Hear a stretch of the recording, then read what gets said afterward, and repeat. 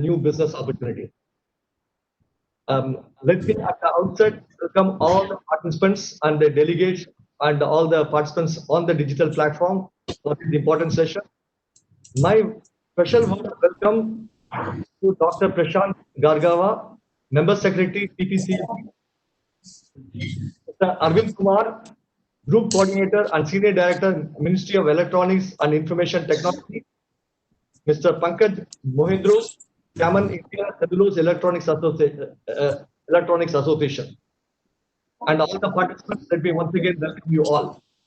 Friends, my name is Raghupati. I am part of CII, and I'm involved with the various centers of excellence of CII, and I have the pleasure and honor of coordinating the first session.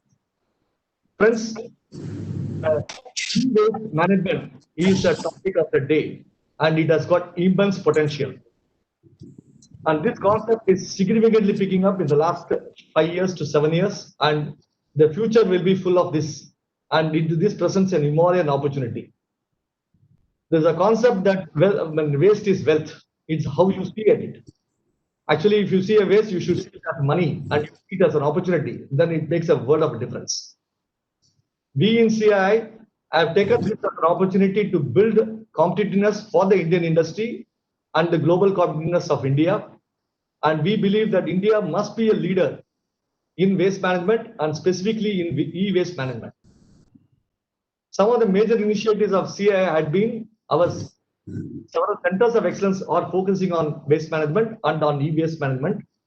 For example, we have a Sustainability Institute, okay, which is based at Delhi, which is promoting the concept of resource recycling at a national level in a very, very big way. It is being done as a movement. We are helping every companies to plan, target, and achieve the resource recycling. So resource efficiency is becoming a very, very important activity. And e-waste is a significant part of this activity. The second major initiative we have is the Green Business Center. As many of you might be aware, it is based out of Hyderabad, and it promotes the concept of green buildings. It also promotes the concept of green companies. In the green buildings, we are now talking about, when we started the movement in the year 2003, the percentage of waste material going into building construction were about 10%. Today, we are talking about 60 to 80% waste material going by in terms of weight or value. This amount of effort that has gone in terms of this thing. That means it is possible to have a green building in future 100% full of waste material, and waste has been converted to wealth. And we have green company rating system which promotes waste, converting waste to wealth as a very significant contribution.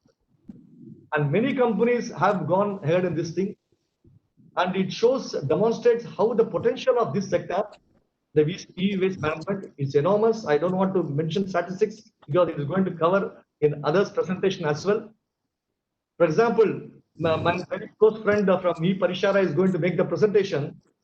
His company is completely manages waste and is creating huge amount of value for the country and employment also for the country.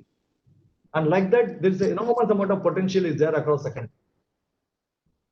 For example, 1 ton of waste can generate about 280 grams of gold, and this gold is much cheaper than the gold which you get in the market. So that amount of potential it has. So, I think we are sitting on a topic which is of major importance, national importance, and if India has to be globally competitive, and if you have to have a better quality of life, the waste management becomes very important, and e-waste is also a very, very significant player. So with these few words, let me welcome once again all the key participants for this program, all the key panelist members. And at the outset, I would first welcome each speaker one after another. Now I request Mr. Pankaj Mohindru, Chairman of Indian Cellular and Electronics Association of India, the apex industry body representing the entire electronic sectors in India. Mr. Pankaj is playing a major role for the growth of electronic industry, facilitating to Make in India and Digital India flagship programs of the Government of India. We in CII are honored to have you, Pankaj. We are excited to have you as a part of a panelist in this program.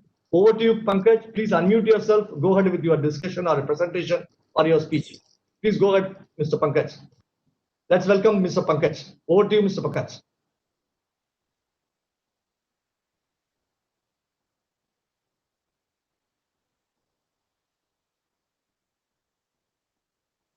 Mr. Pankaj, kindly go ahead, unmute yourself and go ahead, please. Are you able to hear?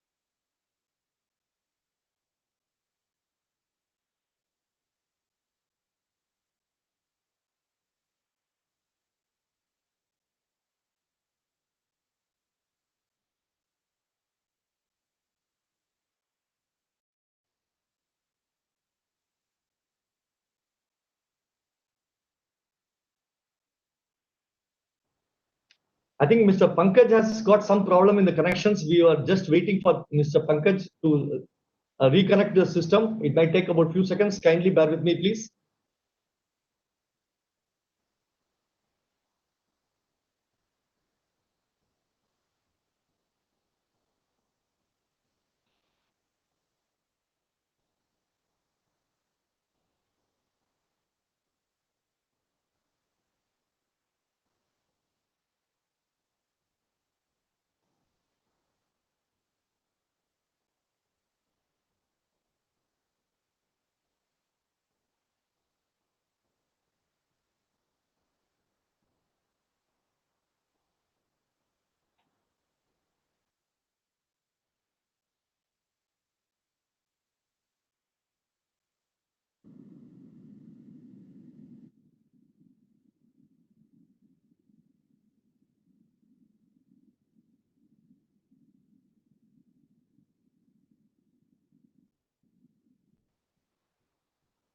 Since Mr.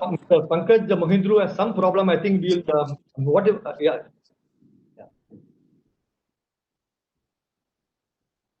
No, we are not able to hear you, Mr. Pankaj.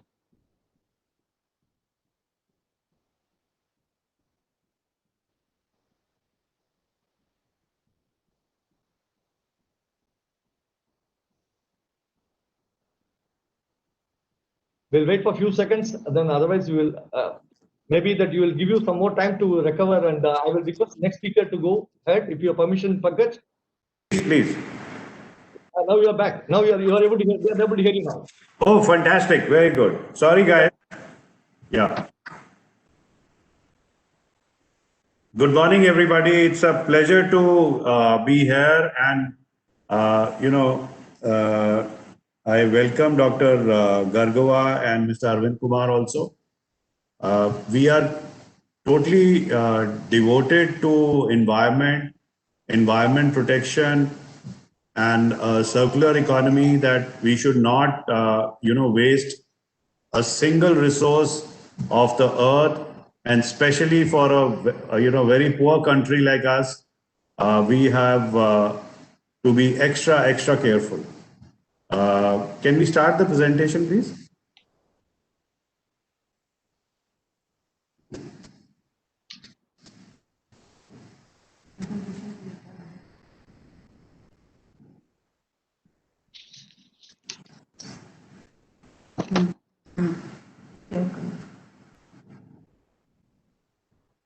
Who will start it? Yeah, it's started. So I think we'll just skip it. I'll just focus on one thing, that our motto is inspire, enable, and lead. and that is how we live, and we have to breathe that philosophy all the time. Next slide, please. Next slide, please. These are our important members. So, mobile phone is just about very small e-waste, you can say. Although the number of mobile phones which go out of action every year is between 25 crore to 30 crore. It's a very large number. Because it's very small sized, that's why the e-waste generated is very small compared to the overall e-waste generated. But that is not for 1 minute I'm saying that we are shying away from our responsibility. There is another unique element in mobile phones, that is the fact that a lot of cannibalization happens. India we are resource stretched, so a lot of mobile phones, when they get slightly older, they are cannibalized for parts, and that's why you see if you go for regular repair versus the at the corner of the street repair, there's a big gap because the gentleman concerned or the repairer concerned will put the older parts and make the phone running, which is fine actually. So these are a very huge challenges which we face. We are also looking at other parts of the industry now. We are incubating them like IT hardware, consumer electronics, etc. So we are focusing and we are quite aware of the challenges which are there. India, as you see, is today at a crucial juncture in this road, and I think there is a lot of cooperation required, a lot of communication required, and I think some in the lawmaking also there are some gaps which we need to address down the road. Next slide, please.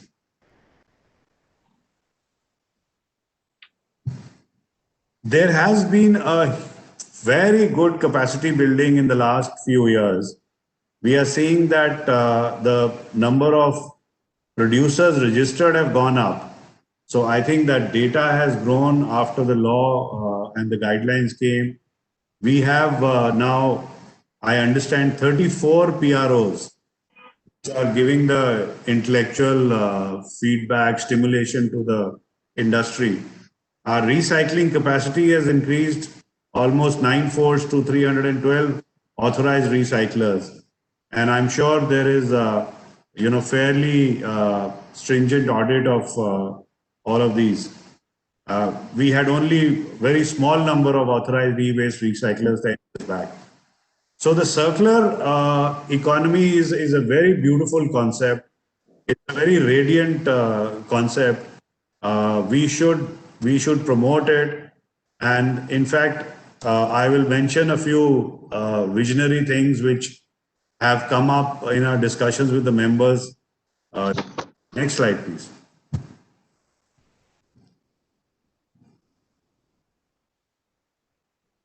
So the recycling capacity seems to be, very short of what it should be, and we are also mentioning and talking about that India has a great opportunity to be a recycling hub of the world, especially for mobile phones. Mobile phones have a lot of value in terms of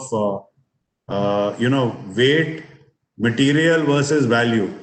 So I think as a start, we should aim to become the recycling, remanufacturing hub of the world. Of course, the caveat being that we do not want India to sell any second-hand products, but there is a very large global remanufacturing industry, which is today focused in countries like Mexico and even countries of Europe. In fact, there was a time about a few years back when I visited London, where there's a very large remanufacturing hub. They had taken the Royal Air Force hangars, and remanufacturing was happening. Remanufacturing also generates about 4 to 5 times more number of jobs than actual manufacturing, because you have to do a lot of sorting and so on, and then the individual parts are changed.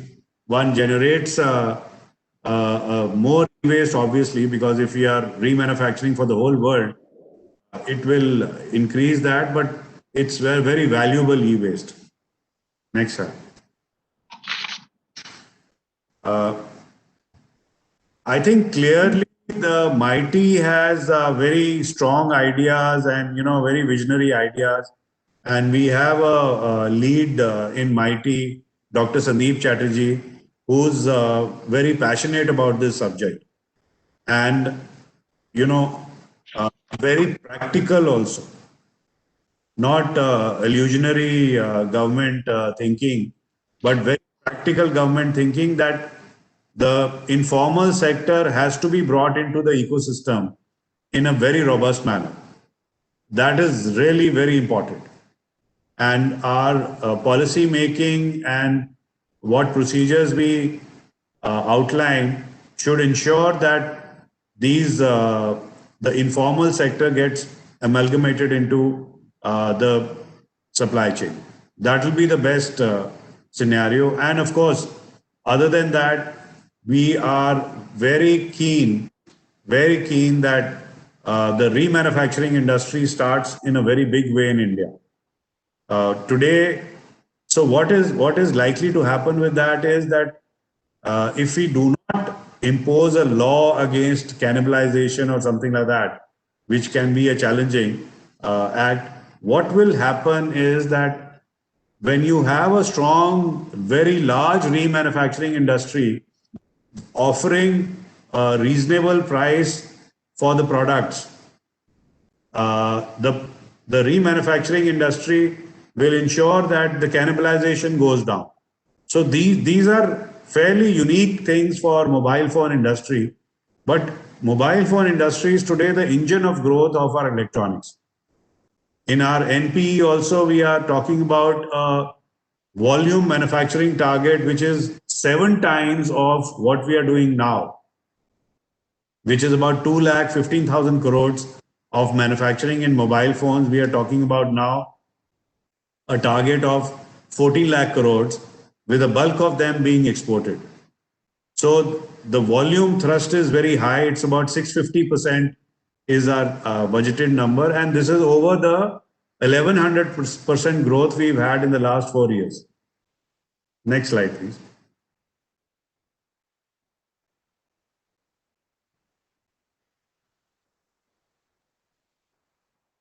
The mobile phones also will ensure that digital technology can be used for leveraging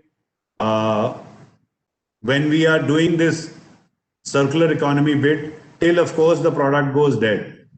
And I would also recommend that for other electronic products also, if we have a module for connectivity, which is, with the IoT industry growing and the products becoming smarter, that is already happening. So Mighty and the CPCB and the Ministry of Environment should work together to see that all the products, as far as possible, can get smarter, and therefore we have a better inventory and we have a connectivity for that. We are always available to give support and ensure that this kind of thing happen. Of course, the very small products and the accessories, etc., they may not we may not be able to bring them on the same thing. Of course, we don't expect that a charger should be smartly connected and so on. So I think the legislation needs to be looked at clearly. We need to look at how efficiently this system is working, right? We need to make it very digital and arm's length, and a system which trust is the foundation of that system, not distrust. The Honorable Prime Minister's motto, minimum government and maximum governance, is possible with the adoption of digital means. I think thank you, Raghupati and CII for inviting me. Thank you very much. That's the end of my presentation.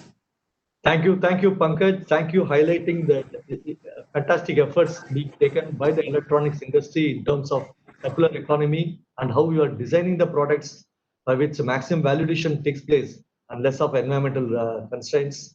And I think a fantastic initiative. Thank you for sharing your experience, Pankaj. Now, may I request Mr. Arvind Kumar, Group Coordinator and Senior Director, Ministry of Electronics and Information Technology.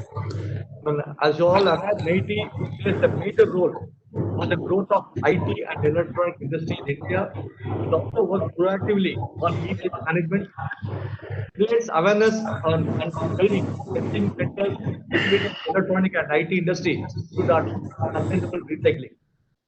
Over to you, Mr. Arvind Kumar. Over to you. May I request you to kindly go ahead, unmute yourself and go ahead. Yeah.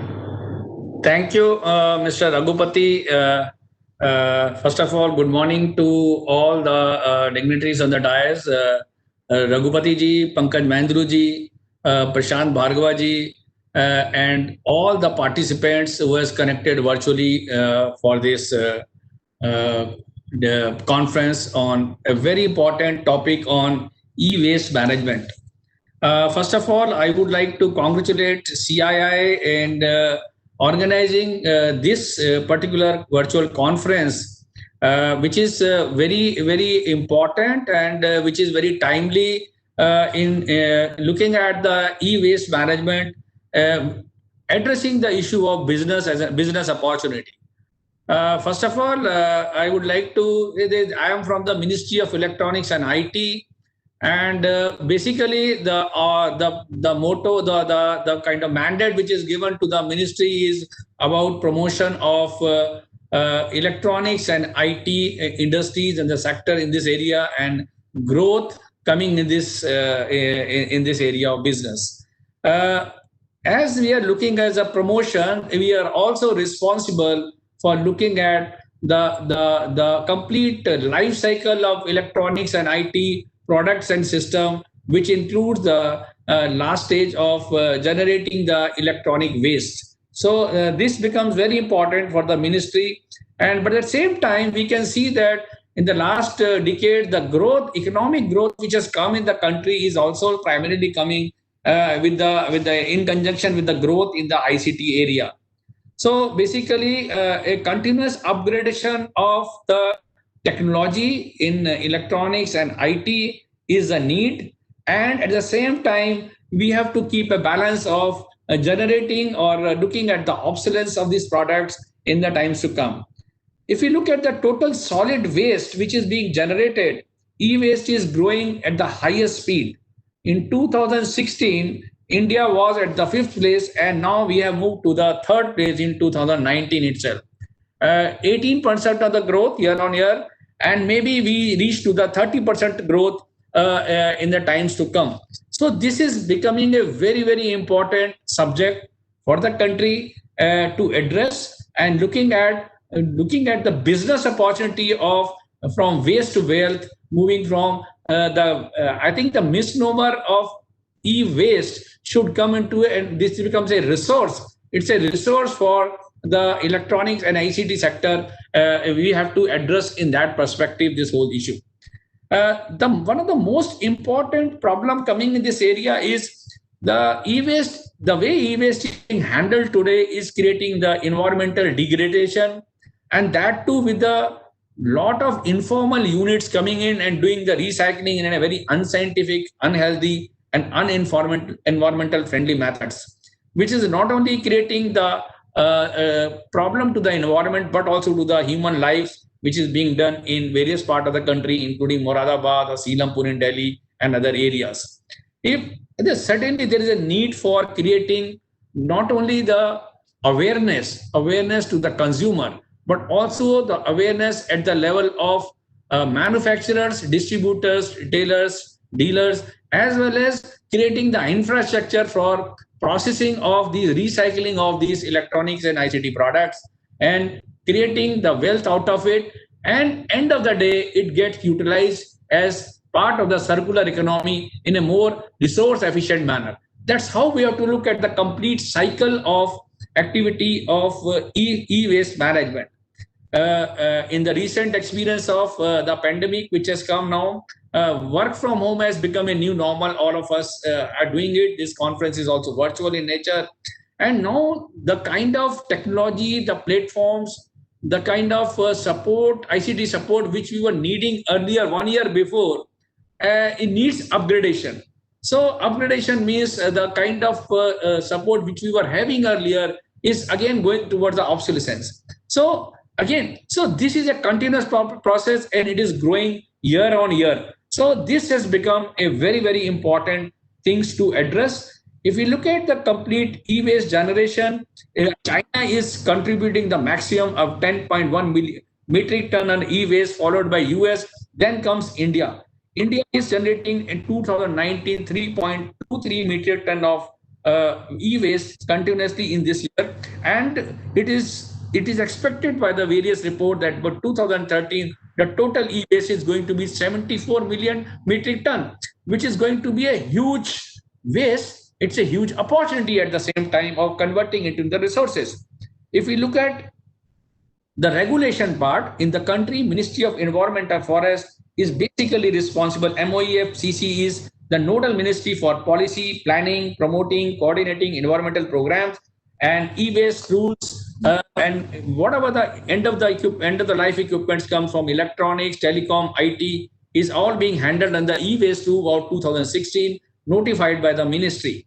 The rules, I see the rules are quite comprehensive. It is the requirements of not only the extended producer responsibility, they all talk about the PROs, producer responsibility organization. They talk about the concept of deposit refund systems and all. Everything is built into the system.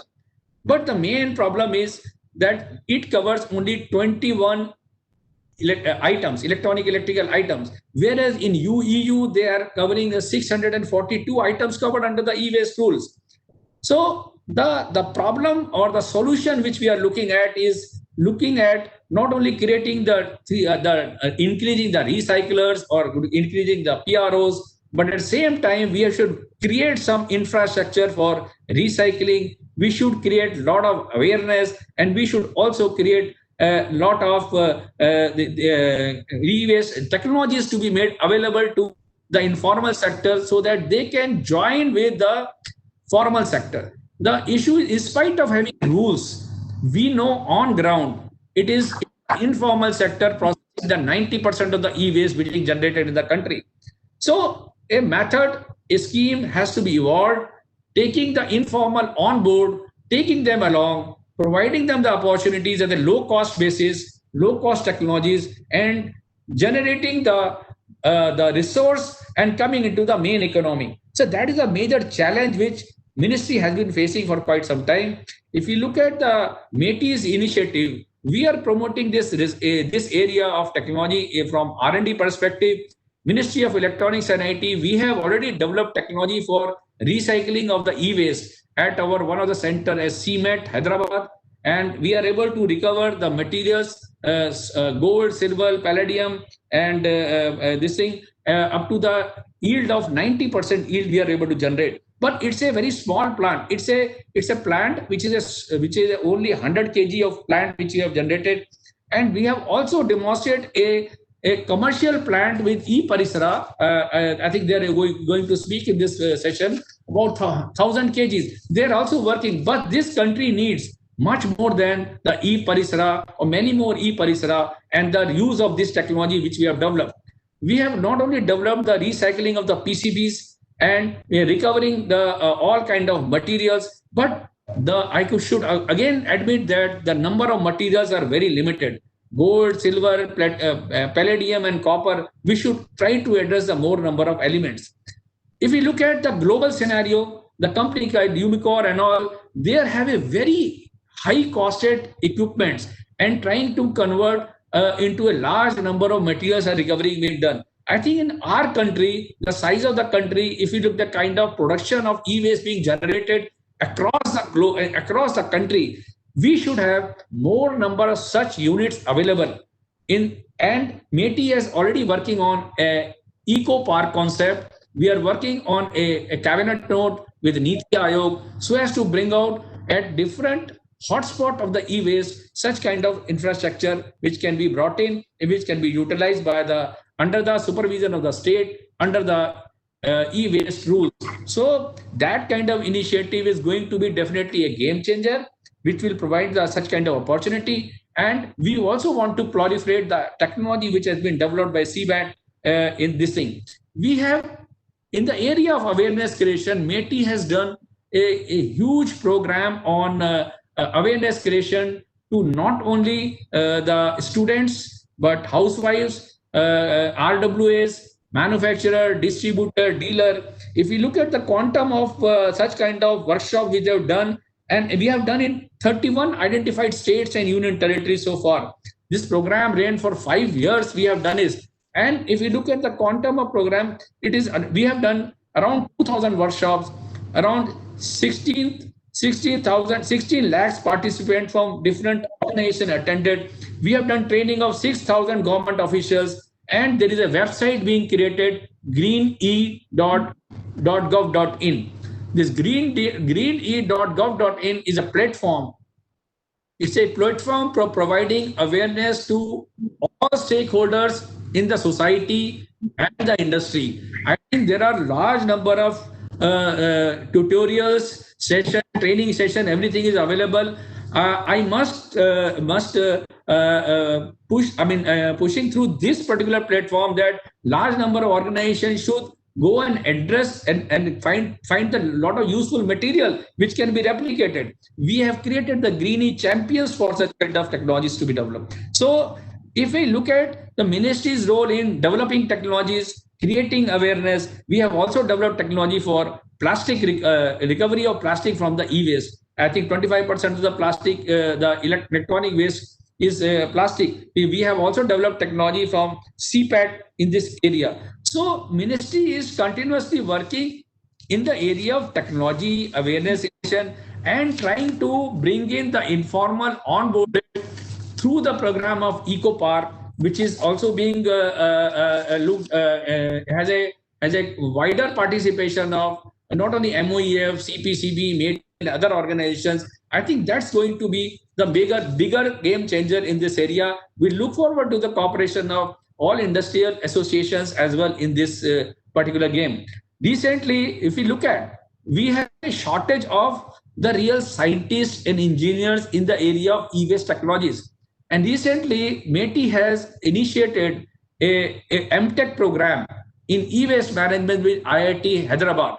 The first course has already been launched, and now we will be having the technically qualified engineers, scientists who will be working on such technologies, and that's going to be the future of this new technological areas to be developed. I think that's going to be immense importance in this particular domain of area. If I look at the challenges, presently challenges which our India is facing is that, first of all, the informal sector is almost 92 to 95%. So it has to be brought on the mainstream in spite of having the e-waste rule in place. Then there is no existing formal collection mechanism with the producers, lack of availability of the low-cost technology, no regulation of the bulk consumers, and there is a capacity building has to be further increased and skilled manpower has to go further up. India fails to formalize more than 20% of the e-waste recycling due to shortage of adequate manpower. So ministry is continuously working along with MOEFCC, CPCB, and other organizations to address these issues. I think we should bring all the stakeholders together through this platform and address in a very collective and cohesive manner and work out a roadmap which can be addressed through all the stakeholders. METI will be there to support such initiative, and we are there to take this forward, this whole thing.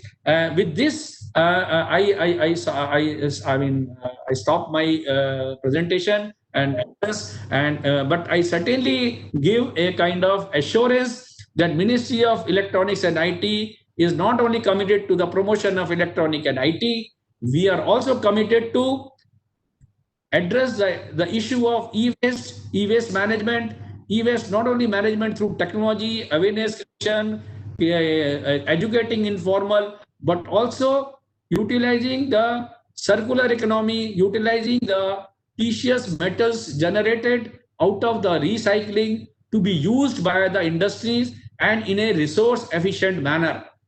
If we are able to address the precious element of gold, silver, palladium, and other thing, but we are forgetting about the important rare earth elements which are available, which needs to be extracted. They are really rare, and we have to preserve them. That is the main objective of the e-waste management. With this, I thank you very much, CI, for giving me this opportunity, and thanks all the participants for listening me patiently. Thank you very much. Thank you, Mr. Arvind Kumar. It was a great week and a pleasure to listen to you. You have covered the entire spectrum of e-waste management and the government initiatives across this sector. It was a very heartening to see some of the progress that has been made and how the challenges are being handled. And it was a great treat to listen to you. You also beautifully articulated that pushing the e-waste sector as a business opportunity. I think that's the highlight of that. Having said that, when you say business opportunity, the investments come and the innovation also comes along with it. When the innovation comes and it makes in long term, make India globally competitive.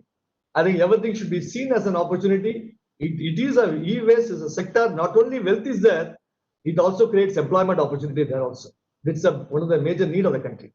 So you very excellently articulated the government initiatives, and we are very delighted to have champions like you leading this initiative. Thank you, Mr. Arvind Kumar. Thank you very much. Now, let me have the pleasure of requesting our chief guest of the day, Dr. Prashant Gargawa, Member Secretary, Central Pollution Control Board, to kindly address the gathering. And just a line about CPCB. All of us are fully aware CPCB has been playing a stellar role, an important role in implementing the pollution control and environmental improvement activities across the country. Whatever the improvements that have happened, and specifically the improvement that has happened on the e-waste management, or because of the dynamic policies and initiatives that have happened. And over to you, sir. And we look forward to listening to you, Dr. Prashant Gargawa. Over to you, sir. Thank you. Thank you very much, Mr. Raghupati. Am I audible? Yes, sir, very much, sir. Please continue. Okay, thank you very much. Mr. Raghupati, Mr. Arvind Kumar, Mr. Pankaj Mohendru, and all the distinguished participants. First of all, my compliments to CII for having organized this extremely important webinar, and also for giving me this opportunity to share some of my thoughts. E-waste management in the last few years has become extremely important, not only with regard to handling the waste, but also the business opportunity. Initially, in your opening remarks, talked about waste being resource. We have been talking about waste is wealth. But personally, I believe that at some point of time, we'll have to stop calling this as waste. Maybe we can start calling it used electronic items, or used plastic, or used water. For if technology plays an important role, so I don't know, how this will happen. But if this can happen, the entire waste management, scenario will get a different, dimension. As far as people's understanding is concerned. Coming to e-waste, my colleagues have given some statistics, and they will present during technical session, more detailed about technologies, about the status. But then I'm told that today, we have about 1 million. And of course, we have limited number of items that get covered under the rules, under the framework. And then we have about 1 million ton of this waste being generated. And the way the electronics are reaching our homes, the way these are becoming affordable even to common man, in future, more and more electronics will be put to use. will be in the market, will be at our homes, and then eventually we'll end up having more and more waste. Now, another important aspect is that, particularly with regard to e-waste, that one is able to recover very valuable products. So truly, there is a huge business opportunity. I mean, in addition to circular economy, there is huge business opportunity for collecting the waste, processing these waste to recover some of the valuable useful material. So at one you have demand. I mean, you will have more and more waste coming for processing. At the other hand, you also have a lot of potential to recover and then generate business out of this waste. So to that context, this seminar becomes extremely important. Now, another piece of data that my colleagues have given me is about recycling of e-waste. Told that in 16 and 17, the year 16, hardly 23 or 24,000 tons of e-waste that got reprocessed. But in 18-19, just in a matter of couple of years, this figure rose to 1.6 lakhs or more. So that clearly indicates that there is a huge potential for the reprocessing of these waste and recovery of material. So in that context, this becomes extremely important. Now let me also make a couple of points. One is concerning about the EPR framework. The producer has been made responsible for managing the waste. We understand there is informal sector. We have to have multifold approach in dealing that. On one hand, anything that is illegal has to be stopped by the concerned regulatory authorities. On the other hand, there has to be awareness created among these informal sector, and their producer will have a major role to play, not only in handholding them, but also bringing them, taking them along the entire EPR framework. So there, I will expect producers to play a major role. We also, when we analyze the data that we get, one thing that makes me worry is that many producers still look EPR regulation as regulation that needs to be complied with. Something that there has to be some paper that clearly indicates that we are compliant with the rules. There is no violation. The target of e-waste reduction that has been given, initial first or second quarters, we don't see much progress. It's similar to government department is spending money. All the money gets spent in the last quarter of the budget year. So similar things should not happen, because in the years to come the targets will be much higher, and if you don't start from day one, you will end up in the last quarter a huge amount of work, and then there starts how do we fulfill the regulatory compliances. So that is something we need to be worried about and then take corrective measures.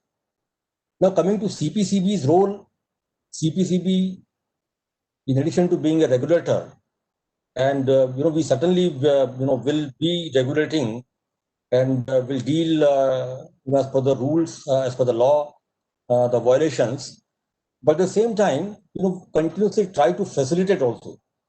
We believe in building partnerships, believe in reaching out to all the stakeholders, create awareness, understand their problems, and then try and improve our systems. We have been continuously trying to put up a robust, transparent system, and then we'll continue to do that with your inputs and feedback. So we need to have very transparent system of granting EPR authorization. That is a task mandated to CPCB, and you will be pleased to know that the rule provides for 120 days window to grant an authorization once the application is received. But in last few years, with our continuous efforts, we have been able to bring it down. The application is complete in all respect. We have been able to bring it down to around 25-30 days time. And not only that, we have also requested the government for amendment of these rules reducing the number of days for processing from 120 to 45. So we are trying to facilitate. We are also putting up along with CDAC an online system that not only will facilitate application making process easy, but the entire process of granting authorization will be transparent. We'll be able to track that, and then also the system would be able to keep track on the compliances and also the recycling. How the entire tracking of waste processing. So we are continuously trying to improve upon, and I'm glad that this discussion is taking place. And in the technical session, we'll have more in-depth discussion, trying to clearly identify the gaps in the system, and also suggesting as to how collectively we are able to bridge in those gaps, and then make clear recommendations for all the stakeholders to try and improve further. I will expect some recommendations to the regulators like CPCB as to how do we think that we can facilitate, also to the producers as to how do they ensure that informal sector gets into the system, and then fulfill obligations, not just looking at fulfilling the regulatory requirement, but also as a social responsibility of managing the waste that is coming primarily because of their businesses. And thirdly, also of course, CI has been taking lead on that, and then would continue to do so, I believe, in creating more and more business opportunities, and then to facilitate, to make the processes simpler without compromising on the requirement of regulatory compliances, without compromising on process that are essential to to monitor the compliances. We certainly would be willing to support the entire industry, and I look forward to your suggestions, your recommendations. I think with this, I'll stop, and then once my colleague, of course, will be there, and they after the deliberations will brief me. But I can also request CII if you can formally send us the recommendations, which we can of course consider, and then try to work on. So thank you very much for inviting me and giving this opportunity, and I wish all the best to this deliberation. Thank you.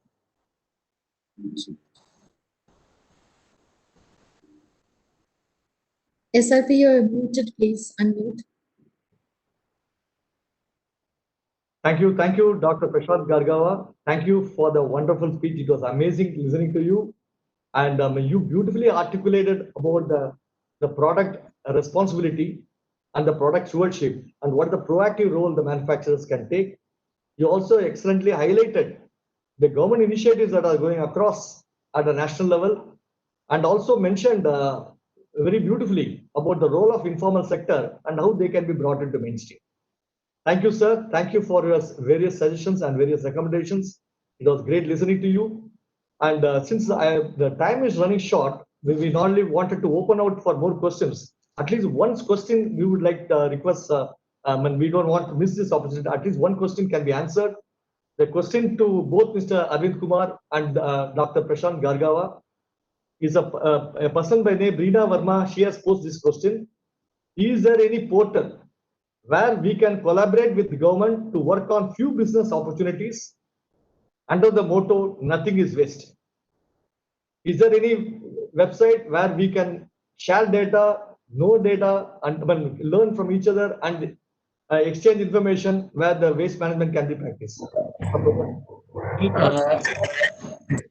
Go ahead, sir. May I come in? May I come in? I am Arvind Kumar.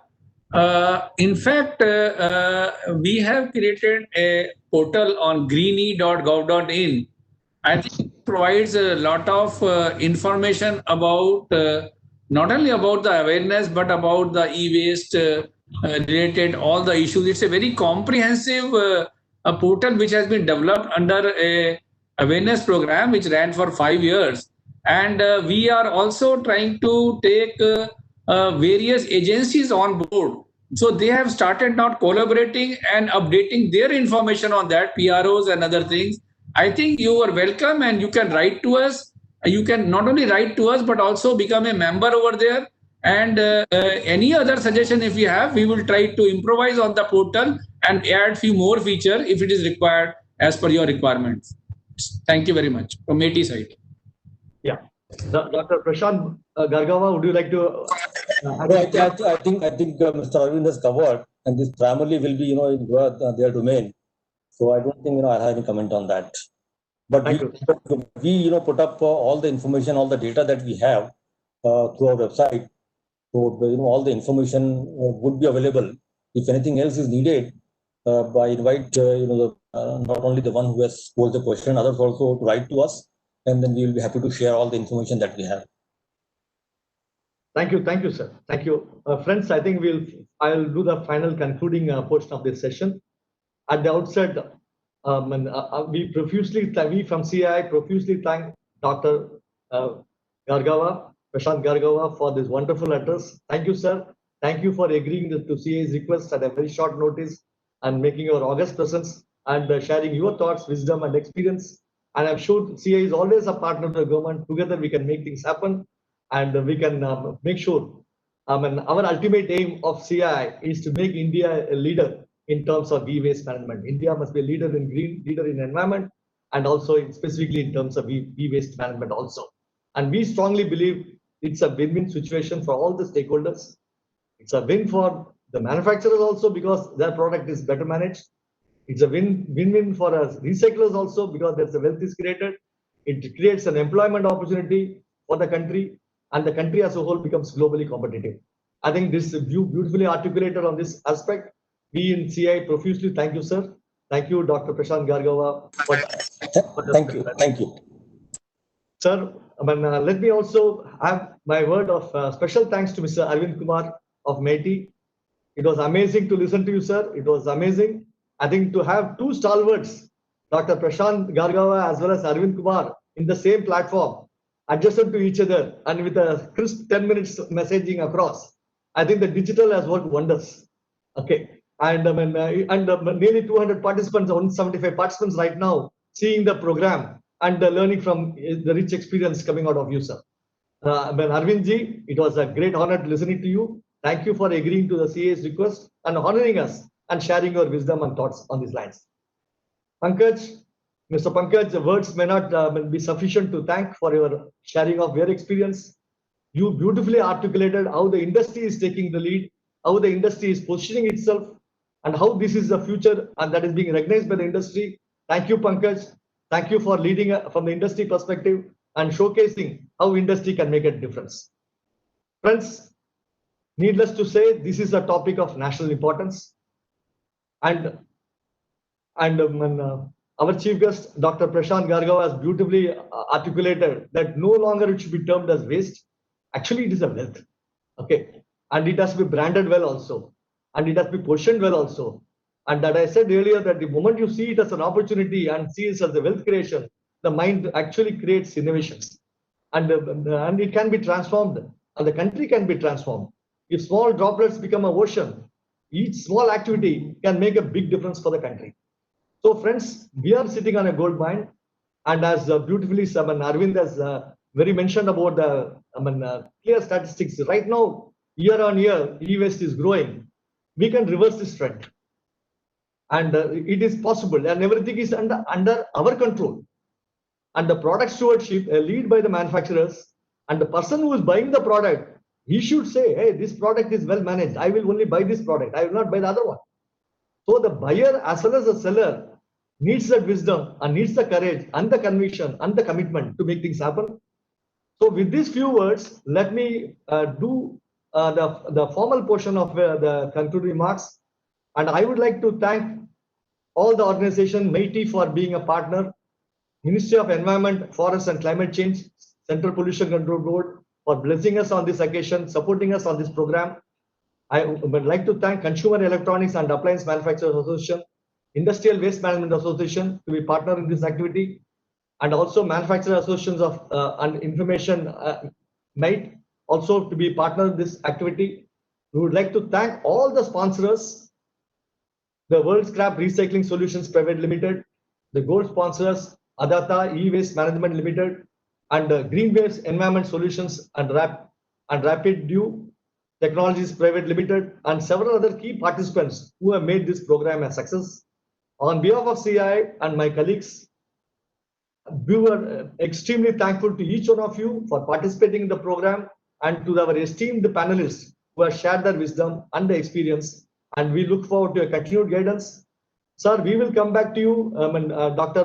Prashant Gargava, we'll come back to you, sir. Sure. Sure. Thank you. Sure. Thank you very much. With this, we formally close this session. Thank you very much. Thank you, everybody. Thank you for all the Thank you. Thank you very much. Thank you. Thank you. Thank you very much. किसको ना? I take your permission. Yes, please. Thank you, Dr. Raj. Thank you, Siva. Thank you.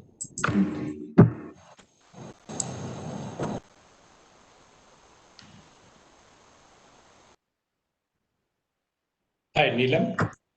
Can we start the next session?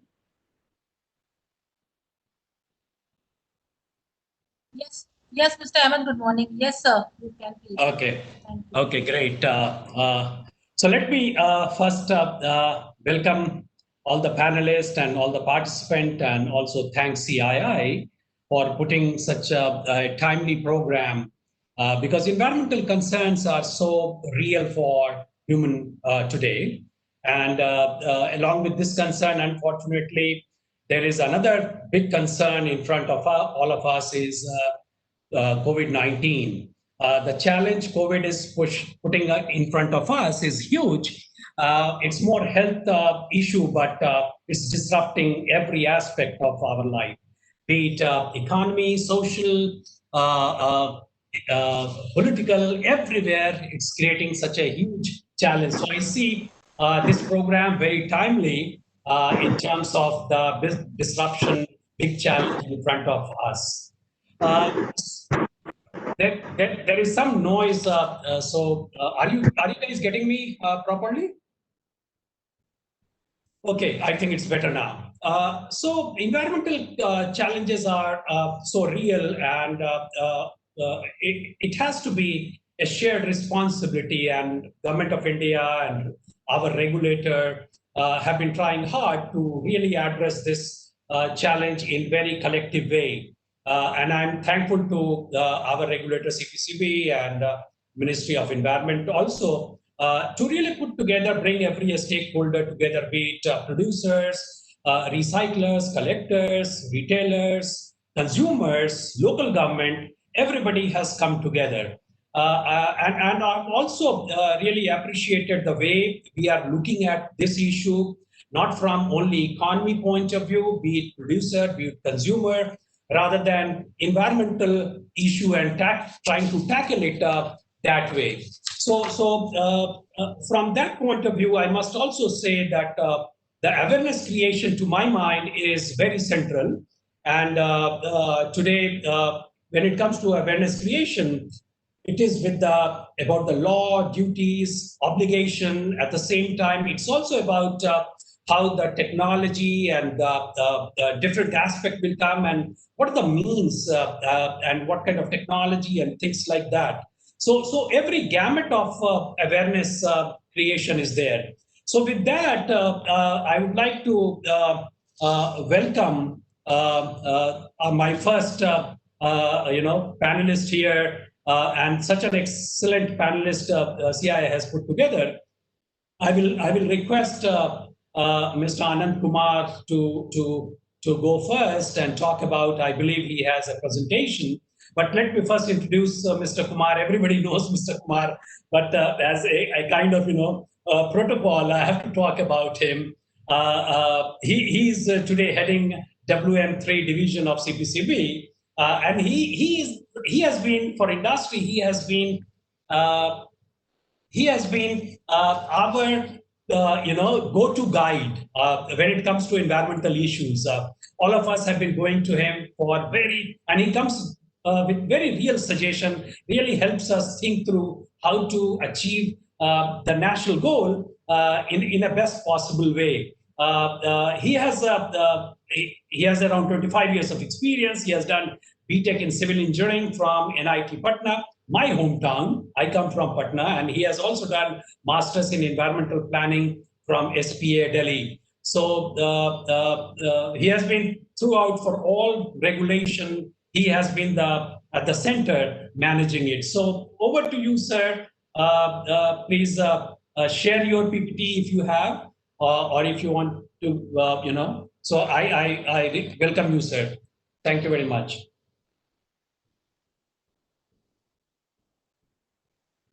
You might be on mute, sir. Am I audible now? Yes, sir. Yes, sir. You are. Please go ahead, sir. First of all, good morning to everybody, and thank you to CII for inviting me and giving me an opportunity to share my thoughts with you. So thank you. My presentation is being shared. So meanwhile, I have been asked to make presentation on effective implementation of e-waste rules. So I will be speaking on that. Give me some moment. My presentation is being uploaded. Sure, sir. That share thing is not active. So otherwise I could have uploaded from here only.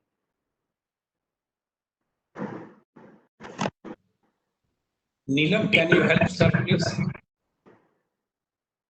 Yeah, now it's active. Yeah, I'm just opening.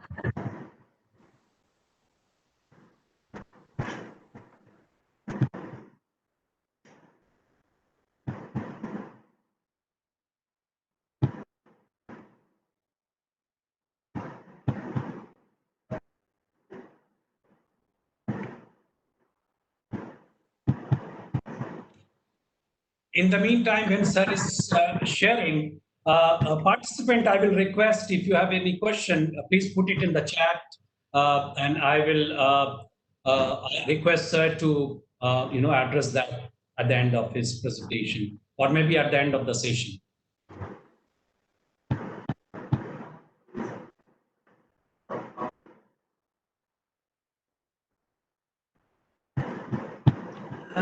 Presentation is visible to everybody now? Yes, sir. Please go ahead, sir. Yeah.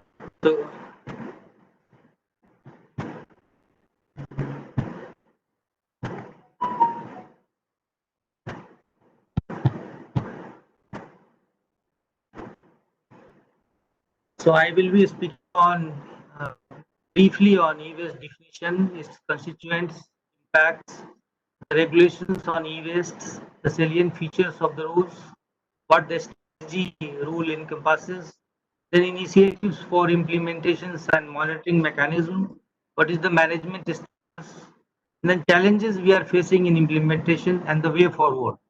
This is what we have thought for today's presentation.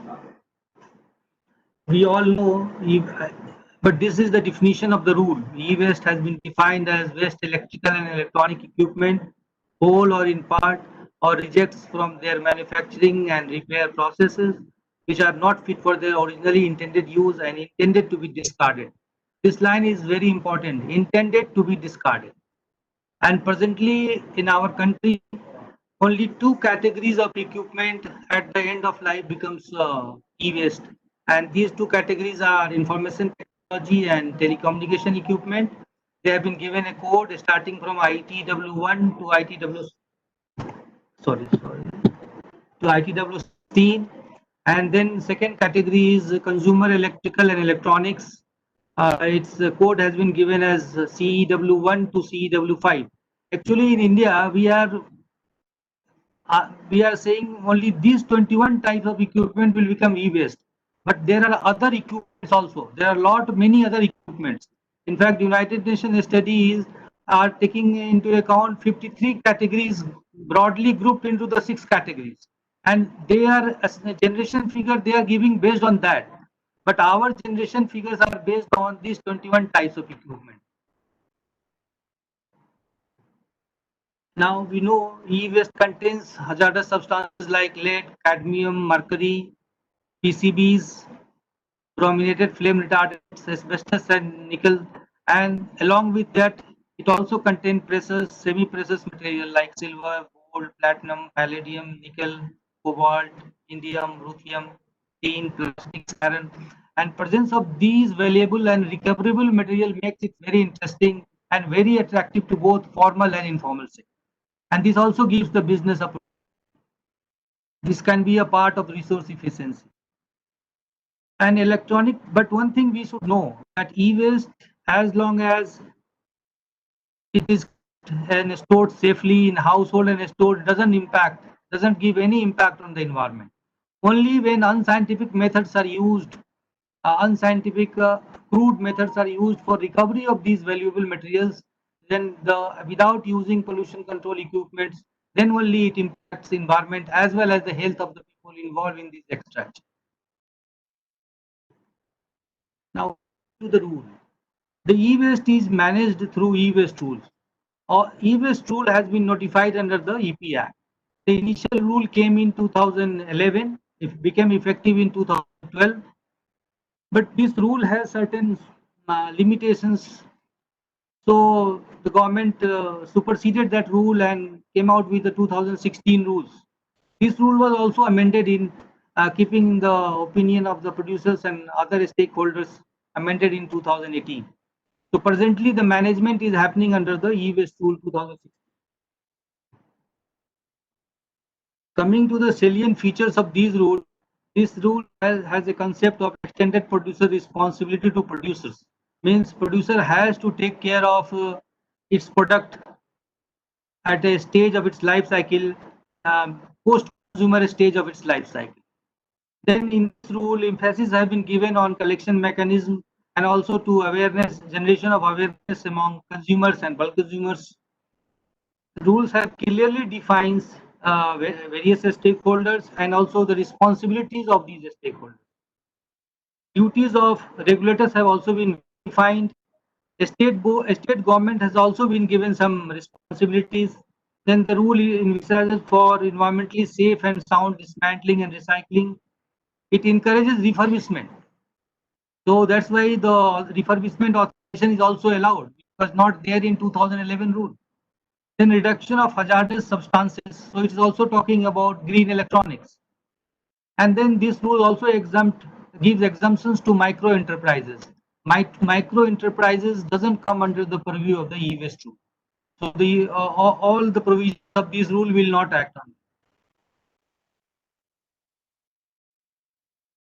The management strategy is that simply extended producer responsibility. The producer has to take EPR authorization. In that EPR authorization, he has been given collection targets. And for meeting the collection targets, he can set up his own collection system through an EPR plan. So EPR plan is very important tool for managing e-waste under the present rules. Now coming to the initiative taken by government for implementation of these rules, several guidelines were prepared by CPCB. We call these the implementation guidelines, which has a specific guidelines on EPR, extended producer responsibility, specific guidelines on collection and storage of e-waste, guidelines on collection centers, guidelines how to how to transport e-waste in a safe and sound manner, guidelines on environmentally sound dismantling, environmentally sound recycling, guidelines to refurbishers, guidelines to consumer and bulk consumers has also been given. Then CPCB has also prepared a standard operating procedure which is also available on the website and available to the public for grant of EPR authorization, where we tell the producers how he will fill up his application, what are the things which will be checked in application by CPCB officials, and what are the other documents required. So this standard operating procedure has become very successful. In continuation with that, we also run EPR camp. We call it EPR camp, where we facilitate to producers how to. Sorry. We give facilitation to producers in expediting completion of applications, and we run this EPR camp on invitation basis. When we see the producer is not able to fill up his application of its own, one or two letters has gone to him, so we call the producers. So these are part of the SOP. Then we have also prepared guidelines for producer responsibility organizations. And these guidelines are very simple guidelines, and it facilitate and it guides the stakeholders how to fill up the forms and how to apply. And these guidelines are guiding documents to all the stakeholders. Then coming to the monitoring mechanism we have in place, we have annual and quarterly returns from EPR authorized producers. Then state boards also submits its annual reports, and the annual reports of the state boards are based on the annual returns given by the authorized manufacturers, dismantlers, recyclers, refurbishers, bulk consumers. Then we have a random verification of dismantlers, recyclers in place. We also do the random verification for producers collection systems, producer collection centers. Then CPCB through SPCB and PCC. SPCB is a State Pollution Control Board. PCC is Pollution Control Committee, where we have established a system of continuous verification. Under this continuous verification, the state board teams are visiting all the stakeholders and submitting us a quarterly report, for which we have an online portal system. No report comes on hard copy, all reports come digital. It's an online system available to only two state boards and who are attached with the CPCB. Then CPCB submits annual review report to MOEF under these rules. Then I also like to share with you the actions which we are doing. We have prepared an action plan, and we have identified activities for implementing the e-waste rule, like verification of quantity of e-waste collected by producers. This we have identified as a continuous activity, and quarterly reports are coming from the state boards. Then the verification systems are provided by producers for collection and channelization of e-waste, verification of facilities of dismantler and recyclers for their infrastructure and records. So these are all identified as a continuous activity, and state board teams who are our field, I will say, field formations in this rule, under these rules, and they are continuously monitoring, and for which we are also giving them regular trainings. Then we are also regularly checking informal trading, dismantling and recycling, and here the quarterly drives are being taken by the state boards in association with the district administration. Then we are also interacting with state governments to formulate mechanism for collection of e-waste at the district level. Then we are also insisting for governance framework for monitoring compliances.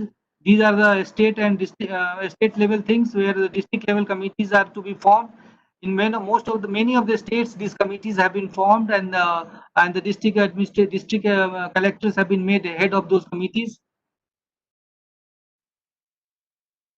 Capacity building at district, state, and CPCB level is also going on.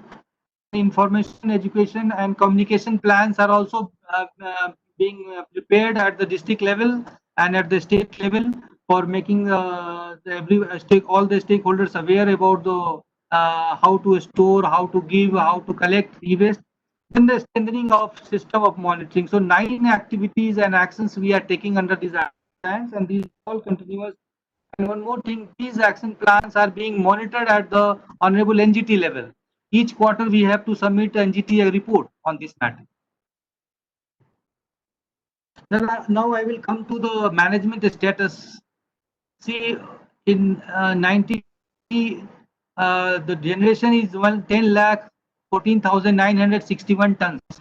But now the question is, why this figure? Because this figure is based on only 21 types of equipment, and based on the sales figure of the producers given to CPCB. As on date, we have granted 1,610 EPR authorization. See, in 2016, there were only 153 authorized producers. Now this number has gone to 1,610. So after coming up 2016 rules, we are seeing really a huge jump in number of authorized producers. Similarly, producer responsible organizations, as on date, 41 organizations have been registered at CPCB.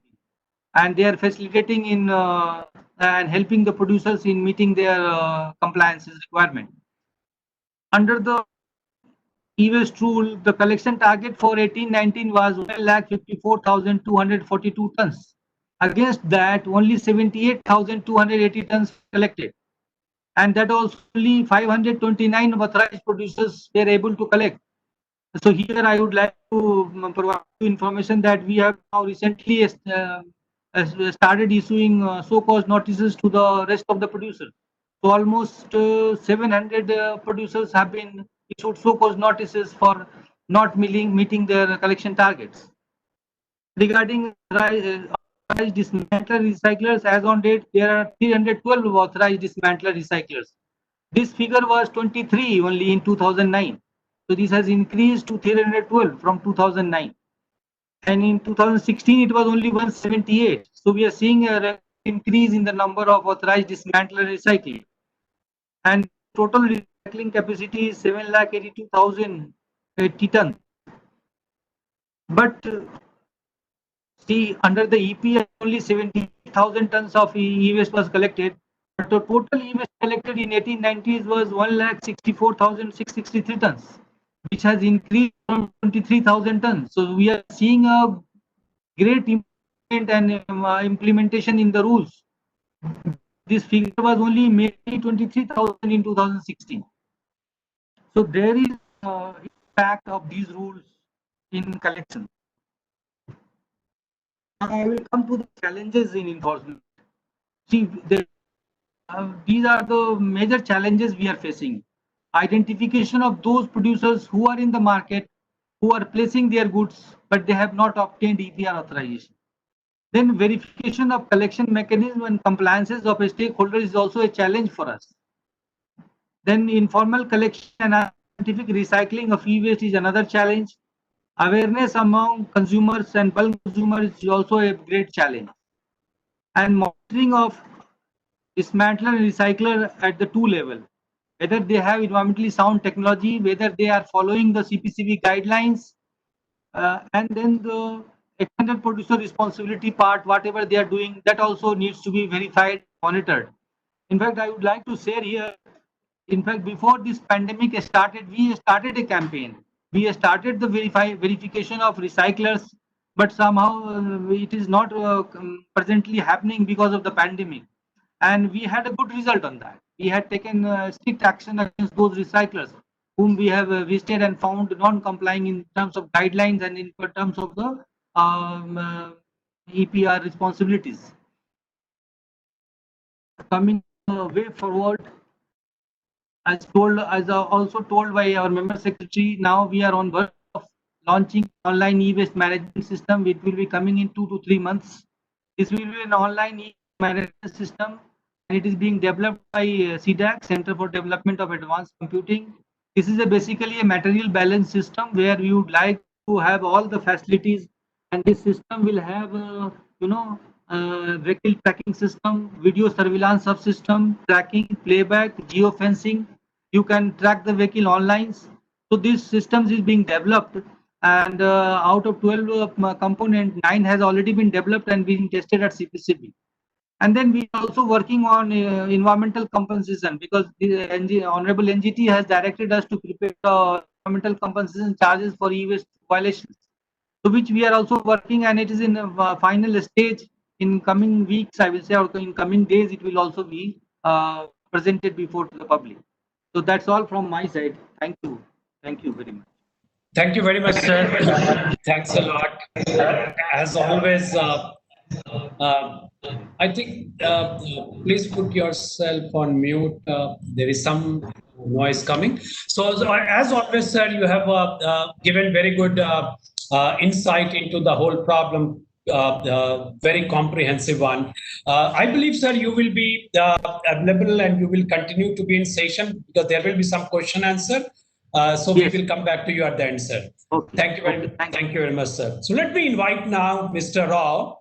And Mr. Rao has been a member of MATE also, where I'm also active, and he has been CEO for Exigo Recycling India, and he has been in electronic industry for a long time.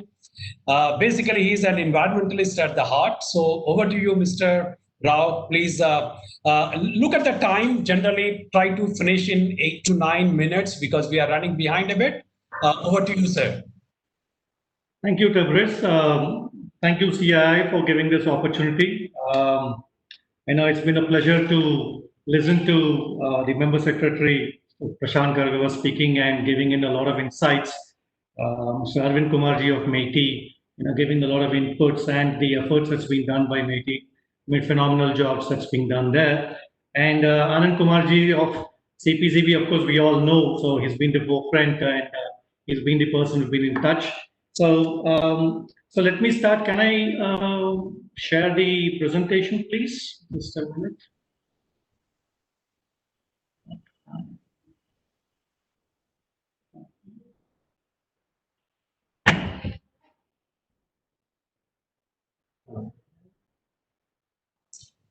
Yes, it's visible. Visible? All right, great. Let me, the presentation, the topic I'm trying to say is cover is basically what's happened in the past, the last decade, and going forward, what's the way ahead. Now, that's what I'm trying to cover in my presentation. And the agenda of my presentation are 4 parts. One is about MATE, since I'm representing in MATE. 2, I'm looking at the 4 key stakeholders. I'm trying to talk about what's happened in the last decade. 3, what's the current issues, and 4, what's the way forward. Right. Let's go. Let's go. 1 second.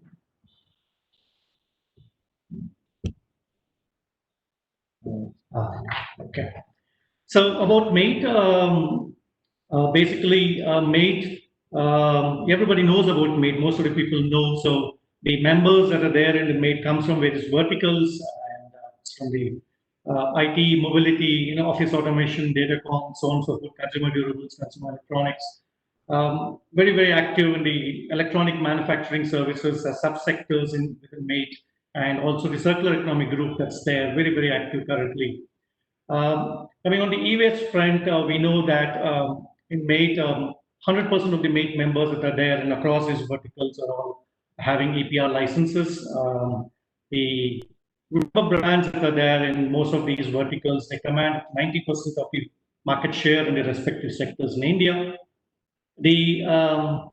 While creating the policy framework for e-waste, MATE did very, very active role. Formulation, producer members, they were there day in and day out, brought in global best practices, and they were a part of the deliberations. And again, I said, circular economy, it's a very, very, very active subsector in MATE for that matter. Sorry. Also, 1 second. Can I go back?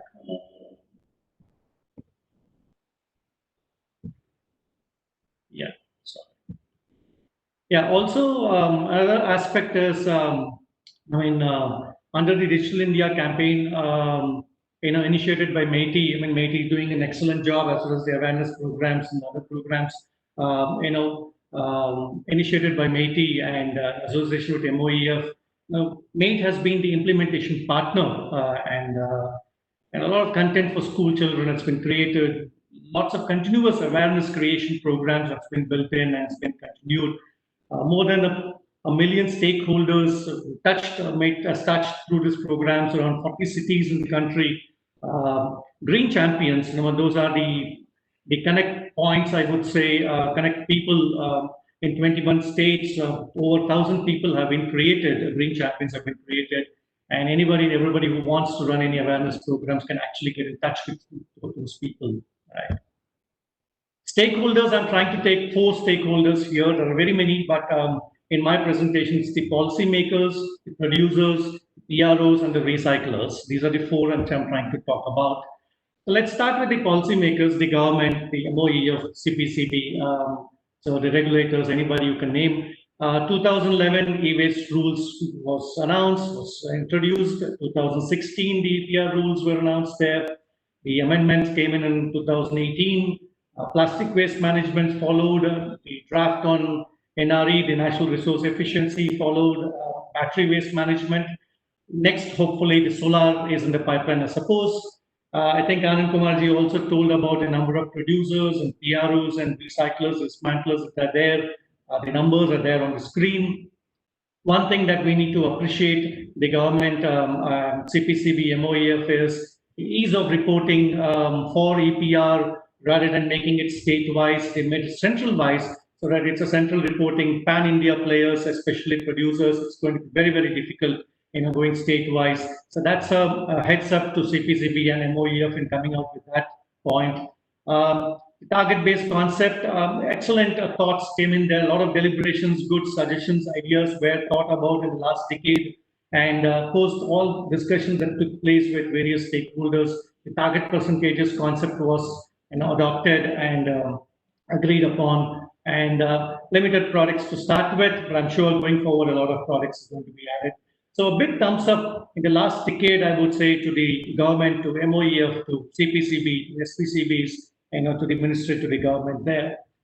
Again, we've seen the state initiatives taking up shape now. Many states have taken up various initiatives, namely I've just named 1, 2, 3 here. Clean Kerala is a company in Kerala coming up with excellent programs as well as collection and channelizing e-waste to recyclers, very active in various types of waste management. Odisha, we've seen the state coming up in a good way, very active as well as the e-waste management there, Tamil Nadu, and there are very many states. For time's sake, I've just taken 3 of those here. The producers, so let's move on from the government, from the regulators to the producers. Basically, the laws when it's been created, the stakeholders that were there in the last decade has been the government, industry, international organizations, developmental organizations, civil society organizations, NGOs, so on and so forth. There are very many that's been who have been part of the deliberations there. And EPR, as the earlier speakers did say, it's a physical and financial responsibility for the post-consumer stage of the product. And credit to the industry, I would say, to come out with, to be a part of e-waste laws of India. And the challenges for the producers, I've named a few here. It's a huge cost of compliance. It's not so easy. This came in gradually. It did come in with the EPR coming in 2016. The provisions not planned. The future losses. So you'll have to look into the rupee value losses that's there. How do you take care of that? And it's one particular aspect which every CFO of every company talks about. And 2, the interpretation of laws by different stakeholders. That were the issues that were there. We have seen in the last decade, multiple stakeholders or multiple states were actually interpreting clauses in the laws, but slowly and steadily that got set in, and a lot of understanding came in. A huge number of workshops took place there too with multiple stakeholders.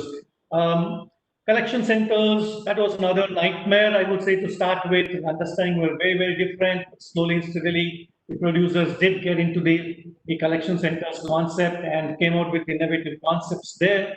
Public awareness, again, most of the producers got it right. A lot of money spent on the awareness programs. Phenomenal job done by the producers. And not to say, as far as the compliances are concerned, both the state and the center, whatever the compliances were actually dictated or asked by, the producers were and are complying with. Now, way ahead, what I see is emergence of sustainability as key.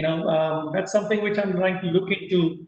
We've been hearing that, we've been looking at that in a big way. Producers know that, and the producers have also started coming out with innovative ways to meet targets. That's a plus, I would say. Direct connect between the consumers to recyclers, product design changes, and reduce material consumption. I also have heard that producers entering into recycling business welcome change. That's good news to the country. Setting up own recycling plants. The other aspect of what we look forward to and what we're already seeing is the type of audits that's being looked at by the producers of recyclers.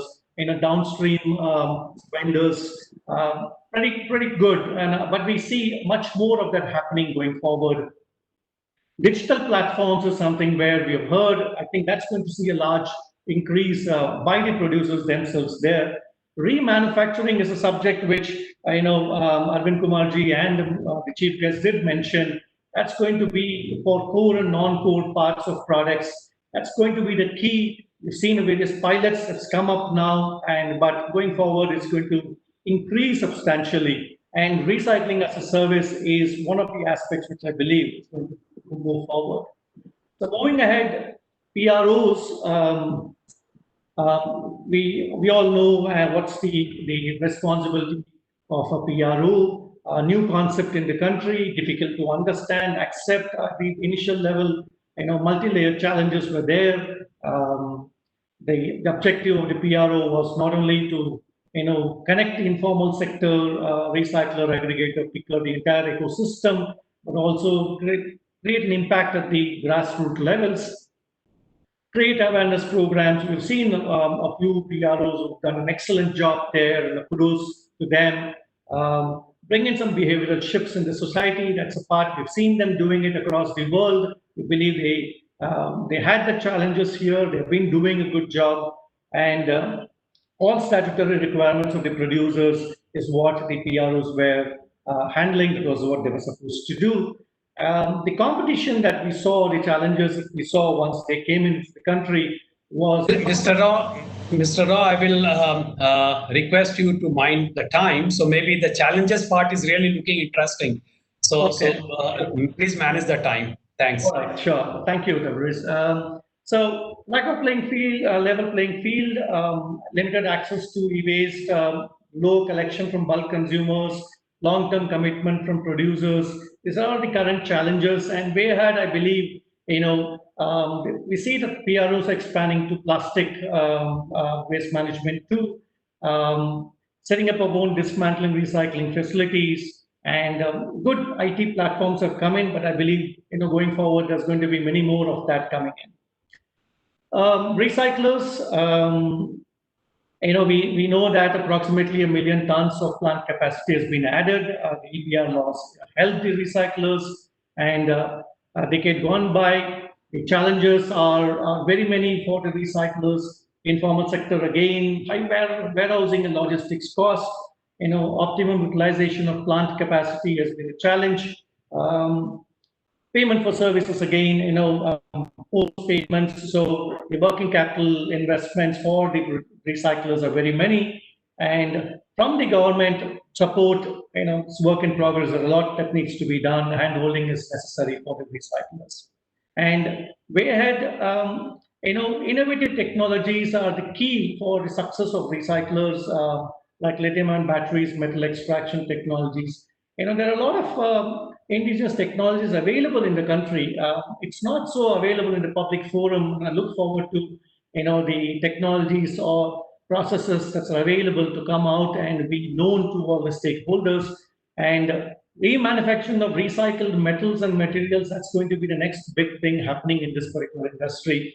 Framework for financing and policy framework is key, which Anand Kumarji said. There's a lot of things happening, and the chief guest did say. So we look forward to that in a big way. So speaking about innovative, just I'll take a second to say that there are solutions available in the country.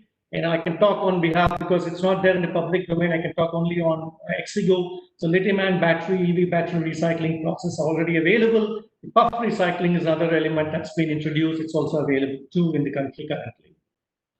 Current issues, 3 major points I've taken. Clarity of EPR collection targets. I think this is going to come into a question soon to Anand Kumarji. States and the center, we've seen this confusion dilemma there. Awareness is something which we are looking at, where we need much more clarification as far as the awareness budgets to get in a long-term behavioral change. That's something which we want a hand-holding from the CPCB. And bringing in bulk consumers and government establishments, that's something a very, very high need for the industry. It has to be, the policies has to be relooked and introduce the best practices for e-waste disposal on the bulk consumer, especially to start with, which is a low-hanging fruit which can be addressed immediately. Way ahead for the industry, online balances, mass balance system. Anand Kumar did say that around a lot of 8 out of 12 points has been already addressed. We welcome that. Integrating informal sector, a big subject. Specific standards, that's something which is an important point, which we believe, something like which BIS with CPCB and MOEF with NITI Aayog can be developed. State-wise inventory of e-waste generation, key for planning for all stakeholders. That's very, very important. Tax benefits for recycled metals. The recyclers know the pain that's there when the metals are being sold, the recycled metals are sold in the open market. Green public procurement is something which I look forward to coming in, looks forward to also in a big way that the procurement of products manufactured from recycled scrap materials, in the government contracts and tenders, give it a special status and help the industry and give it very special status for such products, I would say. End note, the industry is dependent on the maturity, transparency, accountability of all stakeholders. Producers, I look forward to having a very long-term vision and playing very, very enabling role from the remanufacturing side too. Recyclers need to instill a lot of confidence in the ability to recycle and refine in India. There's a lot of recyclers already there. I'm sure there are going to be very many going forward and come out into the public domain to demonstrate a lot of strengths that the recyclers have. Meaningful engagement of all the stakeholders, very, very important for robust e-waste management. The last and the final point is the policy makers, the regulators, enforcement agencies, they play a very, very key role. We know that CPCB is also a facilitator for the entire country, but we believe a lot of handholding is required from the regulators there. So let's jointly try to sustain a green environment. And thank you. Thanks a lot, Mr. Rao. So I have 3 more panelists to go. So I will request Ritu to come in. Ritu is a great veteran in the space of corporate affairs, public policy, CSR. She's working for Panasonic, but she has been in different company like Vodafone, HP, Sun Microsystem, like that. So Ritu, over to you. Please be mindful of time. Try to close it in 8 minutes. That will be great. Over to you. Thank you for your kind introduction, Tabriz. Thank you. And I would like to thank CII for giving me the opportunity to put forward the comments on behalf of CMA.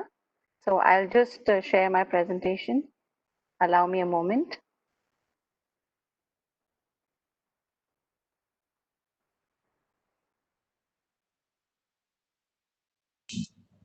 In the meantime, Ritu is putting up the presentation. I will request Mr. Anand and Mr. Rao to look at the chat. I think there is a question for Mr. Anand. So please address that. Thank you very much. I hope the presentation is visible. Yes, visible. Please go ahead. Thank you. So a very good afternoon to all of you, the esteemed panelists, my dear friends who have joined online. A very good afternoon. And I would like to thank Mr. Anand Kumar for a wonderful presentation. It is very assuring to see the forward-looking approach of CPCB and the interesting facts that were put forward by Mr. Rao as well. The topic that I will be making a presentation on, so for e-waste from CMR side, I want to take a different perspective, and that would be with respect to making a positive environmental footprint and sustainability, how we can look at the e-waste from the lens and perspective of scalability to sustainability. Now, there are a few important facts around e-waste, which I would like to skip in the interest of time, because this is well known to everybody and has been spoken about a lot in the inaugural session as well. Moving forward, I would like to reiterate and kind of congratulate on the steps that have been taken in the positive direction by the government. So as we can see, till the year 2016, only the 44% of the world population was covered under the waste management laws. And it's only when in 2016, when the e-waste rules were announced by the government of India, that there was a jump from 44% to 66% of world population being governed under the waste management laws. And this large increase is mainly attributed to India, where the legislation was adopted. And also now what we can see, a uniform framework coming for plastic waste in 2020, and the draft battery waste management rules draft is there in the year 2020 on the lines of extended producer responsibility. So basically, there has been a realization and a cognizance of the fact that there is a need to make a positive environmental impact.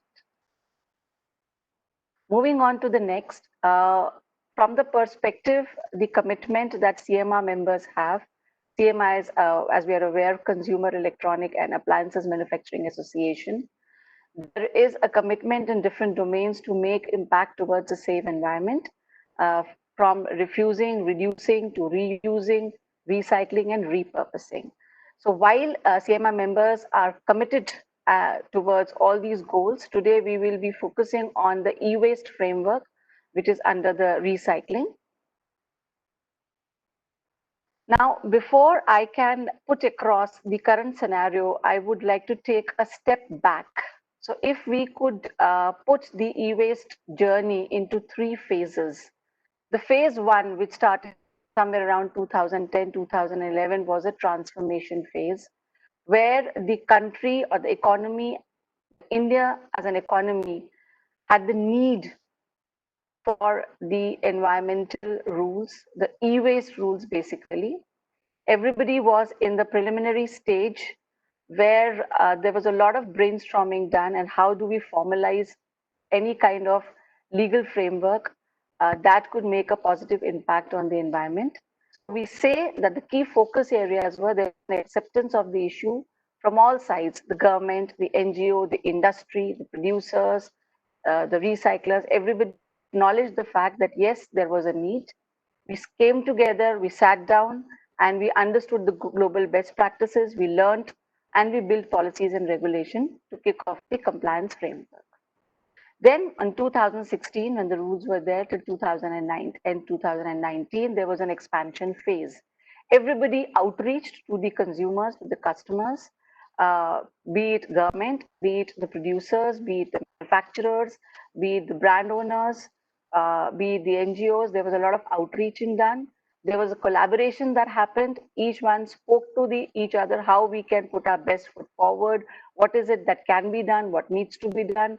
We tried to understand what is extended producer responsibility, how can then finally it be implemented on ground. So there was a lot of building of awareness, understanding the ecosystem. There were partnerships which happened, the PROs came up, and there were learnings on grounds, the local recycling capability developed, and there was further resource development. Accordingly, if we come to the third phase, that is the ongoing phase starting from end of 2019, ideally it should be a sustainability phase. That's as per the law of economics.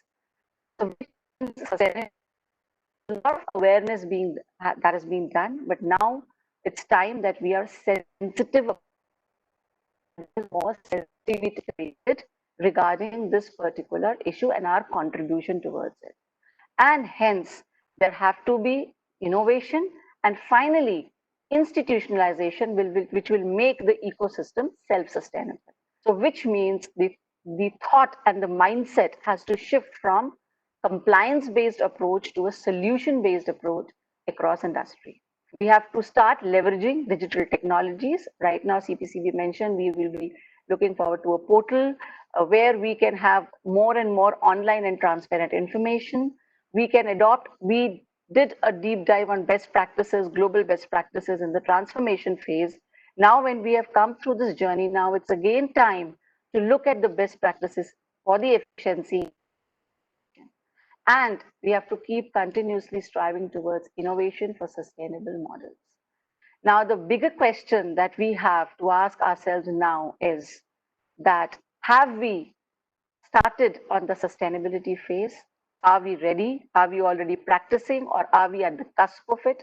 And that is the question that we need to answer. So as we proceed further, we'll try and find the answers in the presentation.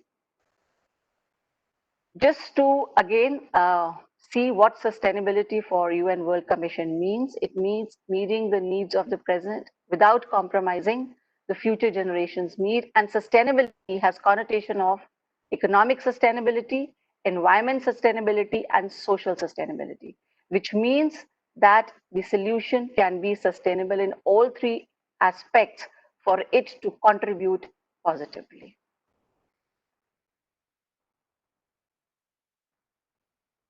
Also, another fact that remains is that this particular e-waste model in the value chain is a multi-stakeholder engagement. And it is very, very important to realize that each stakeholder, whether it is governed by law or not, by the virtue of implementation on ground, has a role to play. There's a consumer who is the originator of the electronic waste. And from here, the cycle starts.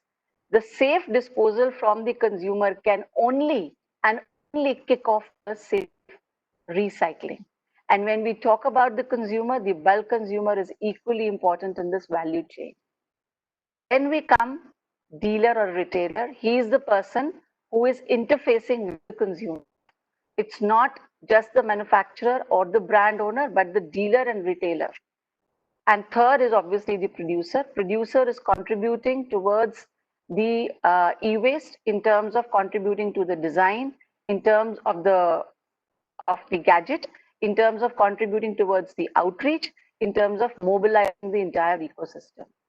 The government, again, is a neutral stakeholder, but a very, very strong enabler. Recycler has technology dependencies, they need volumes, they need to innovate more and more, they need to scale up the capacity. So here we see that in this entire value chain, there is key role of each and every stakeholder, and also then at one end, at the other bottom, there is a presence of the informal sector also. The points that we are trying to make here is that for a sustainable model, the question that we raised, it has to be ensured that the leakage of the electronic waste must and should not happen at any of these levels. And it becomes very important that such leakages are plugged in at every stage. Otherwise, the entire intent of the compliance model, the entire intent will fall weak, and we will just be there in the compliance mode and not in the sustainable mode to make a positive environmental impact. Now, I would just like to reiterate the ongoing efforts that CMA Waste Council has been making. There has been commitment of members, outreach programs has been there have been analytical interventions, and further down the line, we would like to assure the government and we would like to request CPCB and Ministry of Environment that CMA attain this objective of sustainability is open and is making efforts towards exploring options to leverage the existing best practices and models and prepare a future roadmap. And CMA has already started work in that direction. This is just to give a synopsis of that the outreach by using different mediums CMA has been doing. In one particular year, it reached out to 144 million consumers. Ritu, I will request you to close, please. Yes, I will take this off quickly. So these are some of the interventions. So now coming back to our key objective that is there currently is moving from compliance to a sustainable model.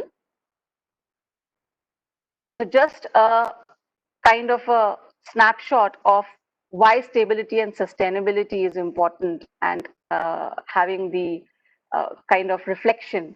So what we see is that there are global best practices and enablers for sustainable models and implementation available. There's a model in China and Russia. There's a model in Japan where role of each stakeholder is defined. There's a model in EU which allows flexibility of targets. Over the past decade, it has been seen that the cost per kg in India of the electronic waste has been going higher and higher. while if the sustainability mode, if it would have been, it should have been as per the global trend where the cost per kg should be going down. The other reality in section 3 that we see is that the collection till now, self-generated collection where consumers directly come back, is only 15% over the years, while 85% it is still depending upon the PROs where they source from. And also we see that the formal sector ideally should be growing up and cost of e-waste should be coming down, but this is a question mark. The formal sector is not gaining. So here we urge the step to see that where we can have sustainability achieved, and what could be done is interventions with respect to formalizing the informal sector, plug in the leakages at stakeholder level, strengthen the accessibility to bulk consumers, expand recycling infrastructure, and continuous awareness drives that we are committing. So what are the key support areas? We can have joint interventions. CMI is open for a robust ecosystem. We can revisit the best practices and we can see that how we can stabilize the entire ecosystem. That was it from CMI. So I did justice to the presentation and the time. Thanks, Ritu. Thanks for a very good presentation. Before I introduce Preeti, I will request participant to take advantage of technology and put a question to the panelists directly because we are running short of time and I want them to get their answer. So Nalini, please write to Mr. Kumar and get your answer. So Preeti is, I will request to go next. Preeti is in the environmental space for over 2 decades, and she has been working for Toxic Links, a non-profit environmental organization. She has been working in every aspect, I will say, of environmental issues. So over to you, Preeti. Please go ahead. Please be mindful of time also. And I will request others to put themselves on mute. Thank you.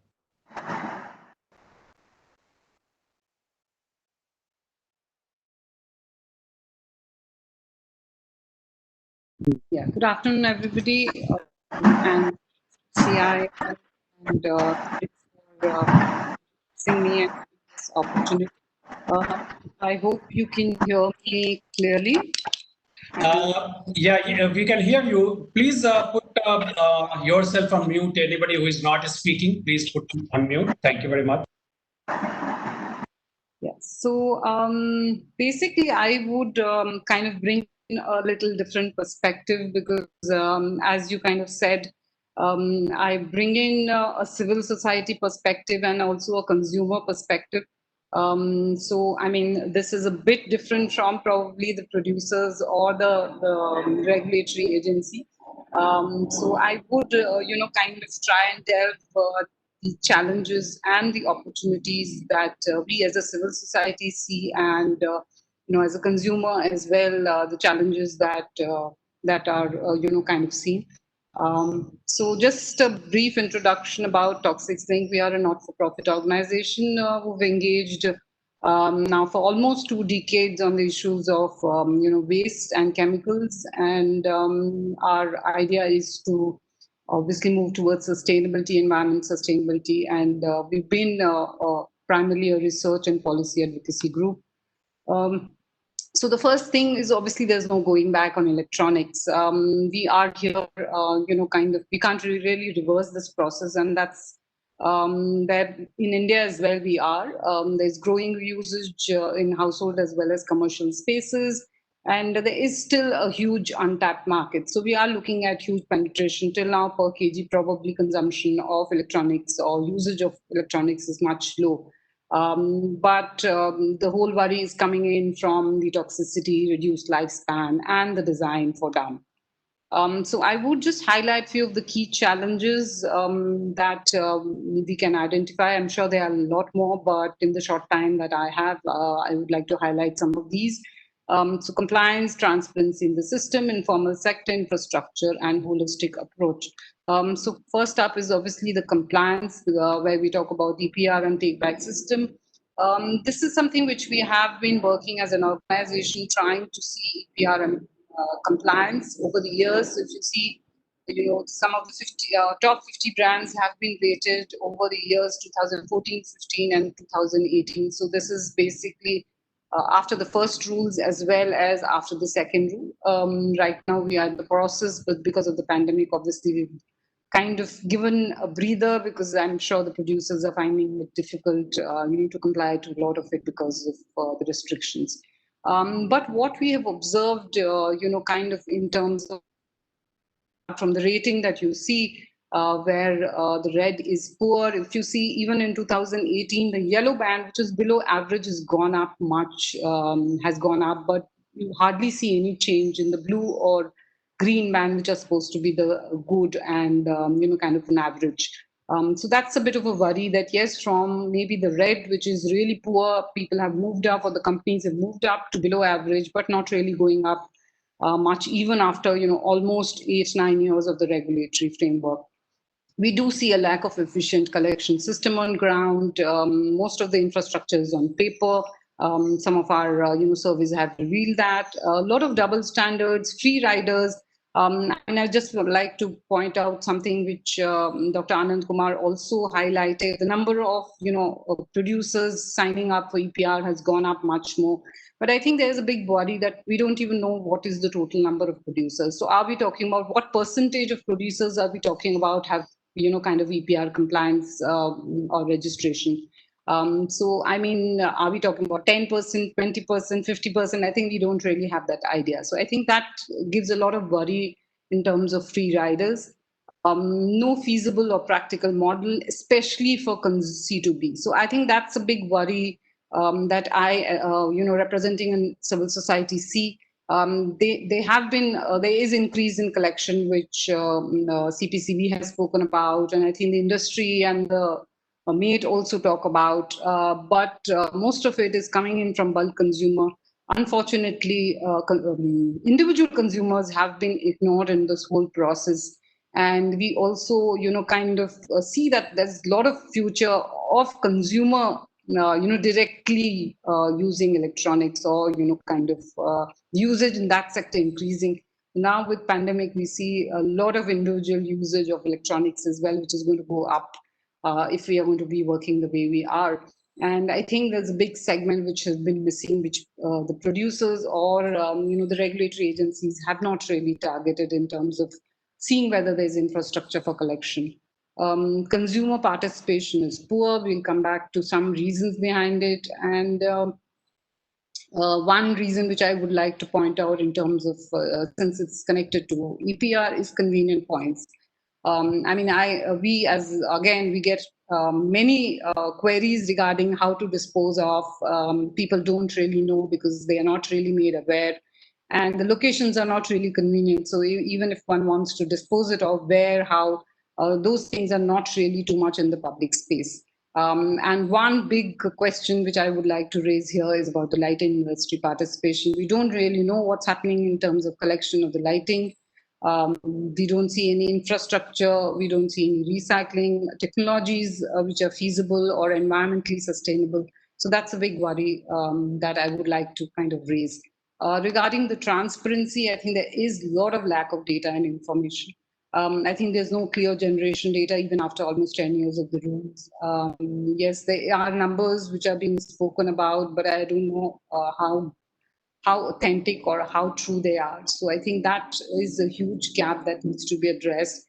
I think though all state pollution control reports were supposed to do inventory, I do think it has been done.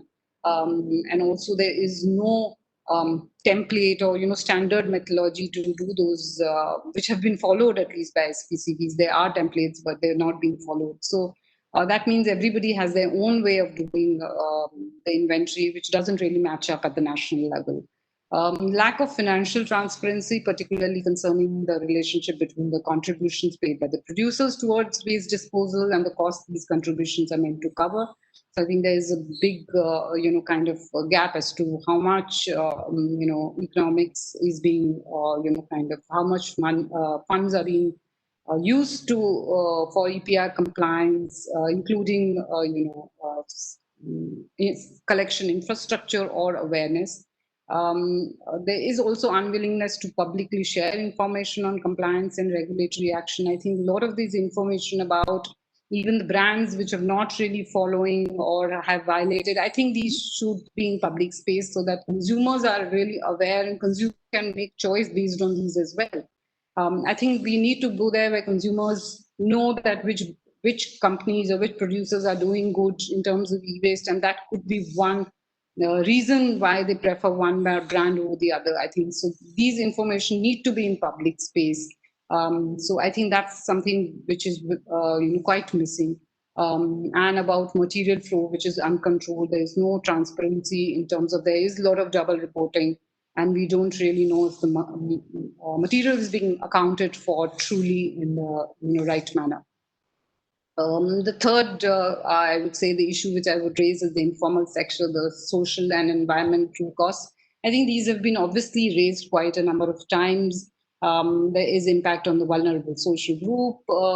Obviously, there is, a marginalized community which is getting impacted. Children, women employed in this sector, paid very, very poorly. And suffering for a lot of hazards of dealing with these kinds of materials. So I think that's a big concern. Some of the processes that we've documented, we've clearly seen that there is a lot of hazard in terms of the handling. I would also like to raise in this informal sector the issues of cross-contamination. For example, plastic forms the large fraction or one of the largest fraction in electronics or e-waste. And it has hazardous additives, and these are not really separated in the informal sector for sure, and even in the formal sector, I don't think there are any guidelines on that. And BFR contaminated plastics are a big concern. Even the studies that we've done show us the random plastic samples not picked up from contain VFR, which are not meant to contain VFR. So, I mean, that's a big worry because brominated flame retardant has a lot of health impacts, which have been proven. And that's why there are obviously restrictions on that as well. The other bit is CRT. Yes, it's on the phase out, it's on the decline, but what happens to the historical waste, I think needs to be looked into.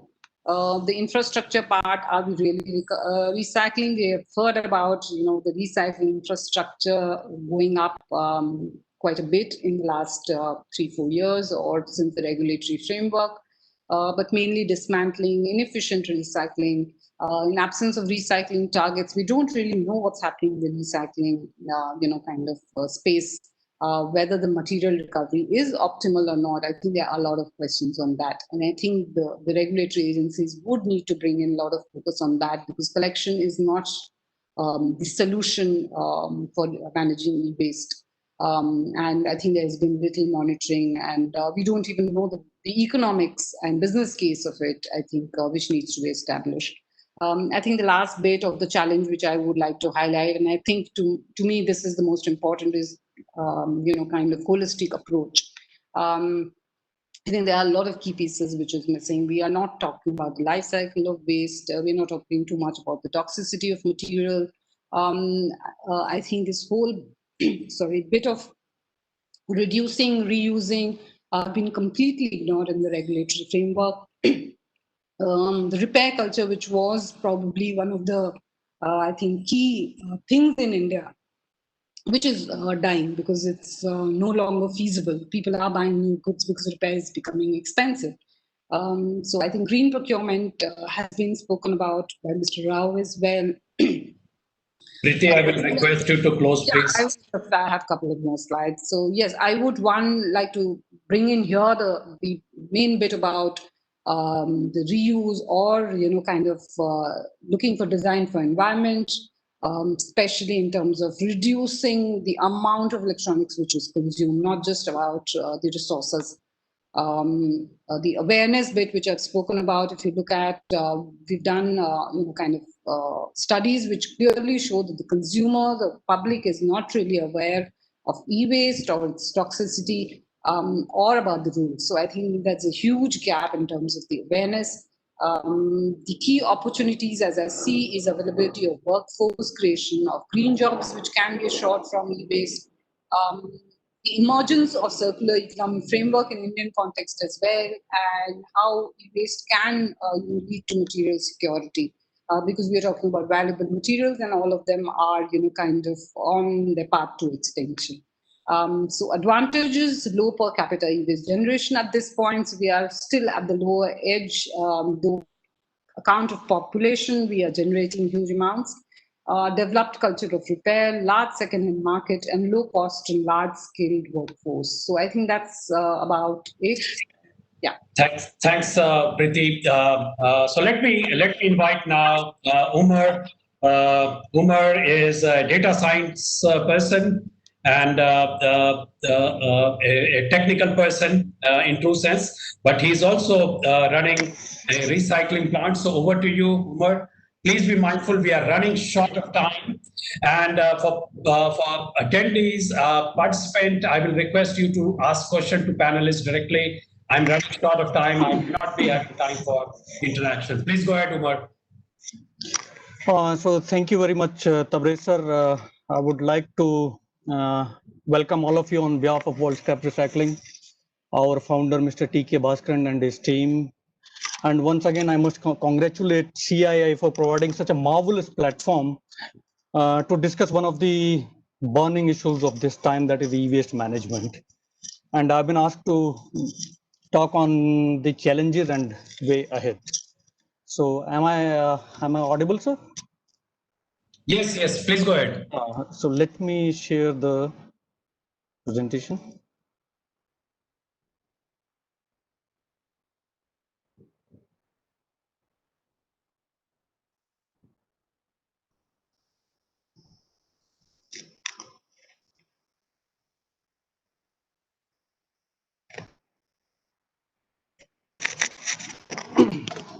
Okay. We did start this plant in 2014 with Chennai, and we did set up a facility there for the refurbishing and dismantling. And then after some time, that our founder, Mr. T.K. Bhaskaran, he has decided that, okay, let's start a proper e-waste management company. And with the blessings of Lord, Holy Lord Balaji, we did set up 2 plants at Tirupati. So let me talk about some challenges that needs to be discussed here.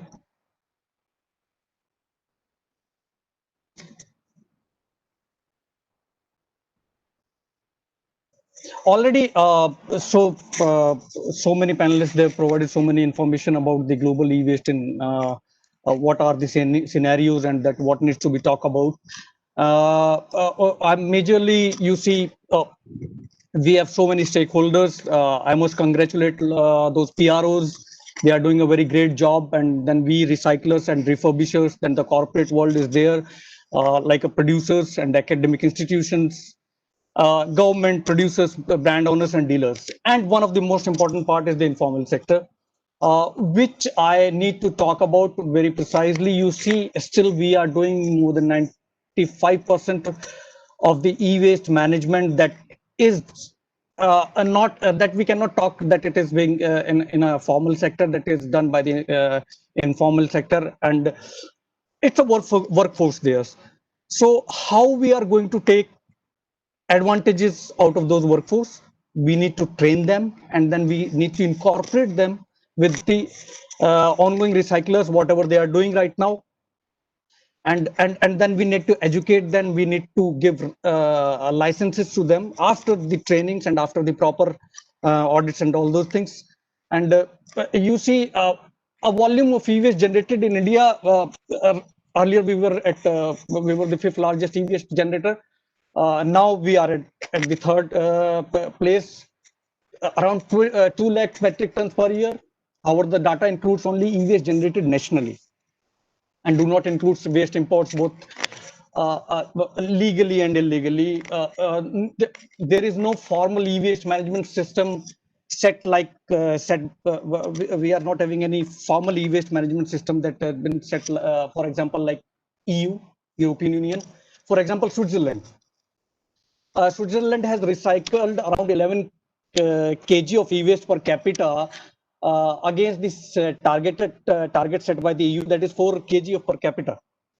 India does not have this, and we need to work in this scenario very extensively. Related with that, then relation with the same, India scored 168th rank in the 12th Biennial Environment Performance Index in 2020 against the performance of the 180 countries.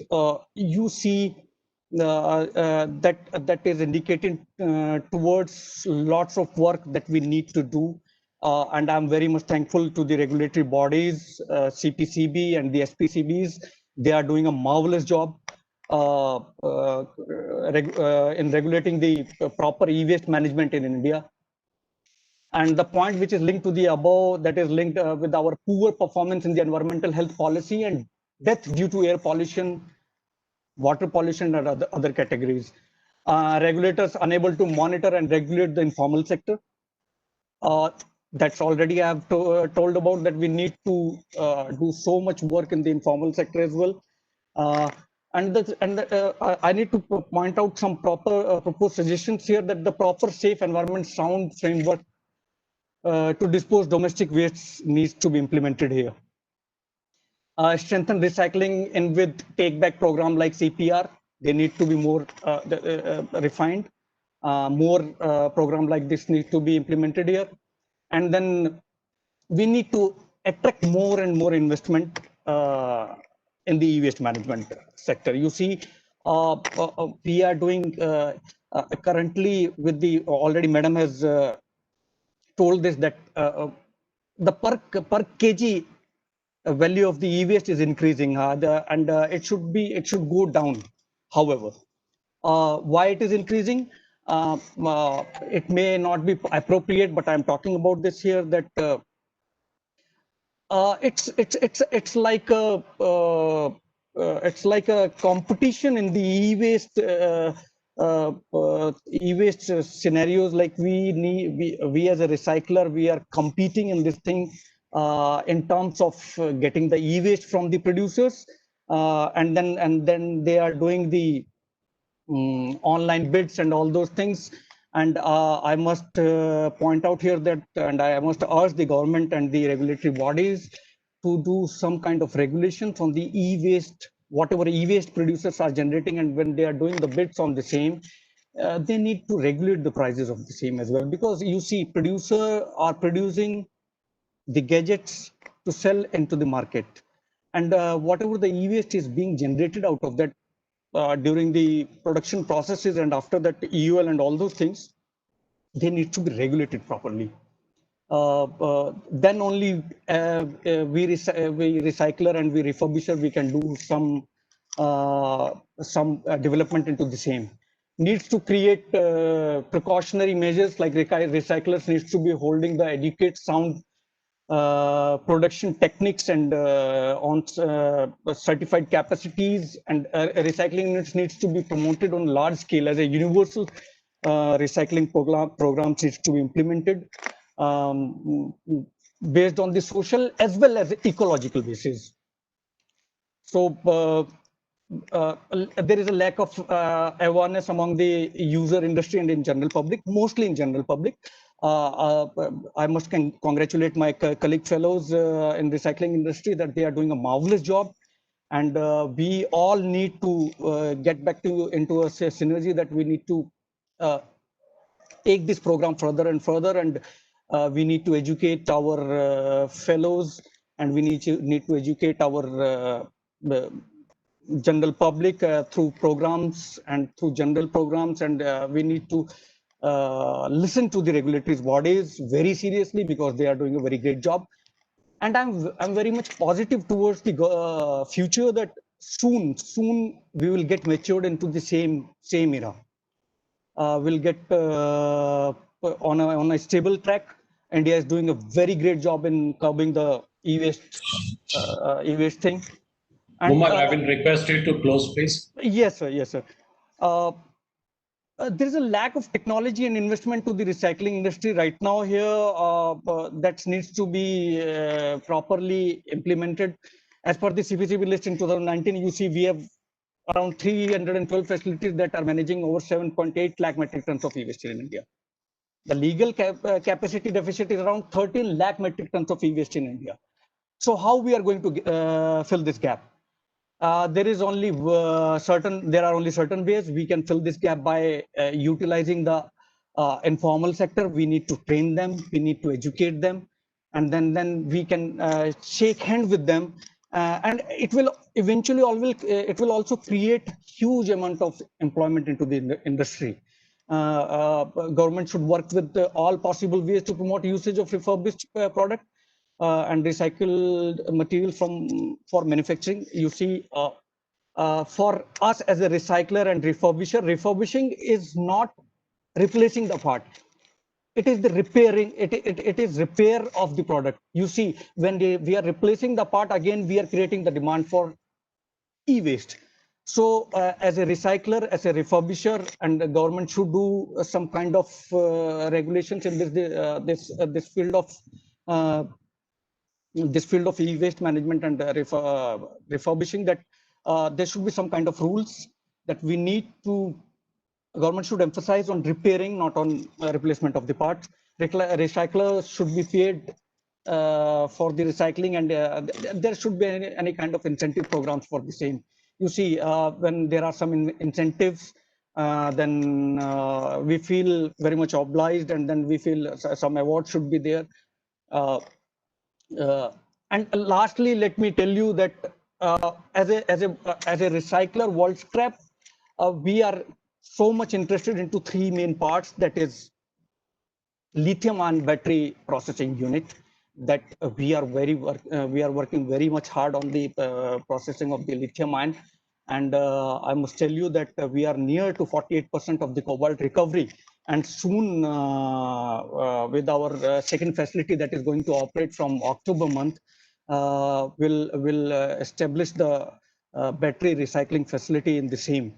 And along with that, there's an urgent need to handle e-waste refurbishing. Already I've told you, when the recycling is done in the manufacturer will still be responsible for generating the major carbon footprint. Refurbishing is ecological. Umar, I will request you to close, please, because I see other sessions. Yes, sir, I'm closing it down. And lastly, I would request all the panelists and the government and the regulatory bodies to do the audits. Come at Tirupati, do the audits, see our plants, what we are doing, and see other recyclers also.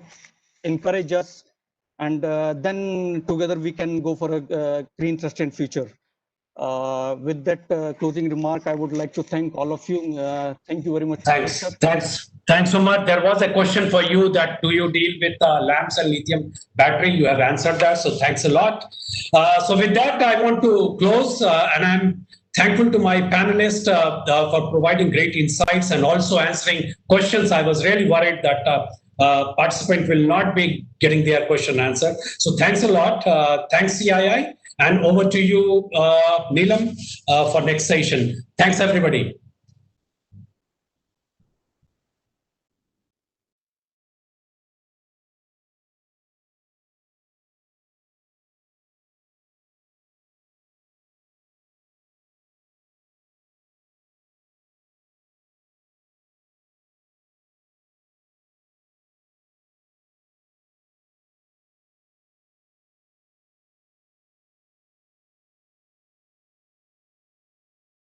Good afternoon, Neelam. Can you hear me?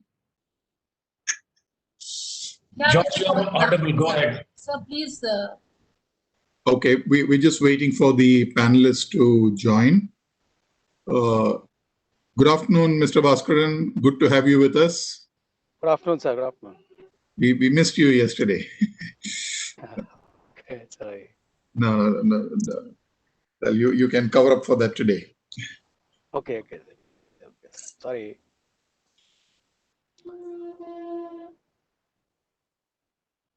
Good afternoon, Dr. Chatterjee. Wonderful to have you with us.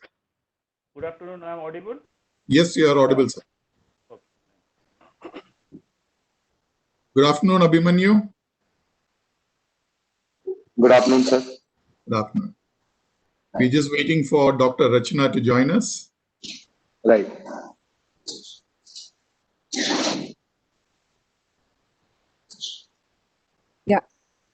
Can you hear me? Yes, we can hear you, Dr. Rachna. So we have all the panelists with us.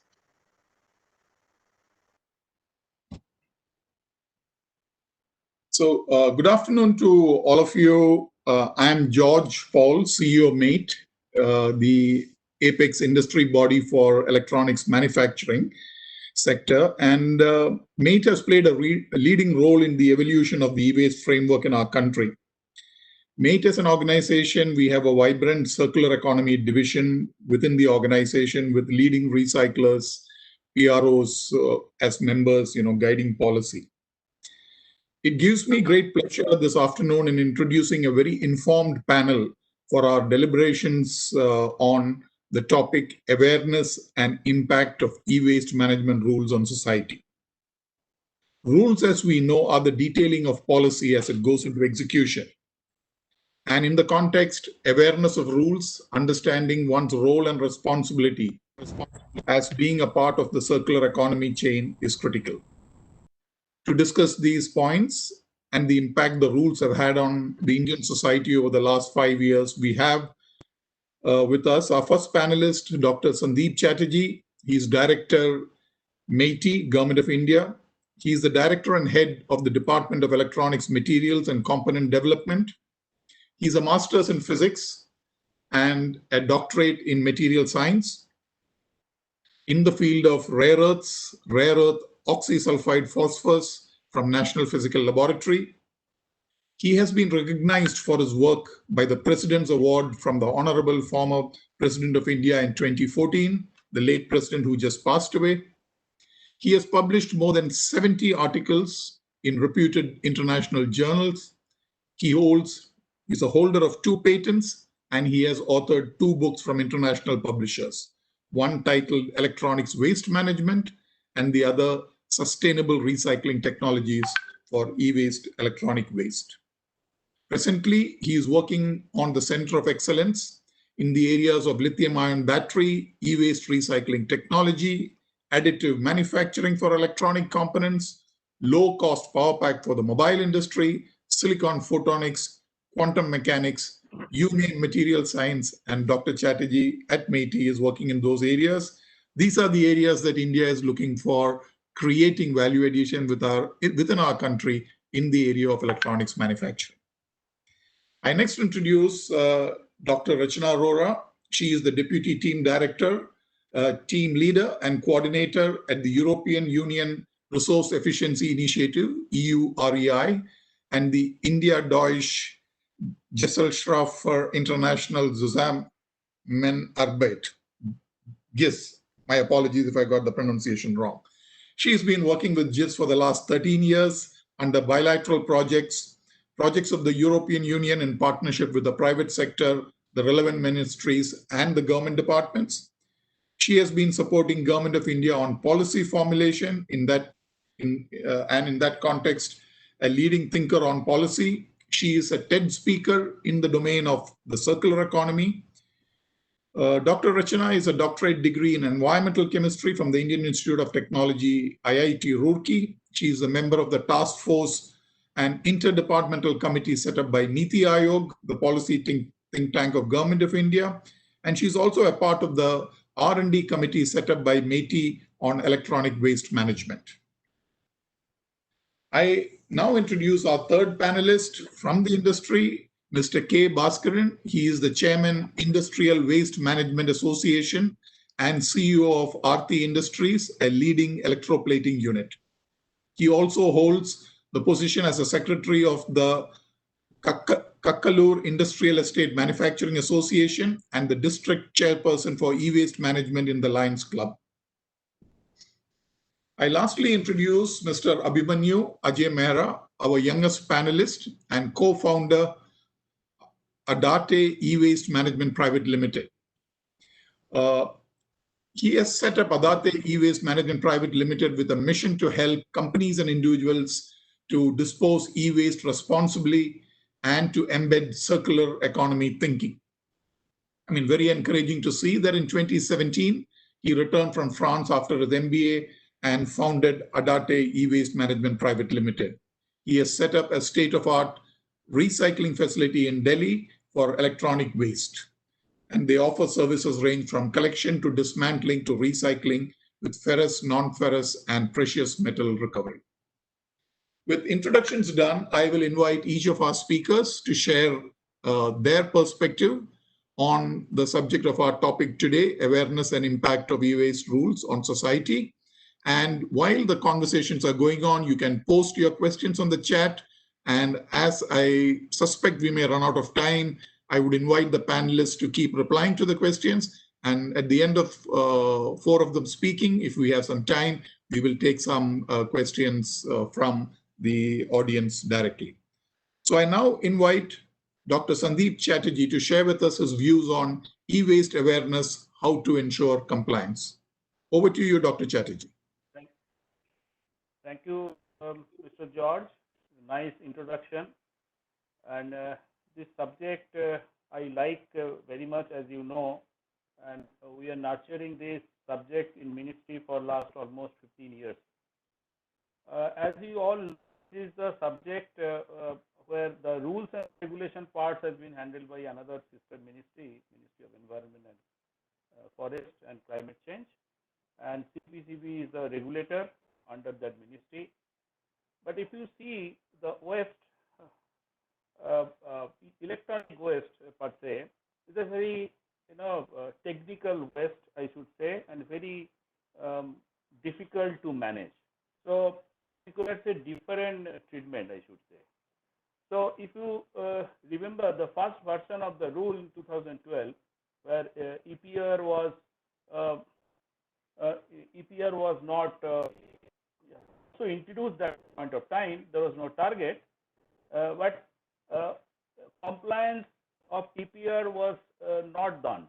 But in 1st of October 2016, new version of the rule, somehow we have introduced the target. Actually, target was introduced from 17. Then people have started looking at how to ensure the EPR and how to channelize the waste in the formal channel. So, if e-waste management, first and foremost thing is the awareness. Awareness in all the verticals. You require awareness for RWA, awareness for school college students, awareness for manufacturers, dealers, stockists, awareness for informal sectors. So it is a huge job if you are talking country like India. As per the instruction of our Honorable Prime Minister,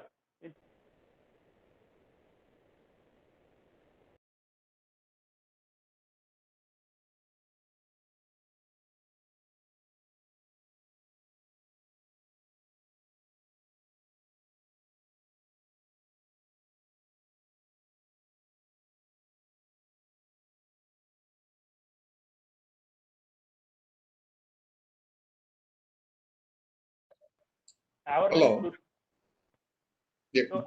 should be so that awareness should be sustainable, and it should be authenticated, and right information should go to the each and every stakeholder. So we have created content under Greenie initiative, that is now very popular name. Greenie mascot is there in CII event also. We have shared that mascot. It's a very popular movement. So under that this program, we have taken the help of MATE, NASSCOM, CMA, and PhD Chamber of Commerce. So they are our partners for completion of the. We are very happy. At least we have completed 31 states, and we have covered almost 17 lakhs, classroom type of interaction, and also we have touched base 21 crores population through cinema, and we have created content for SWAM platform that will be used by Ministry of Education for the school students from 7th to 9th. And also, since we are engaged in creating low cost affordable technology in the country to various labs, including our CIM at Hyderabad. So we have touched upon what are the actual materials and resource efficiency part also we have included in our content. So this is very important. So to sustain that EUS awareness, vast country like India, I should see, because we have continued the program for 5 years, 2015 to 2020. Similar move can be also initiated by industry association. We should see how government also can support to it, so that this should sustain, because sustained awareness is the only key to formalize or rather channelize the material to the formal channel. So during the 5 years, whatever people have claimed that informal sector has been converted to the formal, we have created the formal recycler for 178 to 312. But also we should see this formal recycler, are they having a technology for managing the things? So these are some of the things we should see, that we should have a proper understanding, and give the proper understanding, and educate all the verticals. I'll be touching upon some of the points which require to be done. That, like, if you are selling the product, we are having certain pamphlet in the each and every product. Still, the manufacturers are not using that pamphlet to disclose what are the materials are hazardous into that product. So that should be the initial part of giving the information to the consumer directly. In that pamphlet can also contain who will be the person or our contact where this product can be given back. So these are the things also, and also their website are still, all the manufacturers are not having their website where this product can be taken back. So to address the awareness in a sustained manner, we still feel that Greenie platform can be used by the manufacturer. We should have a combined effort, so that it should be cost effective. Awareness should be cost effective. We should use the social media platform. We may create a very attractive, small videos or small radio jingles. So can be, FM channel can be used for popularize those jingles and other message. So these are the platforms should be exhaustively used, so that we should reach out all the citizens in continuous manner. So that will be my side. So METI will be always interested to, as my senior colleague Mr. Arvind Kumar also told in the initial forum. Over to George.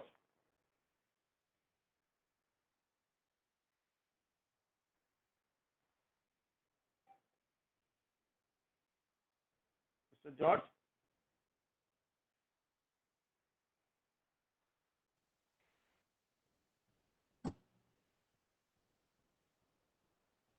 Yes, I was on mute. I'm sorry. So thank you, Dr. Chatterjee, for keeping it brief and short.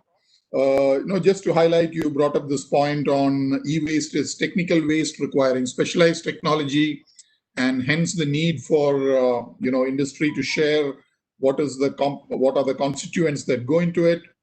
Your suggestion that the Greenie platform offers both validated content, a very easy to understand format of information for creating awareness, and also your call to industry to look at jointly creating awareness, because at the end of the day, for a consumer, e-waste is e-waste.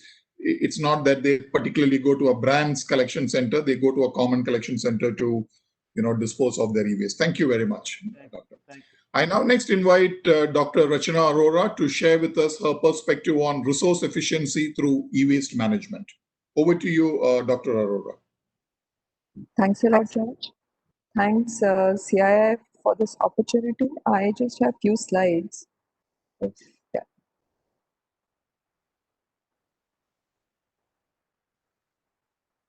Just let me know if you're able to see it. Yes, we can see it. Okay, great. You could put it on full screen. Yeah. No, it's on the notes mode. You could put it on a full screen mode.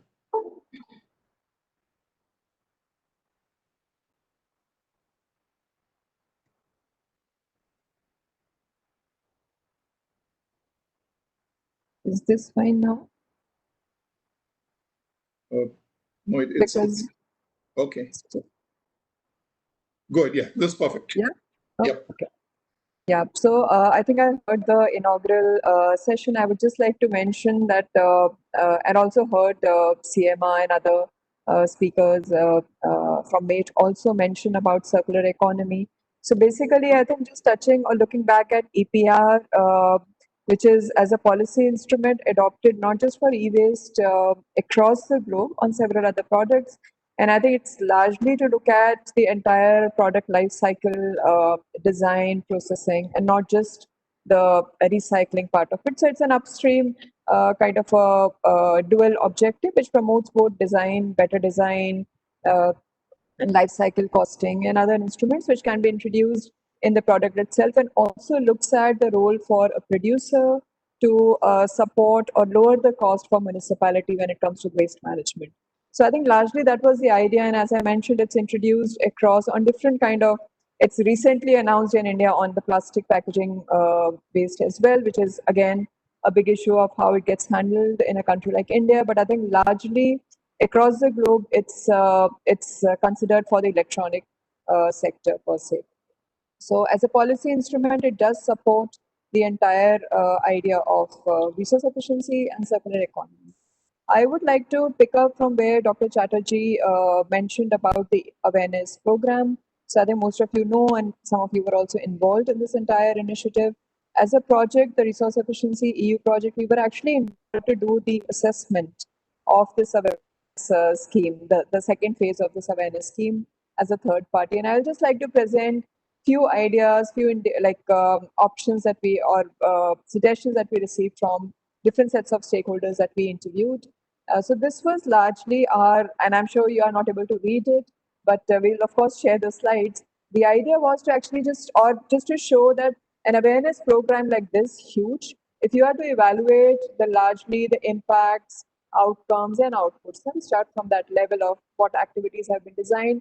And this was a huge program divided into different work packages. Some of you were involved in different initiatives and work packages, but I think largely looking at how do you evaluate a scheme like this was the methodological framework that we also adopted on looking at the each and every nitty-gritty, looking at the indicators which were set in the launch of this awareness program. For instance, knowledge, attitude, and practices. How did that change? How did the consumer behavior change towards when they are made aware, or if they listen to it, what is the extended period where the knowledge is retained with these kind of consumers? So, and also with regard to the trainers who were in the process, what kind of application events were organized, the partnership, for instance, between the brands, between the pollution control board, somewhere the state pollution control boards. So these were largely the indicators that we were using from the way the program was designed. Just a summary of 2 or 3 major components, for instance, the work package or the activities that looked at enhancing capacities of the trainers. We were able to carry some personal interviews with these green e-champions. I think they're close to 1,000 or 1,500 of them, which is mentioned. So yeah, I think it's close to 32 interviews that we held with these Greenie champions, and most of them representing different sector target group from NGOs, from industry, academia. Most of them agreed to the learning outcomes of the training programs, close to 50-60% of them, and they also verified that the content was suitable for different sets of target group that they were approaching, whether it's informal sector. It's quite adapted to meet the need of the stakeholder group that they were targeting. Then the work package, which was actually looking at awareness raising for practitioners. I think here there was quite a positive feedback, and it was largely to consider the course content, the materials which was provided to the students, and again a positive change as in the knowledge, attitude, and practices that we were trying to evaluate. So a lot of behavioral change questions were answered positively by people. But of course, I think the questions remain of, Preeti also mentioned in her presentation, of the access of this collection point, how far. So these things were also reflected in a lot of qualitative information that we were also collecting on how much the rules or the knowledge is something that they can really do in action with the awareness that they've actually received. So these were, I think, some of the ideas on this. Coming to the question of enhancing or taking this forward, I think taking education capacity building forward, I think largely we need to involve much more state pollution control boards, the capacities at that level, the monitoring compliance requirements. This is still needs to be strengthened further.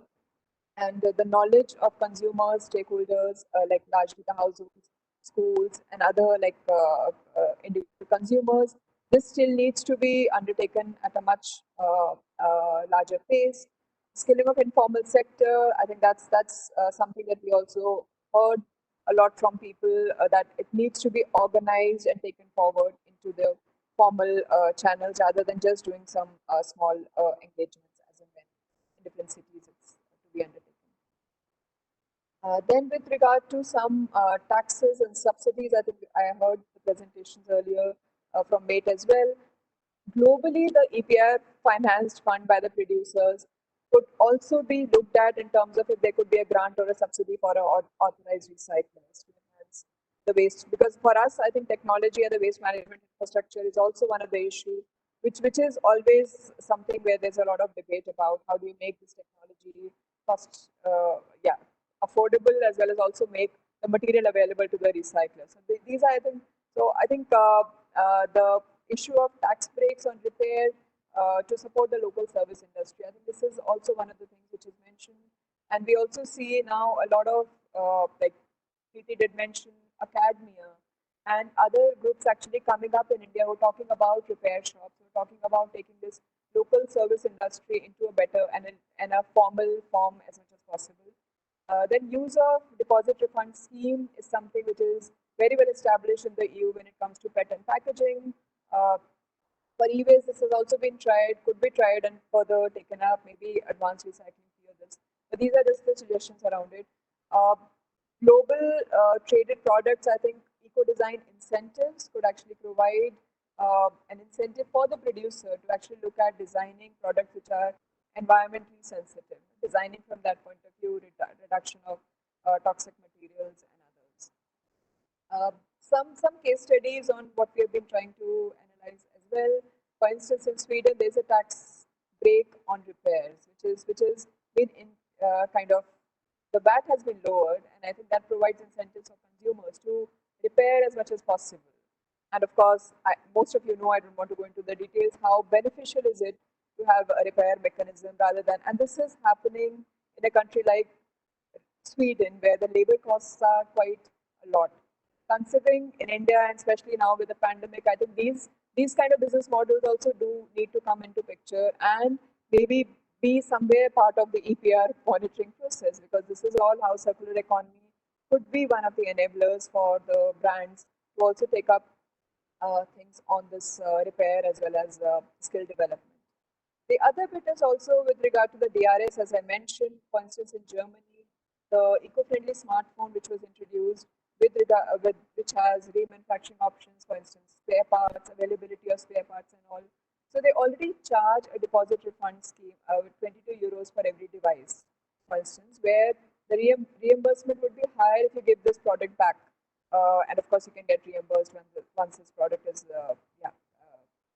back on returned back, as in for its whenever it is to be repaired. So I think these kind of modular designs make it easy, and with the knowledge of how do you repair, how do you get a manual.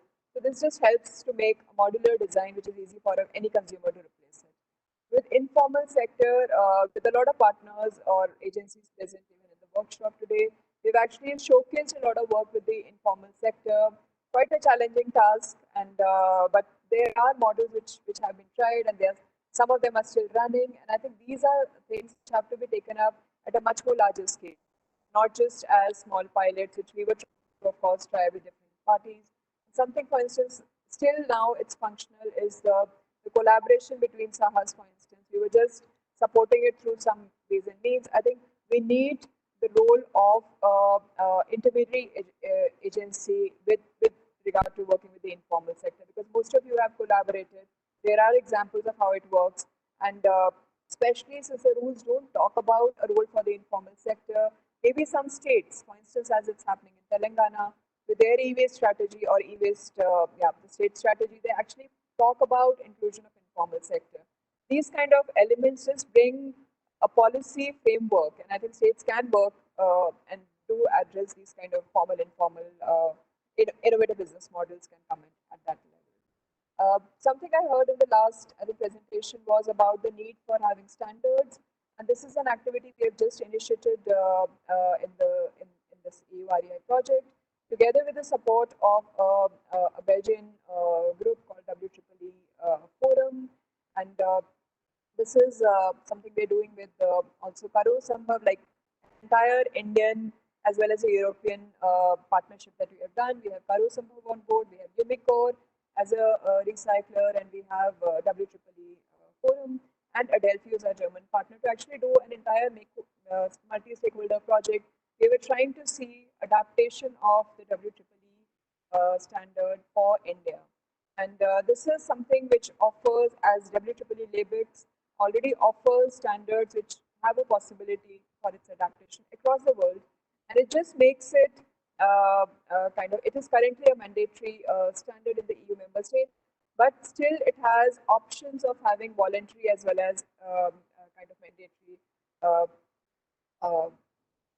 context. So considering that, I think what we are trying to do is to look at how can these be adapted. We're still undergoing our interviews and meeting the partner, carrying on this work, but I'm just showing very initial kind of reflection that we have received from people on this task. And standards, of course, I think most of them have realized can create a business opportunity, can create the entire transparency and benchmarking of the recyclers who are currently present in India. It comes at a cost, and the cost is something that most of them have actually left with a question mark: who pays this cost and who bears it? So, of course, a lot of companies are interested in compliance, especially the producers will be able to find an interest when they get a recycler or a PRO or other agencies who are actually certified with these kind of international standards. It also looks at the illegal import issue and the existing Indian waste management infrastructure, because we all know what is the infrastructure that we are actually trying to see that cannot be adapted to the existing European infrastructure. So just looking at how do you open up the international markets in this area.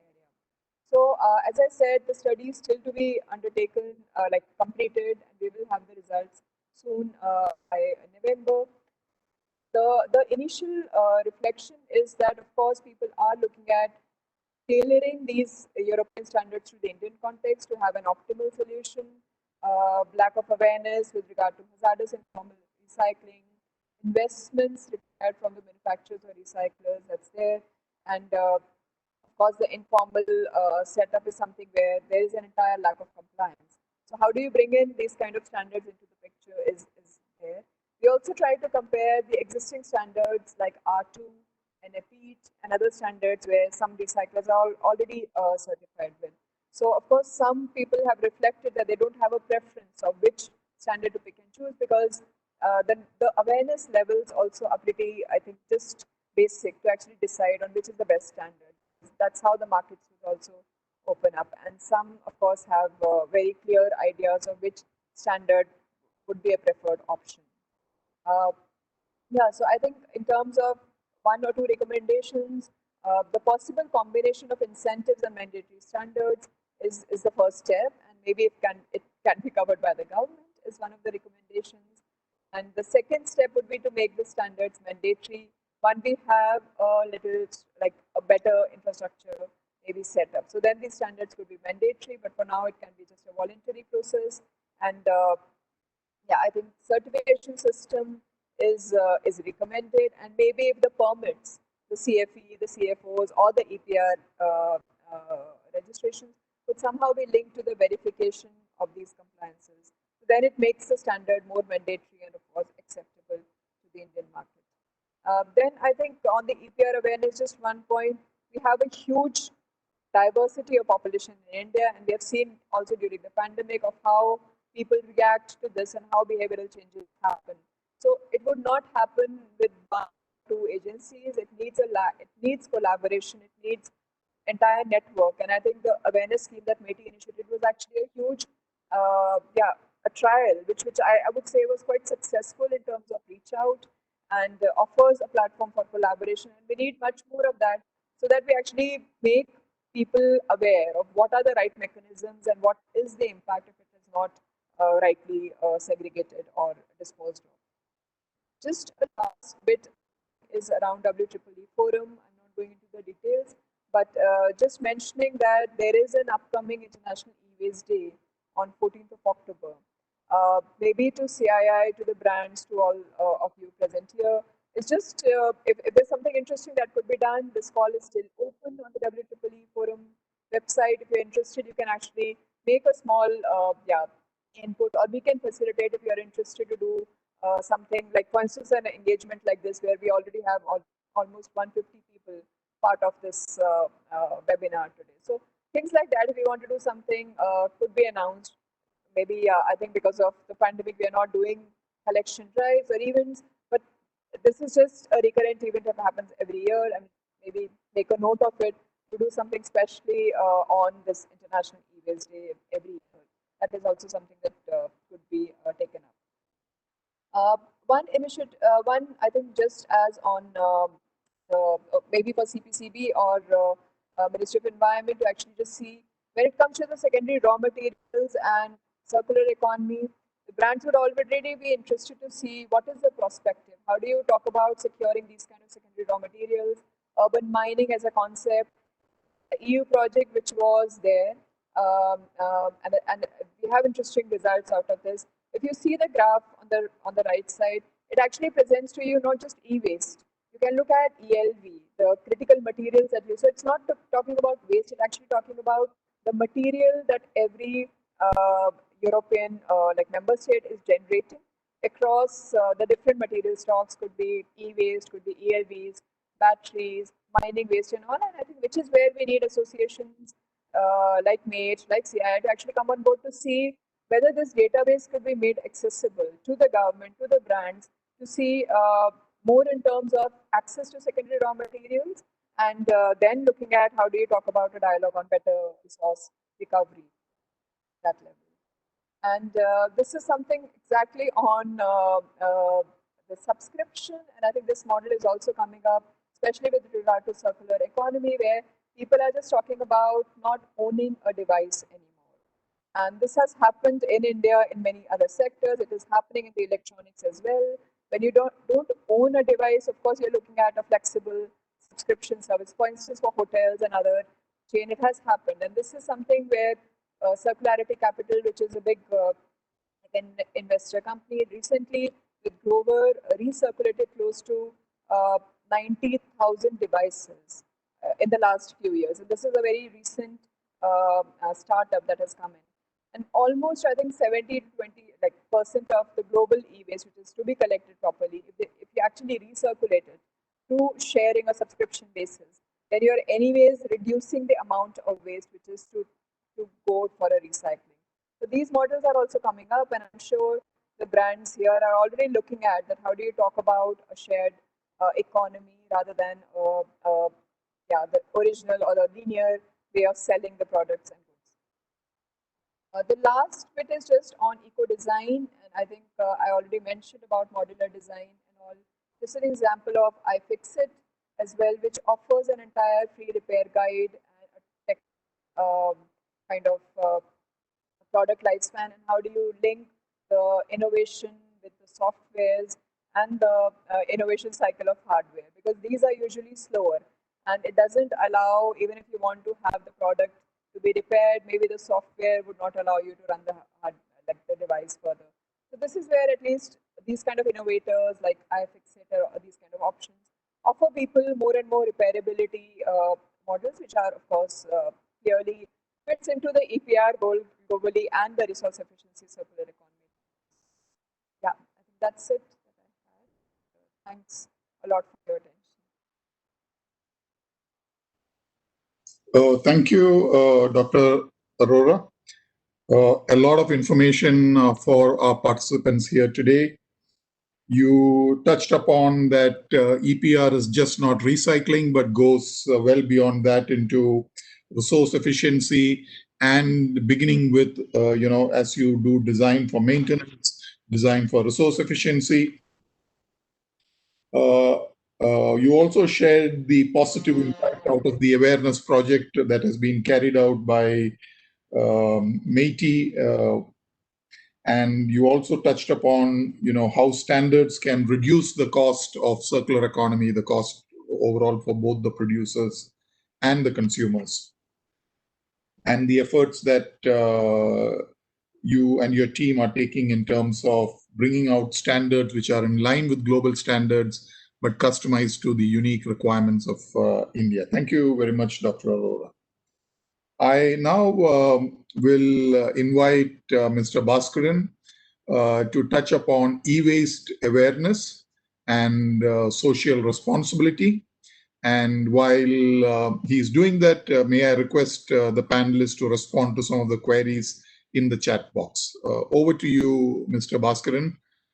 Good afternoon, sir. Thank you, Mr. Josh Paul, sir, our leader of panelist. Thank you once again, sir. I also thank CII for organizing this event, as well as it's a very good event. In fact, e-waste management in India, it's new business opportunities. It's a very good topic. And in fact, I am leading the Industrial Waste Management Association, Tamil Nadu. Next slide, please. Next. So actually, we have a 3,100 industries. See, why we are covering our subject? See, we are all producing hazardous waste. So sometimes hazardous waste itself we are converting into resources. So that is possible. When that is possible, maybe if you coordinate with this e-waste, definitely in future you will come up with a lot of business opportunities are there in e-waste. So that is what I wanted to cover. Actually, our organization was started in 2002 under the guidance of Supreme Court and Tamil Nadu Pollution Control Board. Thanks to them, they only supervise them. And next slide, please. So this is our site. This is all hazardous waste landfill site. We are situated in Gumbudi-Pondi. We are planning to come out in Bargur and Thoothukudi also. Next to 6 months, it will be there. Next slide, please. So next slide, please. So this is our scenario. So 2003, we were having 58 industries. Now we have reached to 3,100 industries in whole Tamil Nadu. I'm talking about only in Tamil Nadu because we are in only Tamil Nadu. Next, please.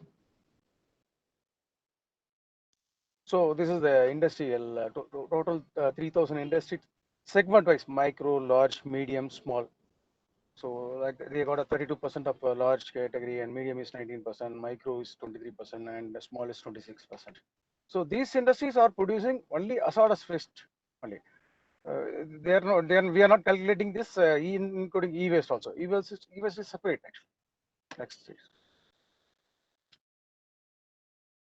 And see about this social responsibility, we have tied up with the IIT Madras Chennai, thanks to them, because they only created the platform to the student to perform there. So we have conducting e-waste collection awareness among the 450 schools in and around of Chennai. They will come and collect e-waste. They formed a group. Each school has group. They formed a group. So who is collecting more, they will get priced. So we will call the students in the IIT Madras. We will appraise them along with their e-waste partner TESAM. So this is the awareness program we are conducting among the schools in Chennai. So now we have moved to Coimbatore also. We next year we are planning to do for other Madurai and other South India. Next, please. So e-waste competition awareness program, same slide to the. We have recently we have conducted before COVID. It was February month. for the college students. So one of the college, which is college. It's the same way. We have formed last year. We have formed one group. So each group has to do the e-waste awareness program among their colleges itself. So who's leading their college students? So we will give you the prize them, and we will give you the certificates. So we will appraise them. In fact, some of the students they presented like how to dismantle the e-waste and what the problem was faced. And the small level they did it. In fact, without knowing things, they have did it for all the arts college students. That is our last February program. Next. Next.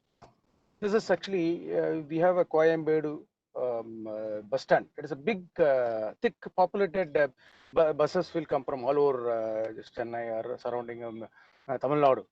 So we have created along with the college students to the Coimbatore bus stand. It is a very big program. Whole day the students were there and all the public also participated. Thanks to the TESAM, they only organized. So again, there we have conducted small awareness campaigning, and we have given the pricing to the public also, because some of the public they have voluntarily came and donated some electronic kind of waste. So that is a big achievement we got it. That is why we put this poster actually. It is a public place. Next please.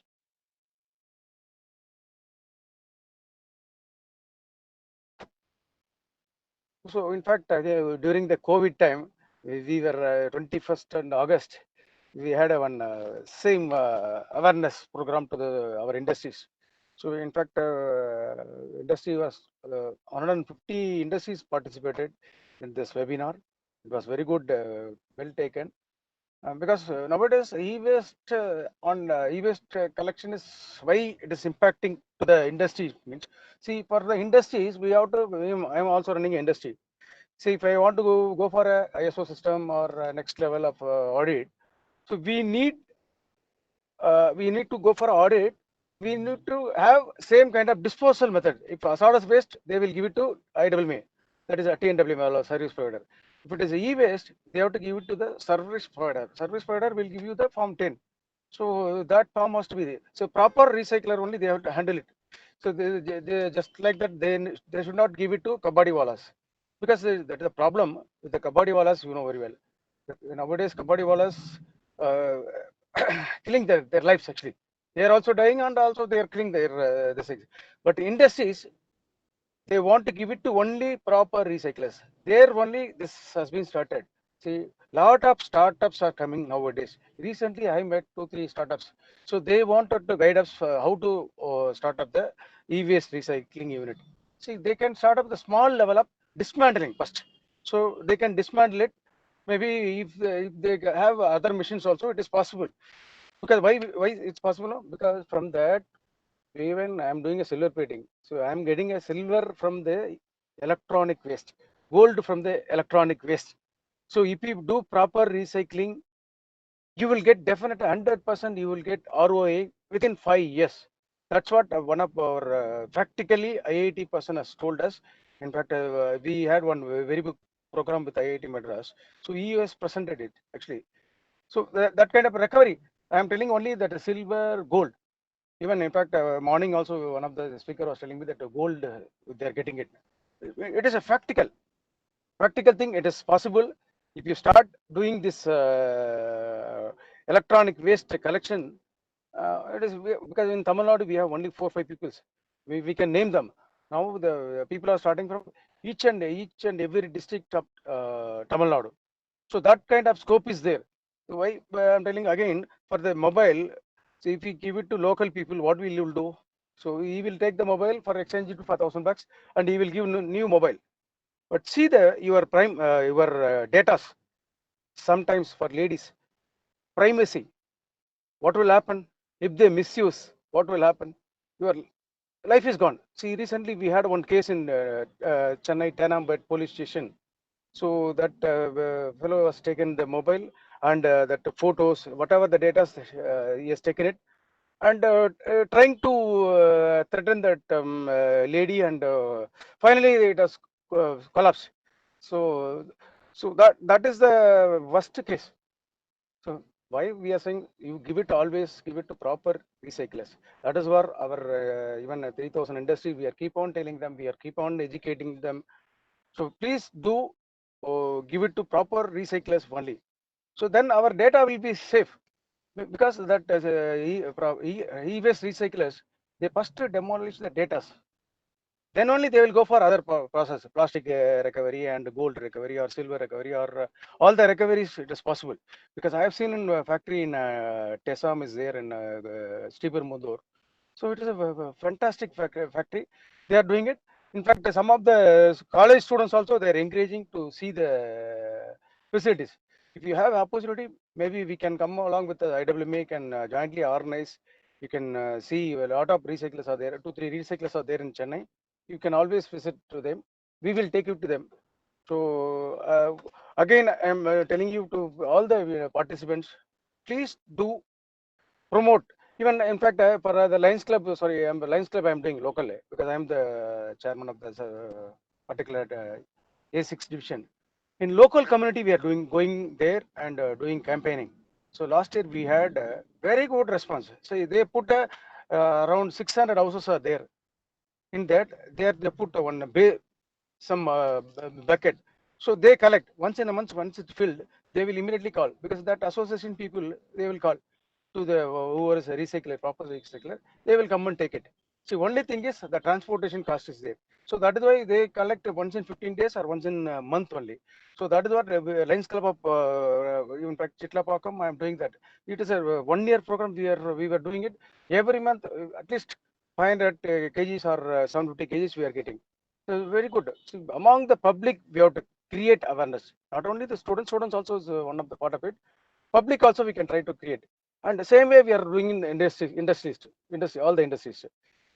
Again, this lot of scopes are there in e-waste management. Do write to us, or you can call us.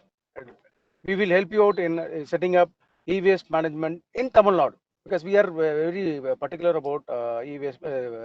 Anything we have to do it in Tamil Nadu only. It's a NGO organization. That is why I'm again and again stressing this word. Thanks to CIA. Thank you, Mr. George Paul, sir. Thank you. Thank you, Mr. Bhaskaran. It is very evident that you are a man on a mission. It is wonderful to see how you have mobilized, so many people, and wonderful to see those photographs where you yourself are stepping forward on many of these initiatives that are going on. If I'm not mistaken, you are in your car and you are chatting with us. That shows your commitment.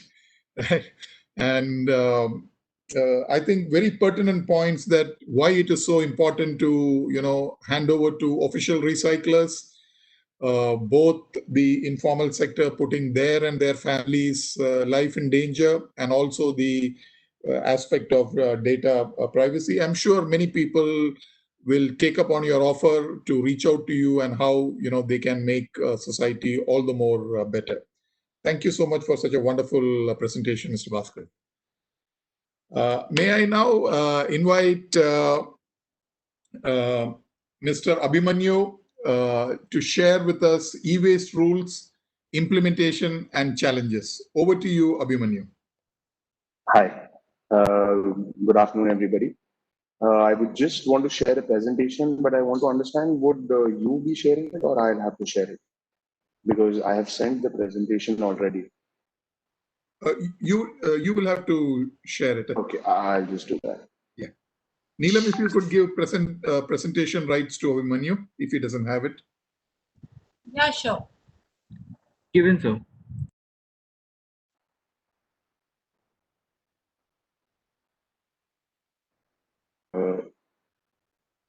To just share my screen.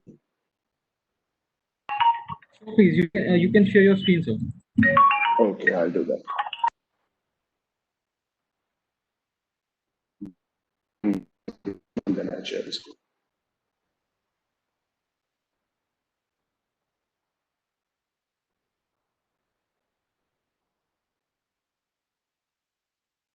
Or is it viewable?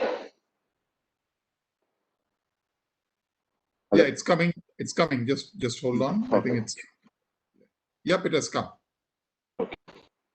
So I would be talking management rules and challenges as from the point of view of recycling. We basically are just a recycler. We started our production in 2019 beginning and started stepping about 2018. So I'm going to be talking about I'm going to be touching upon few of the major aspects of the rules which impact the recyclers and what were the challenges that we faced.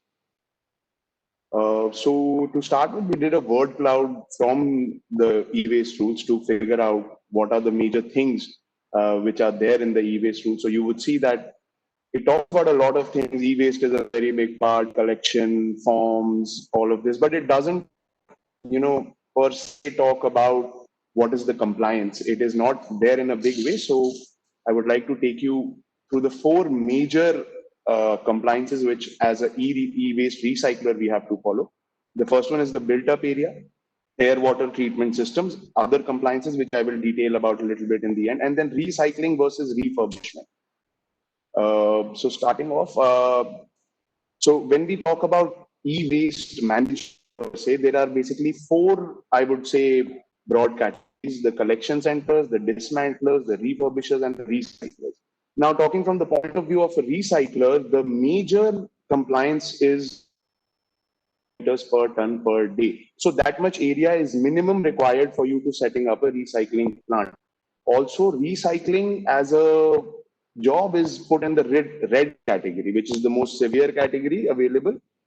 So this basically increases the cost a lot. If you would talk from the point of view of purely setting up a unit, then I would say that this is one aspect which increases the cost a lot. When we see that the amount of area required for different players is different, but they are all almost categorized under one system. There is not a clear demarcation that, okay, this is a dismantler and this is a recycler. Even if you go to the CPCB list, you will see that there is not a demarcation that this is a dismantler and this is a recycler. It just says dismantlers and recyclers. So you don't know whether you are dealing with a dismantler or are you dealing with a recycler. Then there is the air, water, noise, and compliance part, the other compliances basically. So, of course, for every industry, there is a huge respect to air, water, and noise control. Even with us, it is there. So we have to put up all water treatment systems, ETP, zero liquid discharges, air treatment systems, noise control systems, which is there with every industry. But apart from that, if you want to work in as a recycler, there are some other compliances also. These are just a few major ones that I have industry. If you want to, work with the big clients, if you want to do a proper job, then these are the things which you need to have. Now coming up to the main part where the other standard compliances. Now being in the red category, everything just increases. Firefighting, material storage infrastructure, transport infrastructure is a huge thing. There is a lot of forms, lot of regulations with respect to transportation of the material, which we don't generally see with other industries. But here, specifically because we are categorizing e-waste as a hazardous substance, which I'm going to touch upon a little bit later, there is a lot of stringent rules which apply as to how the material is going to be moved, how the material is going to be picked up. Since we are in the red category, firefighting becomes a big avenue where we have to shell in a lot of money. So overall, these things are increasing the cost. Like I'm just very upon the compliance, just to state that what are the things that we have to do. Another part is the annual returns documentation. Again, this is an offline procedure.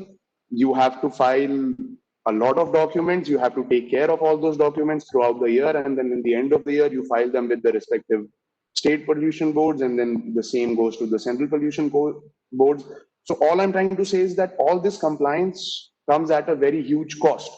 And as an industry, manufacturing industry, we are a recycling industry. In a manufacturing industry, you can based on your costs, but here we are recycling. We are trying to mine out the materials which are available in waste. So bearing those kind of costs, which I am just talking about, sometimes becomes a little bit difficult.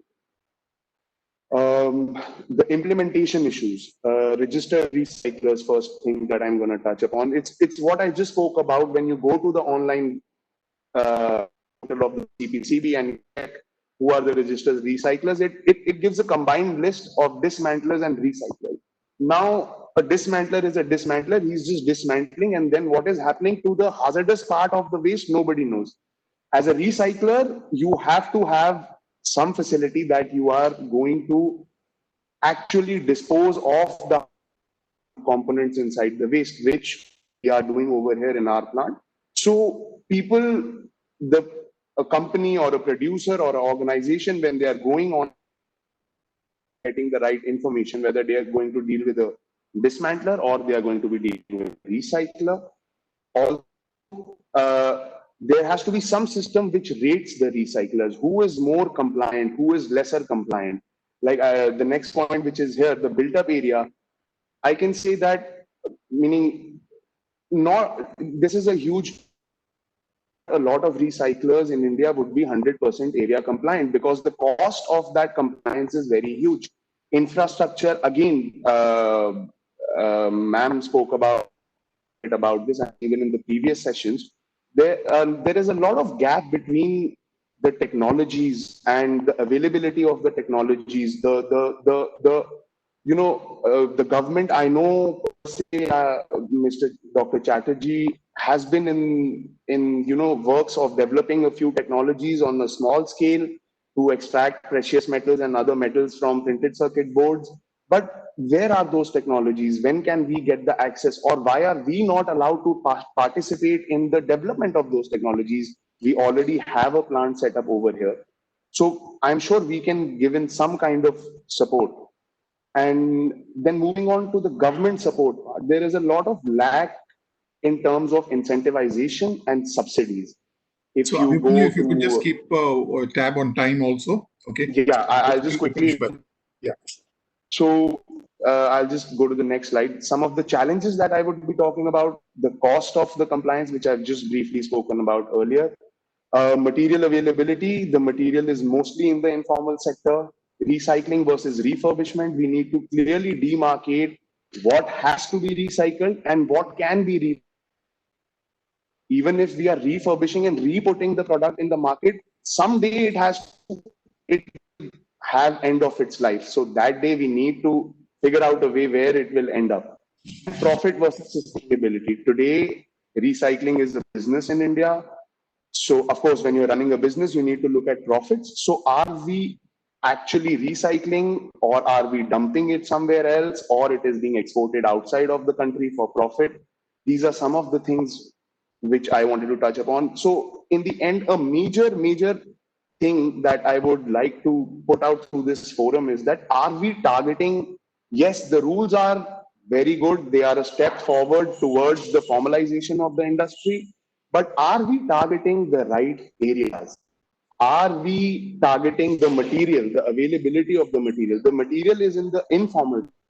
We need to develop channels. We need to develop ways of moving this e-waste from the informal sector to the formal sector. Whatever we say and do, the kabadi wala today has a far greater reach than any of the formal players available in this industry. So the material will eventually end up there. So we need to, and we cannot do away with the informal sector. So we need to come up with a plan wherein that material is moving from the informal sector to the formal sector. And also one more point, we categorize e-waste as hazardous waste. In many countries in Europe and all, it is not such, because it is a mineable waste. There are a lot of resources which are available, which can be circulated to the economy. So we need to really think that, is e-waste in itself hazardous, or is the improper management, improper handling, improper recycling hazardous? So we need to move on to those lines before we can, and then only I guess we can actually say that yes, we are moving towards a formalization of the recycling industry. Lastly, I would just like to give a little bit brief about how we have done our compliance. So we are 100% compliant on our built-up areas. We have 3-stage air treatment systems. two-stage water treatment systems, dust collector for air treatment and other things, CRT cutters, and your all the things which are required basically for white goods and domestic effluent treatment plants. Basically, we made it a point. It took us 1 year to establish this facility only and only because we wanted to make sure that we are 100% compliant. So that is the level of compliance that we are dealing with. So I guess somewhere we really need to, this is more like than building a business. As an individual business, in this case, it is like building an industry. So I would just want to, say to the highly respectful people available here that please involve us, please involve the recyclers who are doing, please find out who are the ones who are doing something actually, and please involve them in the policy making decisions because it will be very beneficial to the entire environment. Thank you. Thank you, Abhimanyu, for a practitioner's view, and I think you have raised very good insights that this sector today is in the stage of building an industry, and hence the need for point interventions that need to be taken both by policymakers and the rest of the players in the ecosystem, for which then practitioners like you need to be involved. The need to integrate the informal sector, I think you rightfully pointed out that they cannot be wished away. We have to find ways and means of integrating them. They are, after all, one of the most efficient collection systems. And the point that possibly, while I am not an expert in this area, that e-waste possibly should be removed from hazardous waste to mineable waste, which will then lead to things like how can you harvest semiconductor chips or PCBAs, which can then be put back, into the industry. Dr. Chatterjee, would you like to make a few comments and observations? I think Abhimanyu met me 5 years back when we were discussing about the cost-effective technology. I think you have missed the bus. Then I think I have given you in the chat also. But nothing wrong. We have already shared our technology with some of the players. My colleague from CIMAT, Director CIMAT, will be speaking just next session. You can also apply. And we have already created a center of excellence of electronic waste recycling in CIMAT by the funding mechanism from Government of India, Government of Telangana, and industry partners. So from 2019, whatever we are doing, it is industry participatory mode only. So we have created 4 center of excellence in different subjects. One is on e-waste recycling, where we are talking about printed circuit recycling technology. Already a mature one version. We will be going the further version so that machines are affordable, available in the country from the local manufacturers. Process are cost effective, suitable to our informal sectors, and also we'll be talking about lithium-ion battery recycling. We'll be talking about rare earth extraction from hard disk or phosphorus. We will be talking about plastic recycling. Already we have created technology from CPET. All those technology bouquet is available from the industry center of excellence for the small companies. So there in center of excellence, we have taken a number of target of 50 SMEs to start during 5 years. So you please join, you apply in an email of our director, Dr. Ratish. You can directly join him, and you can say to you can tell other your colleague, so that government with industry, small industry, startup company can work together. And in that COE, we will be throwing the grand challenge. But that is the new innovative means to create a innovative, cost-effective technology. So we have gone into that mode now. We are not talking about any research project or upskilling project. We will be giving, so that is why if you are there in the inaugural session, my senior colleague Arvind Kumar told, now IIT Hyderabad has created the MTech program especially on e-waste recycling. So every year, at least 10 MTech on specialized subjects will be coming to market. So they are the experts, or they will be pushed through our CMAT for a startup company. So startup company on dismantling, startup company on recycling, startup company on machine making. So developing machines in the country. So this ecosystem will definitely use, because only law cannot change our state of the matters. We have to see that e-waste is a resource material. That is my comment. Mr. George? Thank you, Dr. Chatterjee, for those encouraging words. I think Abhimanyu, is a good opportunity. Very impressive to see the way you have built your plant. The layout itself speaks for itself, and MeitY is looking forward to companies like yours who will participate in this exercise. And in fact, they hold even visits to the CPET in Hyderabad, where they show you the machines. It will be worthwhile, when you start traveling, to make a visit over there. Definitely. We have had a number of questions on the chat. They have been addressed by our panelists. I would ask Dr. Rachna Arora or Mr. Bhaskaran, would you want to make any concluding observations? Nothing. Thank you, Mr. Bhaskaran. Yeah, we have overshot our time by 15 minutes, but I think we had a good conversation here. Views from different practitioners. There are a number of takeaways. I hope somebody from CII has been noting down, the actionables or the gaps that have been highlighted by the speakers, and from industry side, from MATE side, we would look to see these actionables coming out on a paper and working with CII in taking this forward. Thank you all panelists. Thank you all the participants for joining us and making this session a success. Good day to you all. Thank you, Mr. George Paul. Thank you, Mr. Paul. Thank you, everyone. Thank you. Thank you. Bye.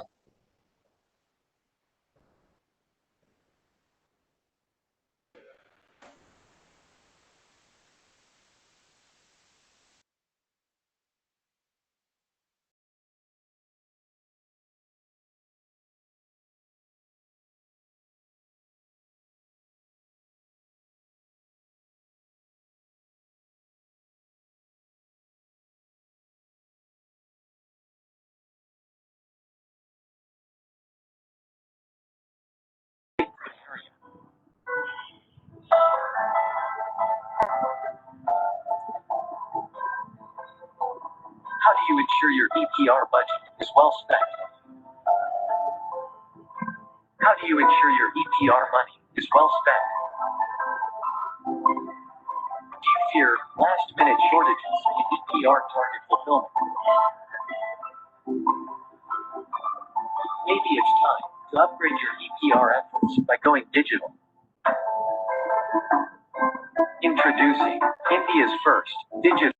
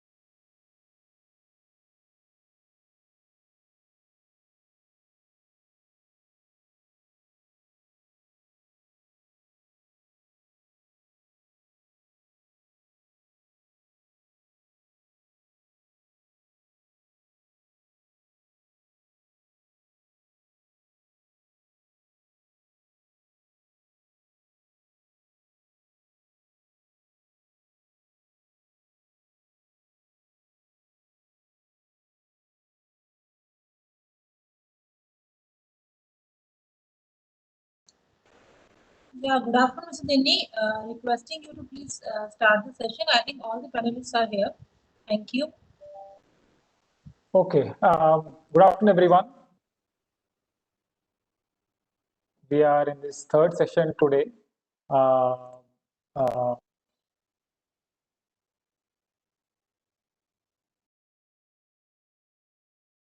business opportunities in recycling. It may not need a lot of context setting because already a lot of things have been discussed in the previous two sessions. So hope everyone stays for this session. If some of you have not had a lunch break, I think you can. The good thing about online meetings is that you can have lunch. Your video is off, but you can still be part of these meetings, so that everyone can do that. So in my initial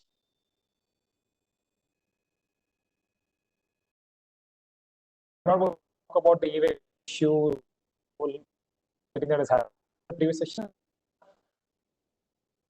We have a very eclectic panelists in this session.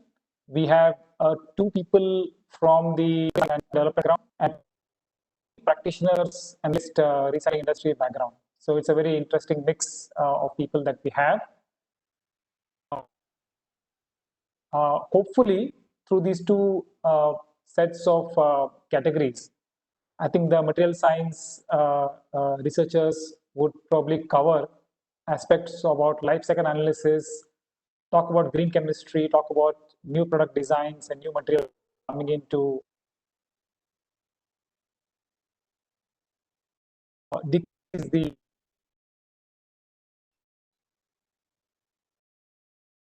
electron become e-waste.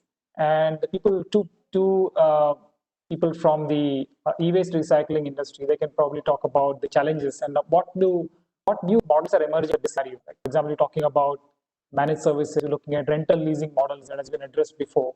So how are these impacting the whole business in terms of e-waste management? So I'll briefly introduce the panelists and then probably we can have their sessions. So we have Dr. R. Ratish, who is the director of Center for Materials for Electronics Technology, CMET. So he's going to, he's a PhD in physics from Kerala University from 1995. And he's currently director of CMET in Hyderabad. And so he has a lot of credentials to his credit, but I'll only say that he has published more than 90 research papers in peer-reviewed journals, 6 patents, and he's also one of the Young Scientist Awards from the Government of Kerala in the year 2000. So hopefully we will hear a lot from him in terms of what's happening in this space. The other speaker that we have is Mr. Divya Kohli from TESAM. TESAM is a e-waste recycling company. A lot of you have engaged with them, including Wipro also has worked with them, continues to work with them. So we will hear from him in terms of what is happening in terms of business scenarios and models emerging in e-waste. Then we have Mr. Pranshu Singhal. Hi Pranshu, he's the founder of Karo Sambhav, who also are working with a lot of the producer companies in implementing the EPR. He has been part of the Microsoft organization for 3 years. He's worked in Nokia for a good amount of time, close to 10 years. He's a Ashoka Fellow and he has a master's in environmental management and policy from International Institute for Industrial Environmental Economics from Sweden. And then we have Dr. Manish Kumar Jha, who is Senior Principal Scientist at the CSIR National Metallurgical Laboratory. Right? So he's done a lot of work on terms of material science, and he's part of the also a World Recycling Forum committee member in Switzerland. So without kind of spending too much time in introductions, I would probably ask my fellow panelists to start the session. In the interest of time, I'll try to keep a time check, probably 10 minutes, 10 to 12 minutes for each panelist. And if there are any questions that the participants have, they can post it on the chat box. If there are pointed questions, they can directly ask the panelists by putting their name at the beginning of the question. And if you have time at the end of this discussion, we will probably have a closing remarks as well as probably address some of the critical questions. I'll try to pick some of them in the chat box and address to the panelists. Right? So I think we can start with the first panelist. I would invite Dr. Ratish to start his session, which is really He's going to talk about cost-effective technologies and affordable infrastructures in the e-waste sector. Dr. Ratish, over to you now. Yeah. Thank you, Mr. Dini, for the nice introduction. I'll share my presentation first. Dr. Ratish, I think you're on mute. No, I've already unmuted.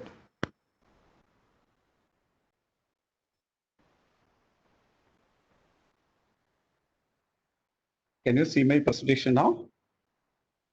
Yes, yes, we're able to see.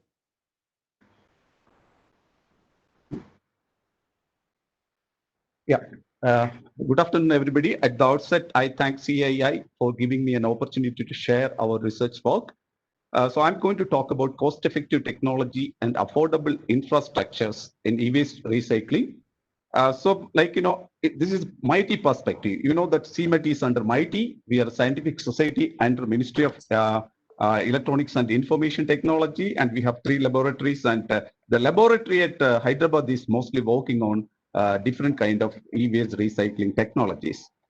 So I don't need to talk too much about e-waste because I'm sure that most of my previous speakers has already talked about it. Only thing which I want to tell you is that e-waste is not a waste, it is really a resource. So if you go through the worldwide e-waste flow in 2019, you can see that it is 53.6 million metric tons of e-waste, wherein the contribution of Asia is 24.9 million metric tons. If you see the electrical waste recycling rate in 2019 in Asia, it is only 11.7%. So we need, robust, we need cost-effective and green technology to recycle and extract wealth out of this. See, in 2017, European Union has identified the critical raw materials which is depleting from Earth. There are almost 41 different critical materials. Mostly, we talk about only precious materials when we talk about recycling. Whereas, as a material scientist, we need to see that all rare materials which may deplete from the earth needs to be recovered. For example, I can cite you an example, like, if you use indium, in the same pace as we use at the moment, within 13 years, this will, vanish from the earth. So we need to preserve these materials. We need to recover it from, through recycling, which through resource efficiency and circular economy. So if you look at almost 40 different elements can be in the periodic table can be recovered from electronic waste. So this is an example where you have a mobile phone. You can see that there are many different elements other than precious metals which can be recovered from a mobile phone. So you need effective, you need efficient and green technologies to recover such kind of valuable metals. Look at this picture. When you dismantle a laptop, what are the output fractions? It is not only PCB. Only 3% constitute printed circuit board. There are many different, metals or materials available there. Batteries on component. You have then like hard disk is available. Permanent magnet is available, and you categorize like LCD display or old kind of displays as a hazardous base because it contains lead in it. Lead-based glasses are categorized as hazardous materials, but this can be used as a resource material for immobilization of nuclear waste. You know that when Purex process is done to separate out nuclear waste, you have very high level nuclear waste like cesium and rubidium, and the method which is used for immobilization of that is vitrification. So lead-based glasses are one of the excellent host materials for vitrification of rare uranium or like cesium and rubidium. So you need to have an ecosystem wherein you should be able to recycle the entire waste which is coming out of that. I'm talking about that today. So as I told you from the beginning, I am not touching upon only the work which has been done by CMET, but MITI has already funded to NML. In fact, they are a pioneer in starting this work, PCB recycling through hydrometallurgical route. Of late, like 10 years back, CMET has come into fray. Like we started working on pyrometallurgical route. Almost 1 decade we have been working in this line. And now we have a mature technology. I'll just touch upon the kind of technology we have at the CMET. So you need to have an understanding about the different kind of printed circuit boards also. So because the technology is not like, simply putting some materials inside it and with flux and taking it out. the kind of different kind of printed circuit board. Mostly you have fiber FR4 board, fiber retardant board, which consists of epoxy, bisphenol epoxy and woven cloth. Then you have, ceramic fill PTFE laminates, and then hydrocarbon ceramics and plus flex PCBs. So if you look at the decomposition temperature of PTFE based ceramics are more than 321 degrees centigrade. So you need a separate approach to extract effectively the metals, the precious metals, which is available in that. So if you look at the recycling technologies available in the country, we have hydrometallurgical method, we have pyrometallurgical method, mechanical recycling, and recovery of resin by organic solvent. So different recycling technologies are selected based on the kind of waste which is coming out of that, its volume. For example, for a small quantity of e-waste recycling, perhaps hydrometallurgical method may be good, whereas pyrometallurgical approaches are good for a large volume of PCBs. This is already proven in Umicore, where they not only process big volumes of printed circuit board, they extract almost 14 elements, valuable elements from printed circuit boards. So what is more important, this technology regime is that this not only the technology readiness level, it is the robustness of the technology. Return on investment is the most important or paramount aspect as far as the technology is concerned. So the objective of CMET is to take technology up to technology readiness level of 6 or 7 and see that how good is the technology in terms of return on investment. Otherwise, you will end up with the valley of death, where you develop a technology, but it is not economically viable or industrially scalable. These are the major aspects one needs to look into. So, I'm sure that my colleague from NML is going to talk about pyrometallurgical recycling. I just want to tell that why CMET has adopted pyrometallurgical aspects, because there's a typographical error. This is a hydrometallurgical recycling of spent PCB. So in hydrometallurgical approach, basically you take out all the valuable metals, but the plastic fraction will left out there. Okay, so you need to use it as a filler, or you need to think about some other mechanism to reuse it. Whereas in our approach, whatever we are using at CMET technology, where what we are going to do is initially, like any other PCB recycling technology, initially we go for dismantling, depopulation, and pyrometallurgical operation, and then we do electro refining and hydrometallurgical operations to take out precious metals from that. This gives you a schematic, will give you a broad idea about how the process is being done.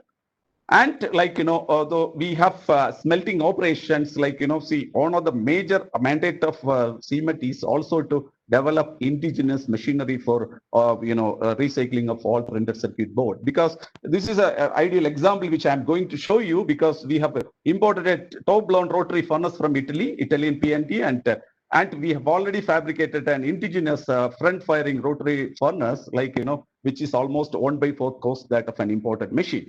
So this is one aspect which I need to tell you, and the second one is that this is the smelting experiment, where we can currently do almost this capacity of this TBR furnace is 60 liters, 300 kilogram per day. Recycling process can be done at our plant as of now. So not only this TBR furnace, most of the machinery required for this e-waste recycling is indigenously developed, fabricated, and put in place for recycling of materials up to precious metal. You can see that precious metals refining unit is also there to take out gold and silver out of this.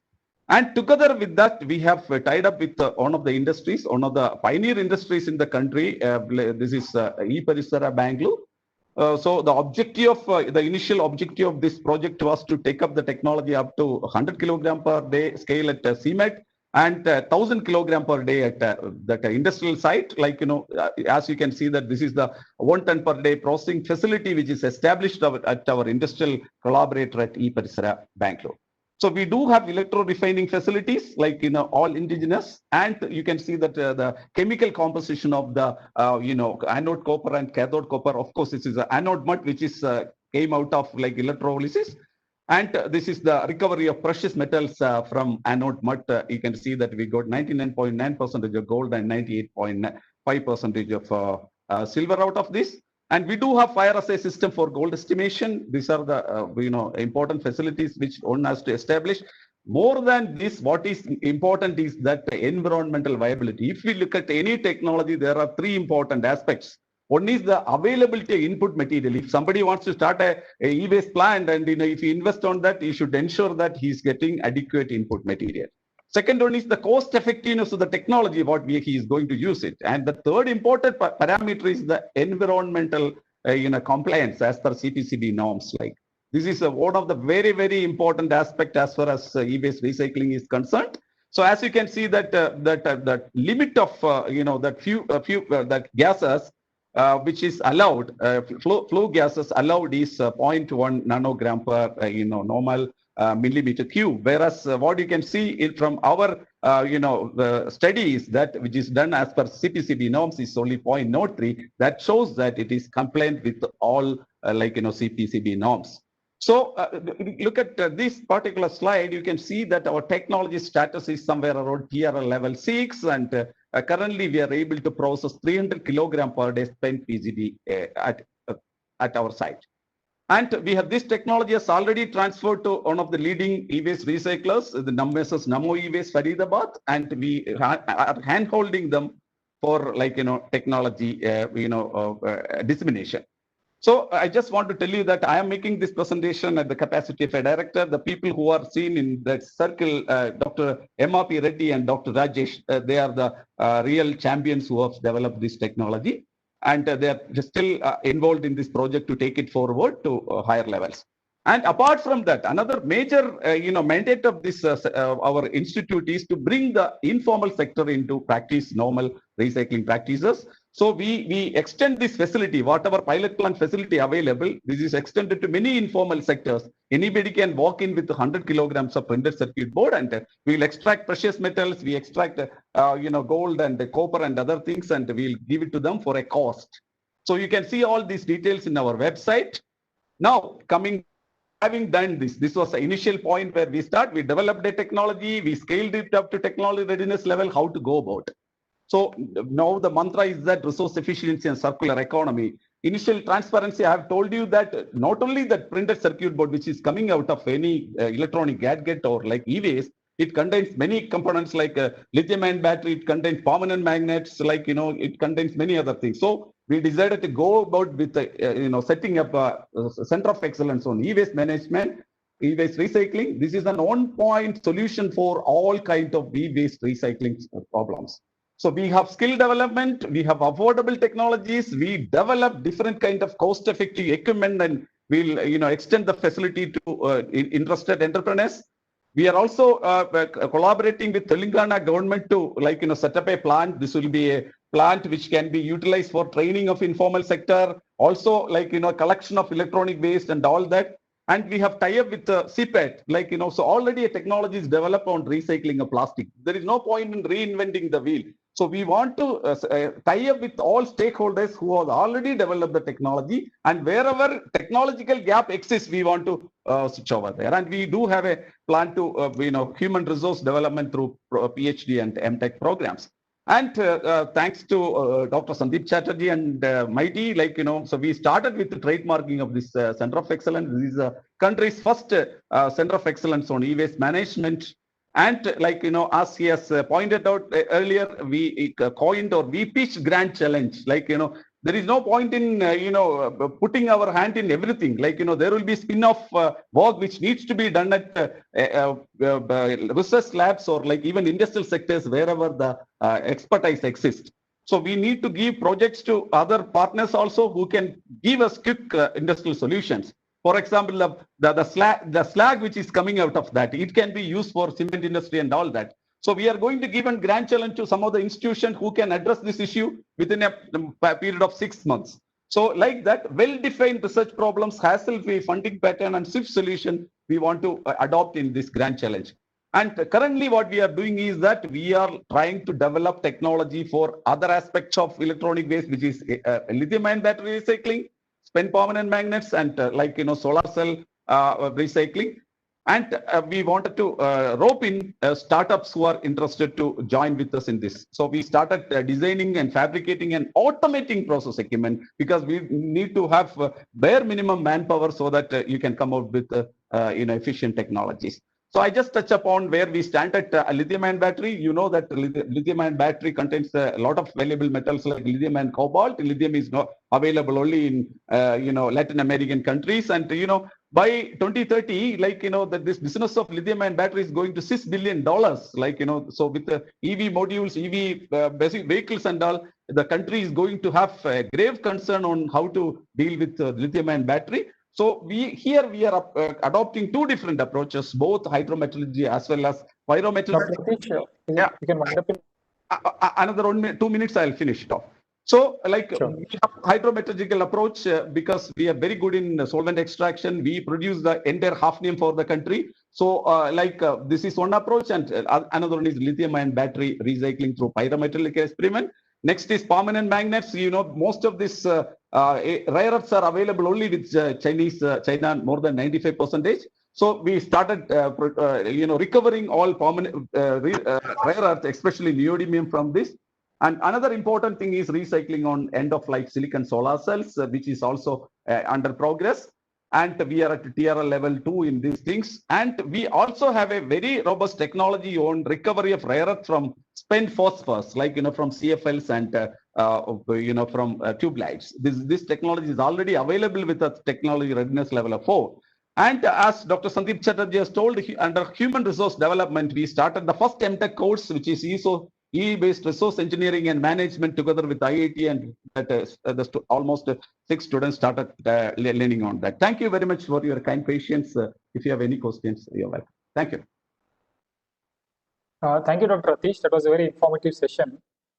In fact, we have a lot of people asking about who is a contact person if they want to know about some of these technologies and if they want to look at some capacity building help, right?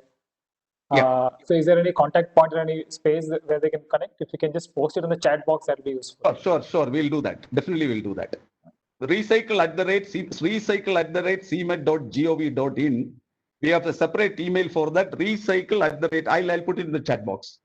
Okay. Great. Thank you, Dr. Atish. It was a very informative session.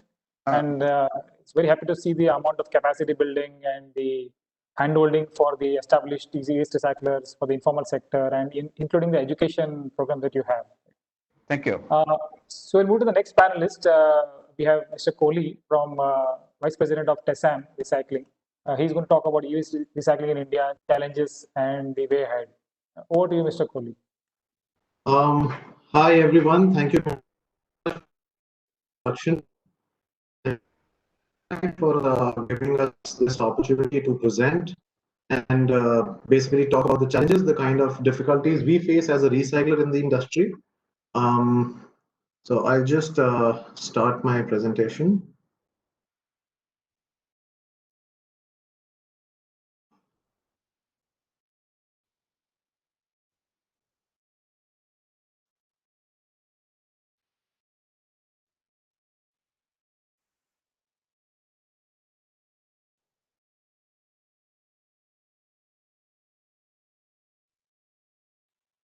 Okay, are you able to see the presentation? Yes, we are able to see. Yes, Mr. Kohli. All right. I've kept it very short and crisp, taking care of everybody's time. Just introduction about TESAM to start with. I'm sure a lot of you know us. We are a recycler and a PRO since more than 10 years in India, and about 4 factories here. Total capacity of about 47,000 metric tons annually, and definitely we have a pan-India logistics plan. So 2 major things that I've talked about, the challenges that we face. One is on the technology side. This is the overall process flow of how we treat the metal, how we treat the electronic waste. As the standard processes of procurement and collection, then the sorting and segregation is done. The paper, metal, and wood scrap is separated, and the dust collector treatments, the fume scrubbers in the end. The major portion comes in the apparent chemical processes strip and electrolysis. The downstream of that, the disposals of that, the absence of forwarding technologies in lithium ion, lithium phosphate are the basic challenges that we are going to talk about today.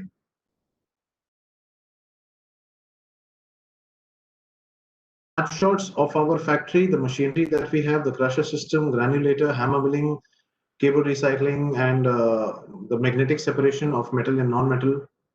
And these are the snapshots of the chemical plant where we recover gold, silver, platinum, palladium. The entire gas monitoring system is displayed here. Various air pollution control equipments that we have installed at the factory in Chennai, ETP, industrial RO, sewage treatment plants, the entire fume scrubbing chamber, dust collection mechanical processes. To the technical side of it, lithium ion is still continuing to be a very big challenge in this country. While we see EVs growing in, while we see that lithium ion batteries are getting used in telecom as well, a lot of BTS, MSCs, BSCs are getting powered by lithium ion. Obviously, all the laptops and mobile phones all have lithium ion batteries. The recycling of the same is still a challenge. We do have the technology. SM does has the technology. But the point is that the market of the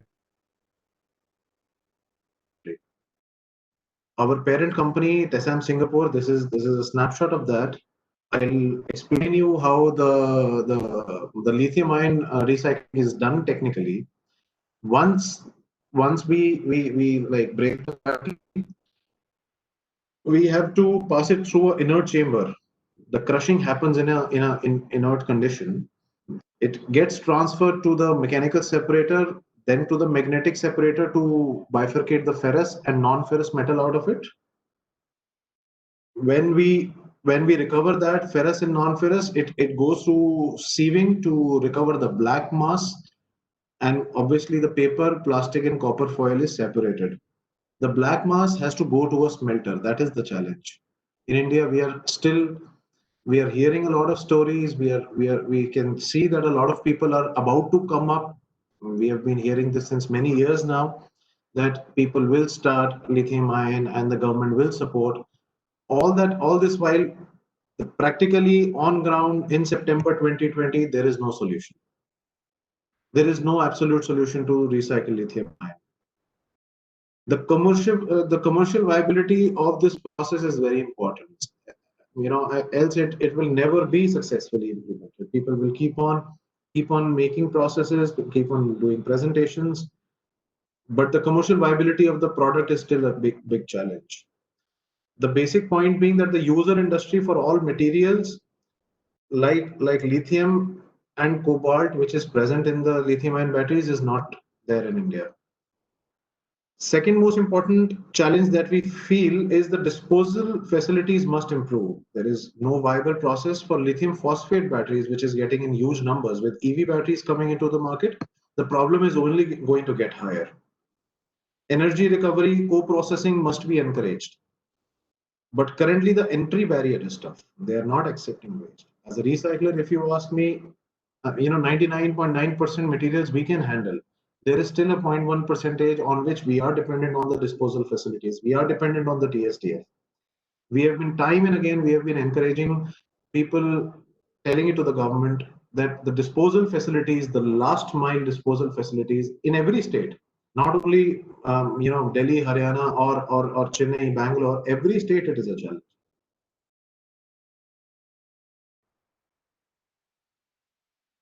Show you a small comparison between the age-old techniques and the novel technique which is getting used these days.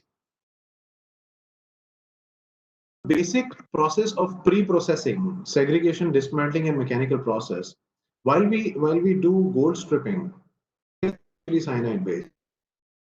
It is handling. The cons are the usage and disposal of cyanide. It is a very technology. It is actually the best technique, provided the disposal is taken care properly.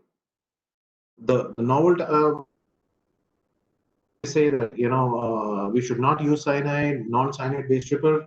The cons are that the reaction time is very more. It is way more expensive to recover. With the costs, are being so competitive in these days, we are very careful about disposing all the chemicals that we use in a proper manner. That's where we feel a very day-to-day challenge. Every month we face this with the local TSDFs. Precious metal recovery, when we do it, using hydrometallurgy or dissolution and the selective precipitation, it is a very good technique. Vis-a-vis people, leaching of precious metals is possible. I don't know. I mean, we have never commercially tried that, but using hydrometallurgy is still the most practical way out of it.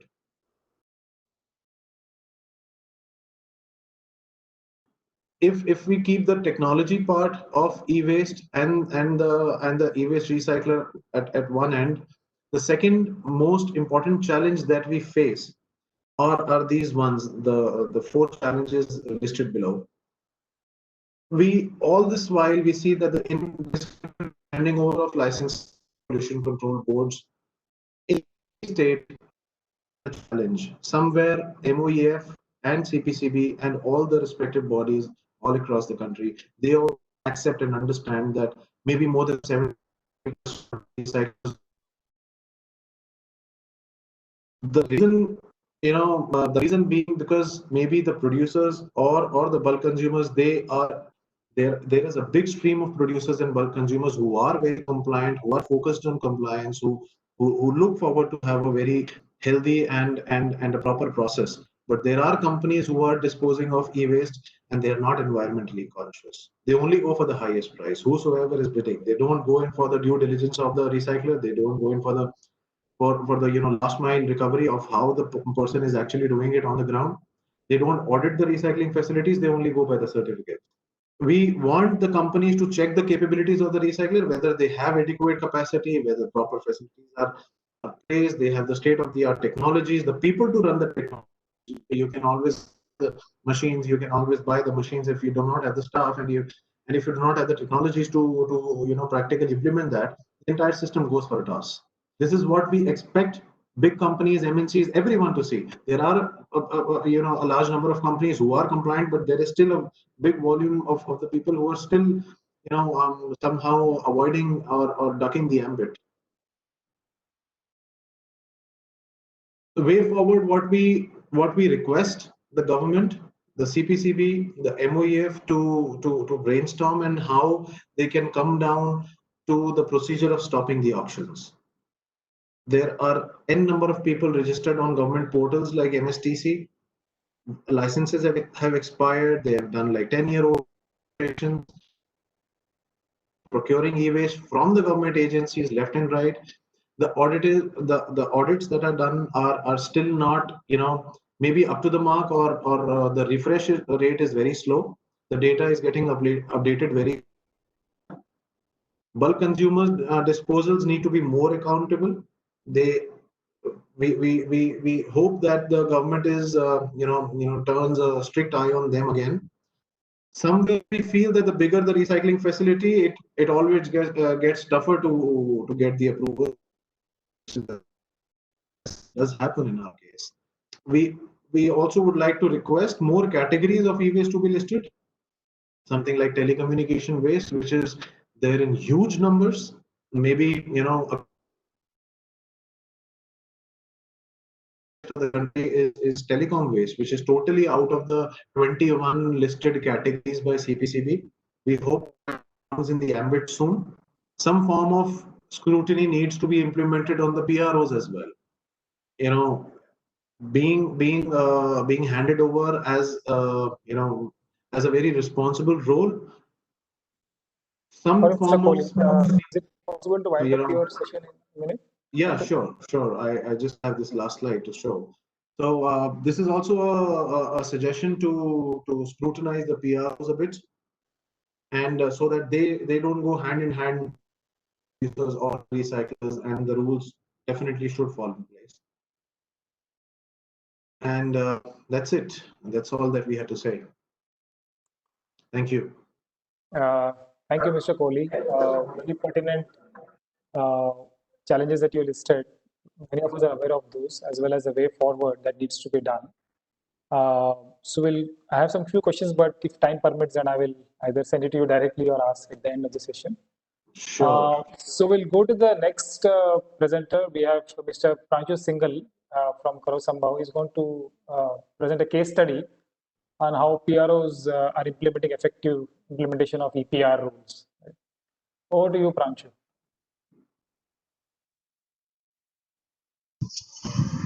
Yeah, I'll just share my screen.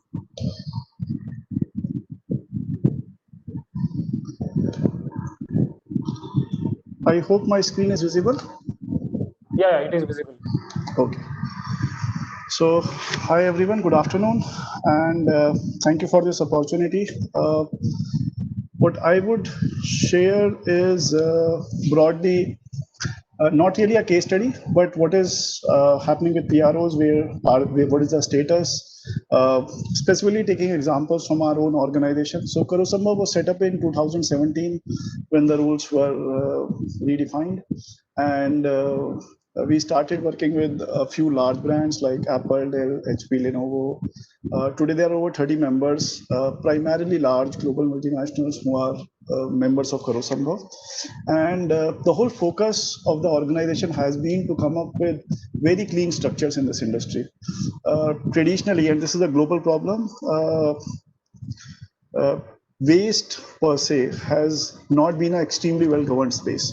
And one of our primary focuses while we were setting up this organization was to ensure that there are very clean, well governed spaces which come, because that will allow a great industry to come, and prosper. If there are no clean mechanisms, systems of governance, things will not really progress. Another prime objective of the organization was to show success in EPR. And this was very relevant because electronic waste was the first waste stream where extended producer responsibility was applied as a principle. So if we are able to show success, if we are able to show that a clean governed system can be set up, then it opens up possibilities for government to enable large scale changes, bring EPR to multiple waste fractions, which has now happened. So EPR is being applied to plastics, it is being thought of for batteries, and it will go to multiple other waste categories. Some of the most advanced countries are today using EPR in over 35 plus waste categories. So primarily, for everyone's view, Karosambha, amongst other things, is also a producer responsibility organization, which essentially means that we work on behalf of brands. We tie up with brands and align with their objectives of doing awareness, doing collection, setting up collection channels, and meeting their collection targets. The waste once collected is sent to the recyclers, which are third-party recyclers, and end-to-end traceable systems have been created to make this happen. So the primary activities that Karosambha has been driving right from the day of its setup has been on three aspects. First is bringing accountability to the space. Accountability for collection, accountability for setup of systems, accountability for any single thing that you are stating. It also means, there is a very strong need of setting up of standards across the full value chain. Because if we do not really have standards, we will never be able to get clean data sets. The second part is on driving transformation in the sector, which has primarily been informal, has been informal in nature. So how do we create better collection channels? How do we integrate informal into the formal chains? And I can very, very positively say today, over 800 plus companies have been formed by the informal sector organizations with whom we have associated over the last 3 years. And that only has happened because EPR came into practice and it brought in a large scale ability to bring in change. And then the third part is how do we engage with diverse stakeholders, because this requires a large ecosystem. This cannot be done by an organization alone, cannot be done by a recycler, cannot be done by one single PRO. It requires a whole collaborative approach. And So that is the path that we took, and I'm sharing some of the partnerships that Karosambhav has done over the last 3 years. There are another 20 plus partnerships, but the most impactful partnerships are here. So whether it was with Ministry of Electronics and IT, or with International Finance Corporation, now with GIZ on developing standards, plus coming up with a very clean solution which allows full traceability in the dismantling space. There are a whole range of partnerships where change has been brought in. So this has been again very fundamental to the setup of the organization, that there is change which has to be brought in each and every part of the value chain, and that change cannot be brought on our own. We need to have organizations, partners who will create and enable that change to grow. From day one, and this is right from 2017, Karosambhav developed its own technology platform. This is today recognized. We had shared it with V Forum, for example, today recognized as one of the most well-governed technology platform. It allows full transparency to any member company. They can see at any point in time what has happened with the waste, where has it come from, what are the costs involved. Every single thing is documented and fully makes the end-to-end process fully transparent. And today, we had a partnership with Microsoft to develop this platform. It is based on Azure, allows not just smooth functioning, but the most important thing on which Karosambhav was established, bringing accountability into the whole system. Karosambhav also became this year the first organization from Asia to become a member of the WEEE Forum, which is a Belgium-based organization. And this association today is allowing us to work on Senelec standards along with GIZ, so that there could be standards across the e-waste value chain. Today we have none. There is reporting each and every recycler follows, for example, their own reporting formats. During collection and movement stages, there are again multiple types of documentation, multiple types of formats that are used. So Senelec standards in India probably will help smoothen that whole change. So coming back to PROs, what is the traditional role of a PRO as defined into the e-waste tools? It is about conducting awareness programs, setting up channels, collecting waste, and sending it to recyclers, and create a full set of documentation which allows compliance by the producers. However, on top of this, there is a deep unsaid role of the PRO, and very few organizations in India today do this, which is about enabling rules of collaboration between producers. They are all competing organizations. I mean, coming from the same space, and this space is of collaboration. So how do these multiple organizations collaborate? What is fairness in the value chain? How do does one ensure that waste picker is getting the right value? How do we ensure formalization happens over the years? How does one invest and create systems which enable better transparency and traceability in the value chain? How does one work on standardization? There's a huge unsaid role of the PRO, which is not specified in the rules. But these are very, very important elements, and any organization should really understand that is the PRO really doing this sort of work, because only then it could be systemic and large-scale change. If I go to the broadest challenge that I look when I look at the Indian ecosystem as of now, the biggest challenge which is emerging is the unclear and fuzziness of the cost of compliance.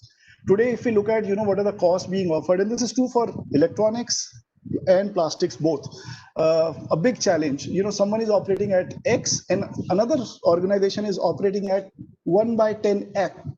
So there is a difference of 10X in pricing for the same material, and a producer today doesn't know, because no should cost analysis has been done in the sector. And what is the right price? What is how do I know that this is the right price, and below this activity cannot be done? So considering that, we introduced the first should cost analysis in the industry, which helps producer know the right cost, because is 2 rupees the right cost, or is 25 rupees, or is 50 rupees the right cost per kg, and what is hidden behind this amount, and this fuzziness has actually Sorry, Pranch, it's a very interesting presentation, but I would ask you to just a minute more.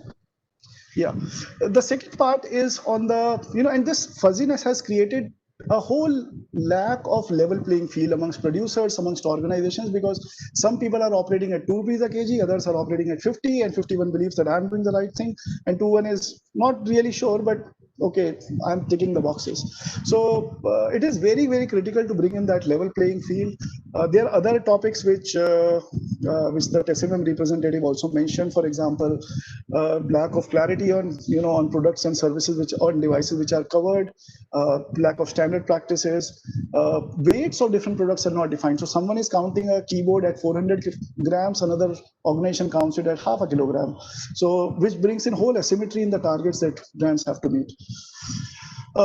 Most importantly, going to the interventions that are required, the big thing is introduction of recovery targets in the system, which will bring in change. The CPCB representative, Mr. Anand Kumar, did mention about the centralized system for monitoring, which will, I believe, solve a whole range of problems which exist today. And then the third part, which Rachna alluded, that introduction of standards in the e-waste value chain. So these are things which are happening in some form, but critical to the success. In the last slide, I'm just going to share what is the view that we have in terms of making PROs in India world class. The first thing is level playing field. And here cost analysis, depth of understanding of cost is critical. Second is PROs need to compete to providing the highest standards. Today the competition is only on cost and not on raising the bar, moving it beyond a certain limit. And that needs to change. The third aspect is the formalization from a fair trade practice. Are we working on fair trade practices across the full value chain? And again, relevant for both e-waste PROs as well as plastic waste PROs. Enabling recyclers and supporting them in using best available technologies for treatment of waste, electronic waste, and then most importantly, bringing technology systems which will enable very, very strong governance and better enforcement by government bodies on anyone in the value chain, whether it is PROs, recyclers, producers. So this is how I would sum up. Thank you. Thank you so much, Pranchu, and sharing experiences in using the partnerships, collaboration with producers, recyclers, and the entire value chain. Very insightful.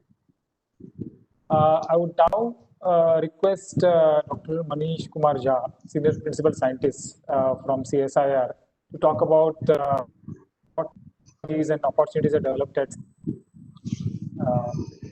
Dr. Jha.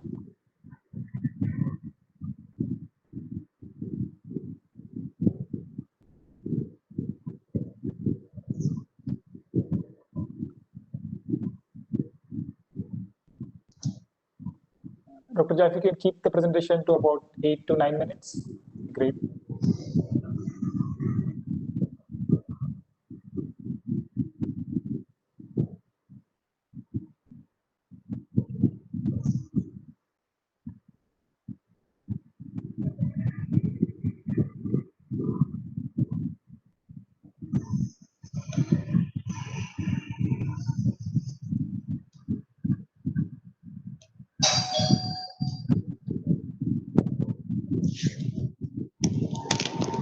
We're not able to hear you, Dr. Jha. I think you're still on mute.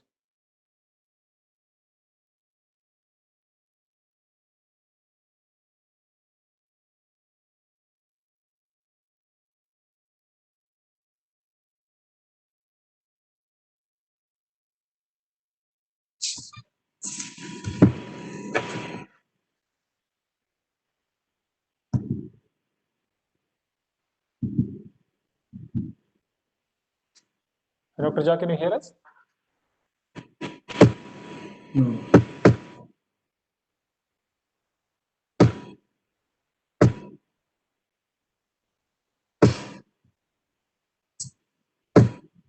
Neelam, is it possible for you to and so that No, just 1 minute, 1 minute. 1 minute.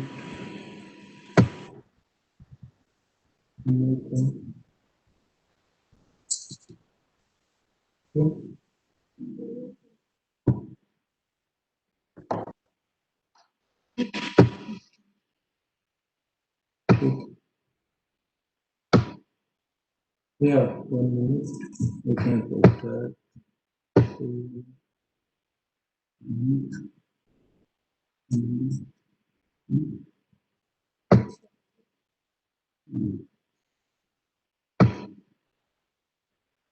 Yeah, is it okay now?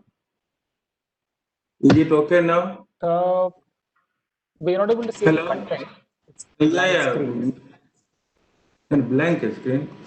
Well, 1 minute.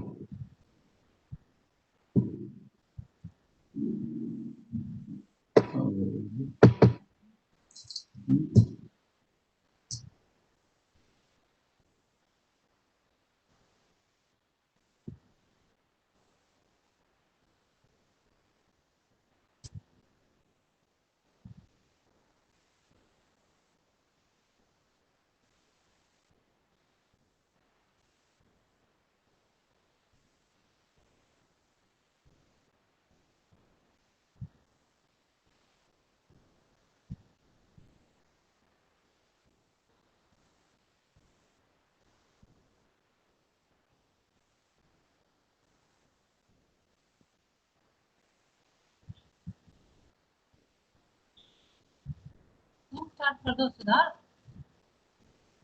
Whom start further, Siddharth? Whom start? Huh? CI team, is the content available with you people? Just want to check so that you're able to start.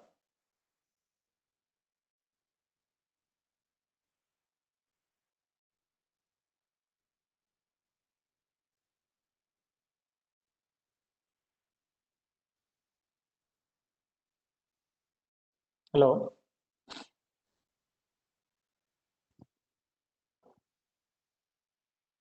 Just a moment, sir. We are working on it.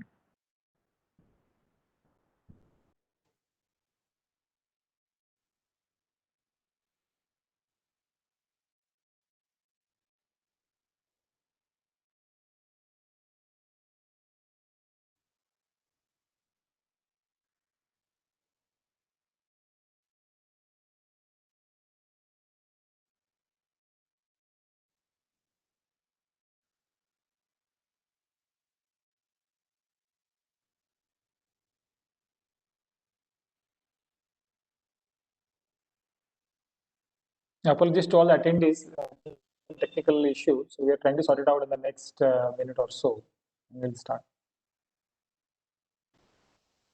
I think Dr. Jha, I suggest if you just start the thing, and in the meantime, if you just share the PPT with me, I will then open it from my end.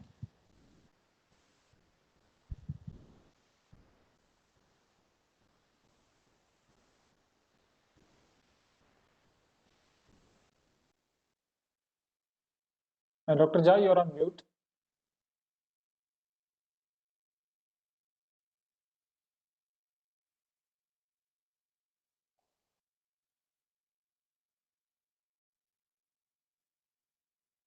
We're not able.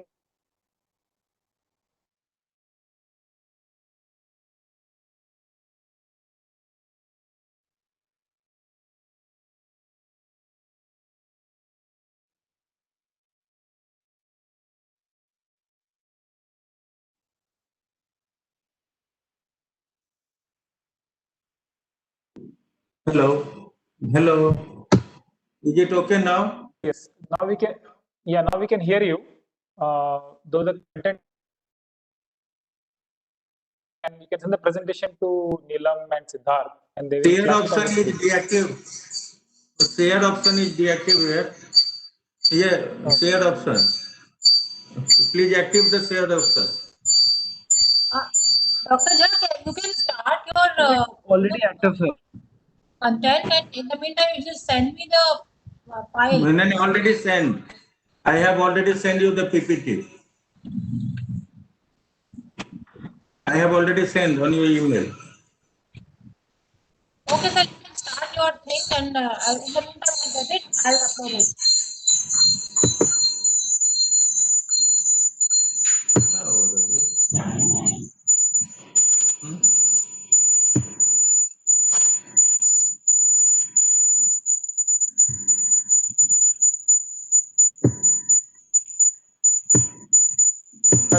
is it possible that you can start the discussion in parallel the screen? Is that okay? Yeah, it is better. Okay, start my presentation. Maybe you have received it.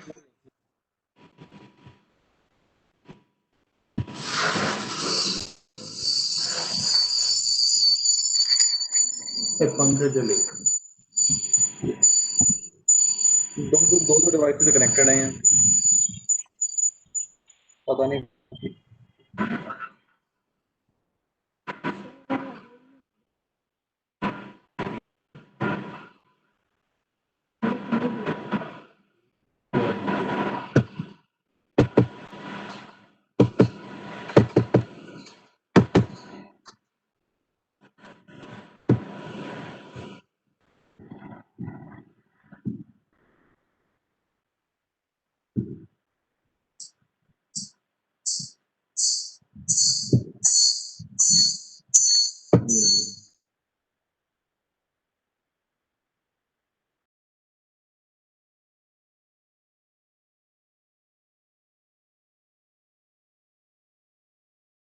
Dr. Jha, I once again request you to start the discussion. In the meantime, I'll get your file. Even I got your file. I'm uploading it. You just start the discussion, please.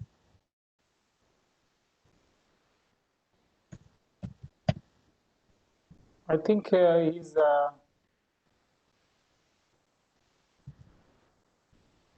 panelist list.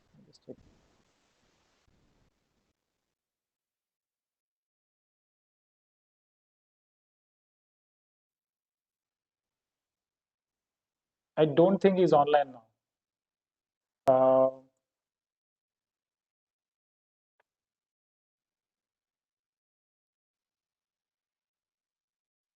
I don't think we have him online. Dr. Jha is not online.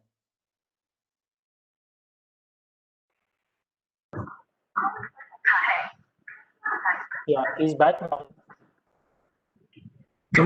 Shared option activated. Activate. Yeah. Now it is okay.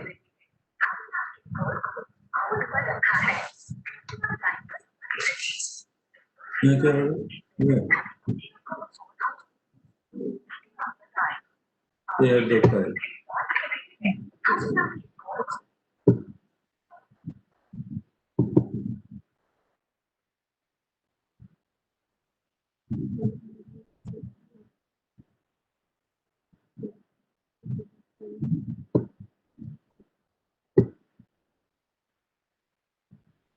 Continue. Dr. Jha, the mail I got, it's not. Oh, yeah. Okay, fine. I think it is. Yeah, we can see the presentation now. You can start. Okay, full screen. Where is the full? Already full screen, Dr. Jha. One minute, please.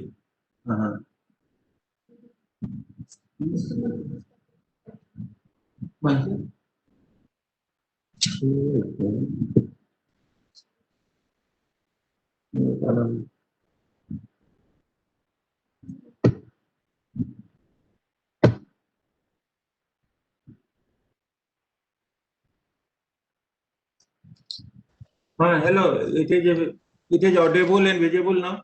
Yes, sir. Yes, sir. Please start. Yes, okay. I am starting. Good afternoon. First of all, I would like to thank organizer of CII for giving me opportunity to deliver the talk. My topic of lecture is US status, business opportunity and developed technology at CSIR and NML. Next slide. Change करें.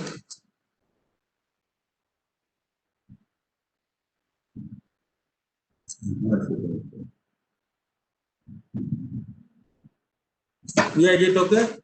Yeah. Hello. 53.6 million ton. Hello. Yeah. You can go ahead, Dr. Jha. I am going, but visible. The PPT is visible or not? Second slide. Second slide is visible or not? CIT Even needs status. It's not the visible. CIT needs to ensure that Just wait.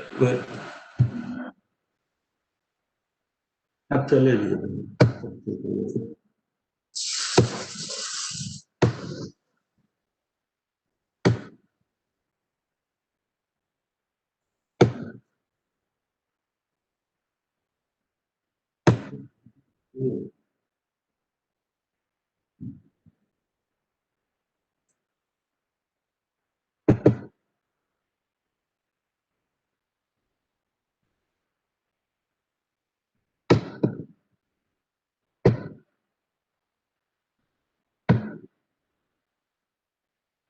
Yeah, is it visible?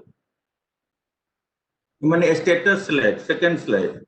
Dr. Jha is not visible now. Request. I have sent you. I have sent you the PPT. Have you received it? Please, and in the meantime, if you please start the discussion, we are running late, short of time. Okay. Thank you. Okay, generation is 53.6 million ton e-waste in the year 2019 globally. Among the in India, 95% recycling is carried out by illegal recycler. Illegal recycler makes hazard to the environment, loss of valuables. Yeah. Okay. So loss of valuable and precious metal. Therefore, urgently need an e-waste recycling technology to mitigate the environmental problem. I think Dr. Jha, you can leave those things, those figures everybody knows. I think. Yeah, go for the next slide. So there are business opportunity to recover the metal, non-ferrous metal, the precious metal, rare metal, and the rare earth metal from the various component of the e-waste. Okay, go for next slide. Hello. Yeah. So we can generate wealth from the waste. So first of all, e-waste get dismantled and classified and separated, and then pre-treatment is essentially required. And there are three types of pre-treatment: and grinding, milling, magnetic eddy current separator, or organic swelling, or paralysis or grinding. And after that, we get a smelting or leaching hydrometallurgical process, a solvent extraction, electronic precipitation, cementation, crystallization, and ion exchange technique. And from using that technique, we can recover the precious metal, non-ferrous metal, and salts from the various metals. Actually, e-waste recycling needs the hybrid process. I have visited Korea, Japan, China. Everywhere hybrid process is required, depends on the material. And hydrometallurgical big plants are also available in India, like Hindustan Zinc, Nalco, Nicomet. These are all big hydrometallurgy plants, and the Rubami. And the thing is that pyrometallurgical technique is energy intensive and generate of a lot of dioxin and furan so it is not feasible in e-waste recycling. Therefore, in LS Nico in the Korea, this type of industry is stopped by their environmental department. Okay, go for the next slide. So by e-waste recycling, opportunities are lot of opportunity are there for the informal sector recycling industry, private sector, unemployed graduates, group of person, and under cooperative municipal sector, and a lot of national recycling company, socio-economical organization, and the mass of the poor and illiterate person of the unorganized sector, and many stockholders. Okay, go for next. Dr. Jha, if you can specifically focus on the technologies.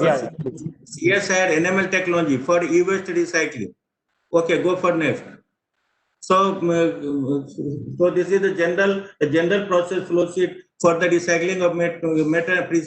Printed circuit boards are essential component among all electrical and electronics equipment generally these days in advance. So initially it get to the smelter and required to be pre-treated and leaching, and then leaching, solvent extraction and selective stripping, you can get the pure metal. Okay, go for next. So development of another pre-treatment technology. So in this way we can separate the metallic concentrate and the epoxy resins. Okay, go for next. So after getting the metallic concentrate, that we require for the leaching. And so there are three types of leaching: atmospheric leaching, pressure leaching, and electro leaching. It depends on the metal and material. And we select the leaching process. Okay, go for next.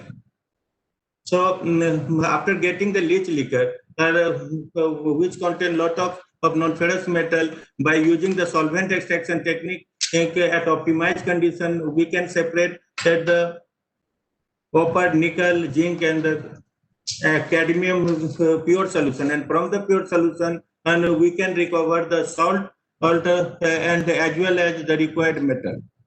Okay, go for next. And this is the organic swelling process where physical treatment and is very expensive. We simply put the printed circuit board in a particular solvent, it gets swelled, and we remove the copper pure as it is, and from the upper surface, as lead and tin get separated by selective leaching, and metal-free epoxy resin is safe for the disposal. Okay, go for next. So recovery of cobalt from the lithium and battery, this was as a NML or ADB company joint project, and it is already commercialized in the industry 2 ton per batch scale. And first waste lithium battery we separate the black powder and by sulfuric acid leaching and solvent extraction technique, and after the purification electromining we get the cobalt metal. Okay, Dr. Jha, fine. Allotted time is 15 minutes, so I will finish within 15 minutes. Okay, go for next. And I think the next session. So,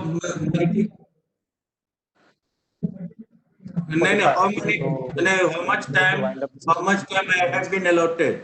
You have already started late, very late. So at least give the 10 minutes. Total 10 minutes. Yeah, okay. Next session is starting soon, so that's why we need to. I know. So it is gold recycling from you have already started 15 minutes late. So it is gold recycling from the mobile phone PCB. Okay, go next. This is another technique, how to recover gold from the telecom and the medical devices. It is also an hydrometallurgical technique, and using this we can recover the gold. Okay, go for next. And this is the recovery of neodymium from the discarded computer hard disk. From the computer hard disk, we can recover the NDF3. It is also a very expensive material. 1 kg NDF3 will cost $2,000 around. Okay, go for next. So from the tube light, also we can recover the rare earth metal like yttrium, lanthanum, terbium, and europium.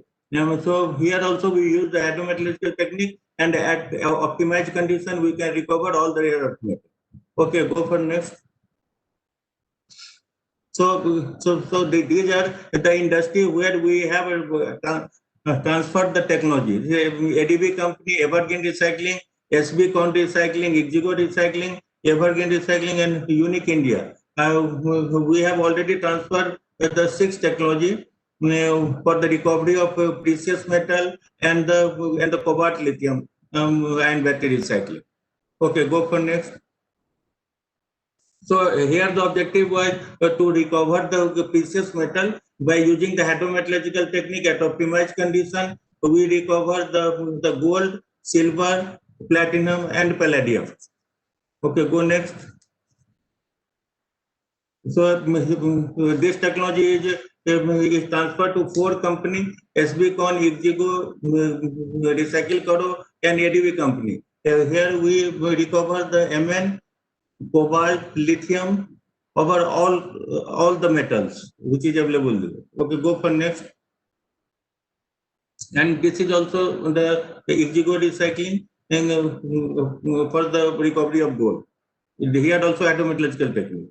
Okay, go next. And after that, the treatment is also essential. So for the solid waste, TCLP is required before disposal, and effluent will go to the ETP plant, and gases evolved will be scrubbed. Okay, go for next. So based on our achievement, Dr. Sekhar Simande, when DGCSR inaugurated the Urban Ore Recycling Center at CSR NML Jamshedpur in April 2019. This is our Urban Ore Recycling Center, US Center. Okay, go for next. So these are some inside view, advanced separation unit. These are some e-waste and dismantled e-waste. Okay, go for next. And these are some equipment: as cutter, these are pulverizer, a spiral separator, leaching reactors, pulsive seal column, winning setup. These all equipments are indigenous. All are made in India, not imported. Okay, go for next.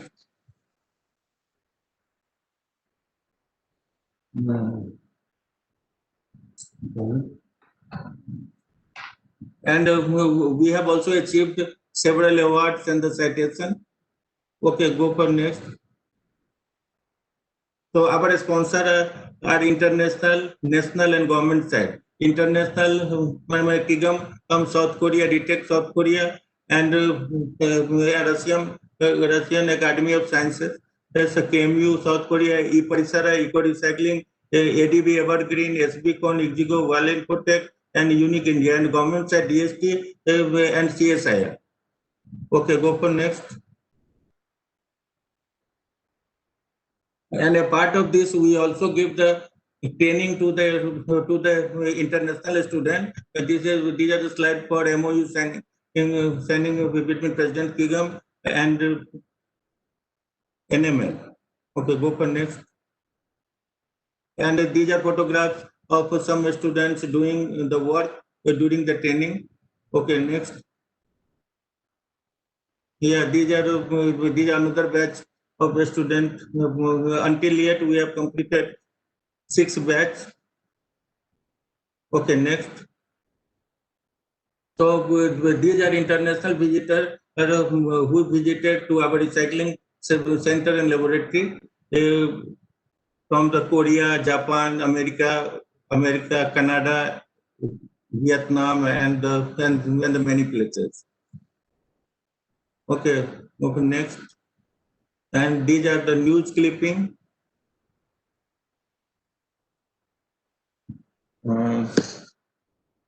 Okay.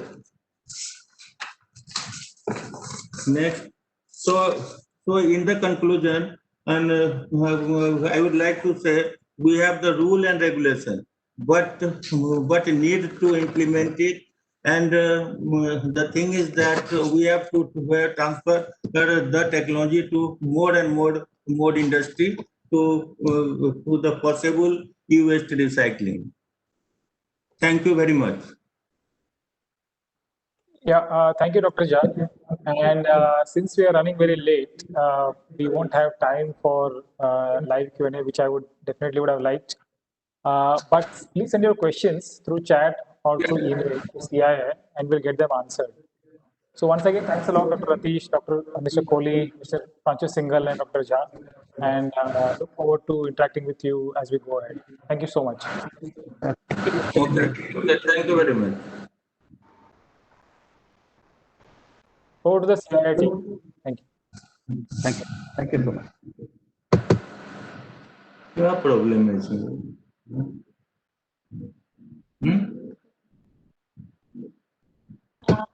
Thank you, everyone. I think we can start the last session of the conference. may I request Ms. Ghosh to start it, please? Thank you. Thank you, Ms. Neelam. So welcome everybody, distinguished panelists and all the guests for the session, which is titled as Next Practices in E-Waste Management. Good afternoon. Good afternoon. Good So, afternoon. good afternoon. Myself, I am Ritu Ghosh. I chair the Waste Council at CIEMA, and I also work for Panasonic in the Corporate Affairs division there. Welcome everybody to the session Next Practices in E-Waste Management. I would first like to introduce the panelists, and before I do that, just a small summary of the session. So basically, in this era, right now, currently, when we are almost a decade away from where we started the journey in 2010 in conceptualizing the e-waste management framework, moved from the conceptualization phase to the transformation phase, and right now we are at a sustainability phase. A very opportune and apt time to talk about the next practices in the e-waste management, which could strengthen the existing framework and also look for some innovative and simple approaches to enhance the entire framework and look at sustainability. And obviously, we have eminent panel to discuss on various subtopics, leading our discussion towards next practices in e-waste management. I would like to introduce Dr. Sandeep Chatterjee, Director at Ministry of Electronics and Technology.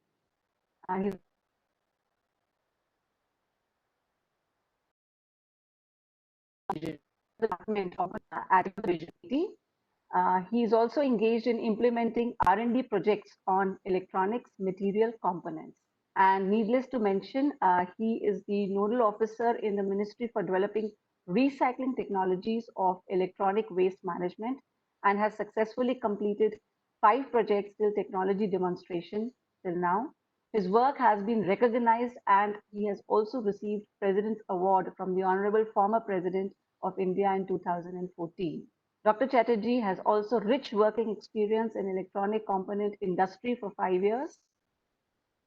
He has also been working in design, R&D, new product development, indigenization, process improvement, and so on and so forth. Presently, he is engaged in creating a Center for Excellence on the area of lithium-ion battery, e-waste recycling technology, additive manufacturing technology for electronic components, low-cost power pack for mobile industry, silicon photonics, quantum materials, etc., for creating ecosystem of indigenously developed technologies for Indian manufacturers. Sir, welcome. We really look forward to learn a lot on the new best practices that could be introduced. Next on the panel is Mr. Anand Kumar. He is the Additional Director, Central Pollution Control Board. He has been working in CPCB for more than 25 years, and he has been the pillar for the industry, ensuring the support on smooth implementation of electronic waste. He has done BTech in Civil Engineering from NIT Patna and Masters in Environmental Planning from SPA Delhi. He was involved in the framing of roadmap of e-waste management rules 2011 and also e-waste management rules 2016. Very warm welcome, sir. We look forward to your experience, sharing the practices on ground and what could be the new best practice. Next on our panel, we have Dr. P. Parthasarathy, founder and managing director, E. Parasara Private Limited. Mr. Parasara is a BTech from AC College of Technology, University of Madras, and he has got Masters of Science in Chemical Engineering from IIT in Chennai. Presently, founder and managing director of E. Parasara, located at Dobaspet, which is 50 kilometers from Bangalore. He started this venture during 2004 for electronic waste management for first time in India with low cost, cleaner technologies and to implement 3R best practices.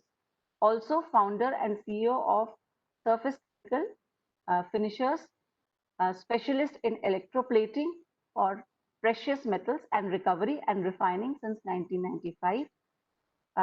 Dr. Parthasarathi has also been awarded and honored with many significant awards, including the National Award for Technology Innovation in Petrochemicals, Downstream Plastic Processing Industry. A very warm welcome, Dr. Parthasarathi. I hope he's joined us. Next on our panel, we have Ms. Deepali Sinha, Managing Director, Sophie Sustainability Leaders Private Limited. Deepali is an international expert on e-waste management with over 16 years of experience in the sector. At United Nations University, she was instrumental in setting up the capacity development program on e-waste under the umbrella of e-waste academy. Ms. Sinha, a very warm welcome, and we look forward to learning from your international experience. Next on the panel, I invite Mr. S. Murthy. I hope I have pronounced the name rightly. He's the Principal Counselor, CIA, Sarabji Godrej Green Business Center. He also is an energy and environmental sustainability expert at CII. He is involved in promoting the pursuit of green solutions to green core rated systems for CII. He has work experience spanning over 24 years in the area of energy and environment. He is an engineer by profession and postgraduate in energy management.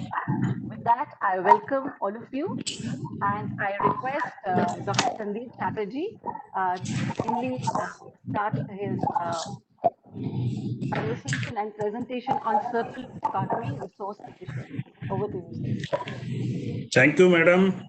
This is after a 2 years gap, I'm also happy to see you in this fashion. This is a new normal, I should say.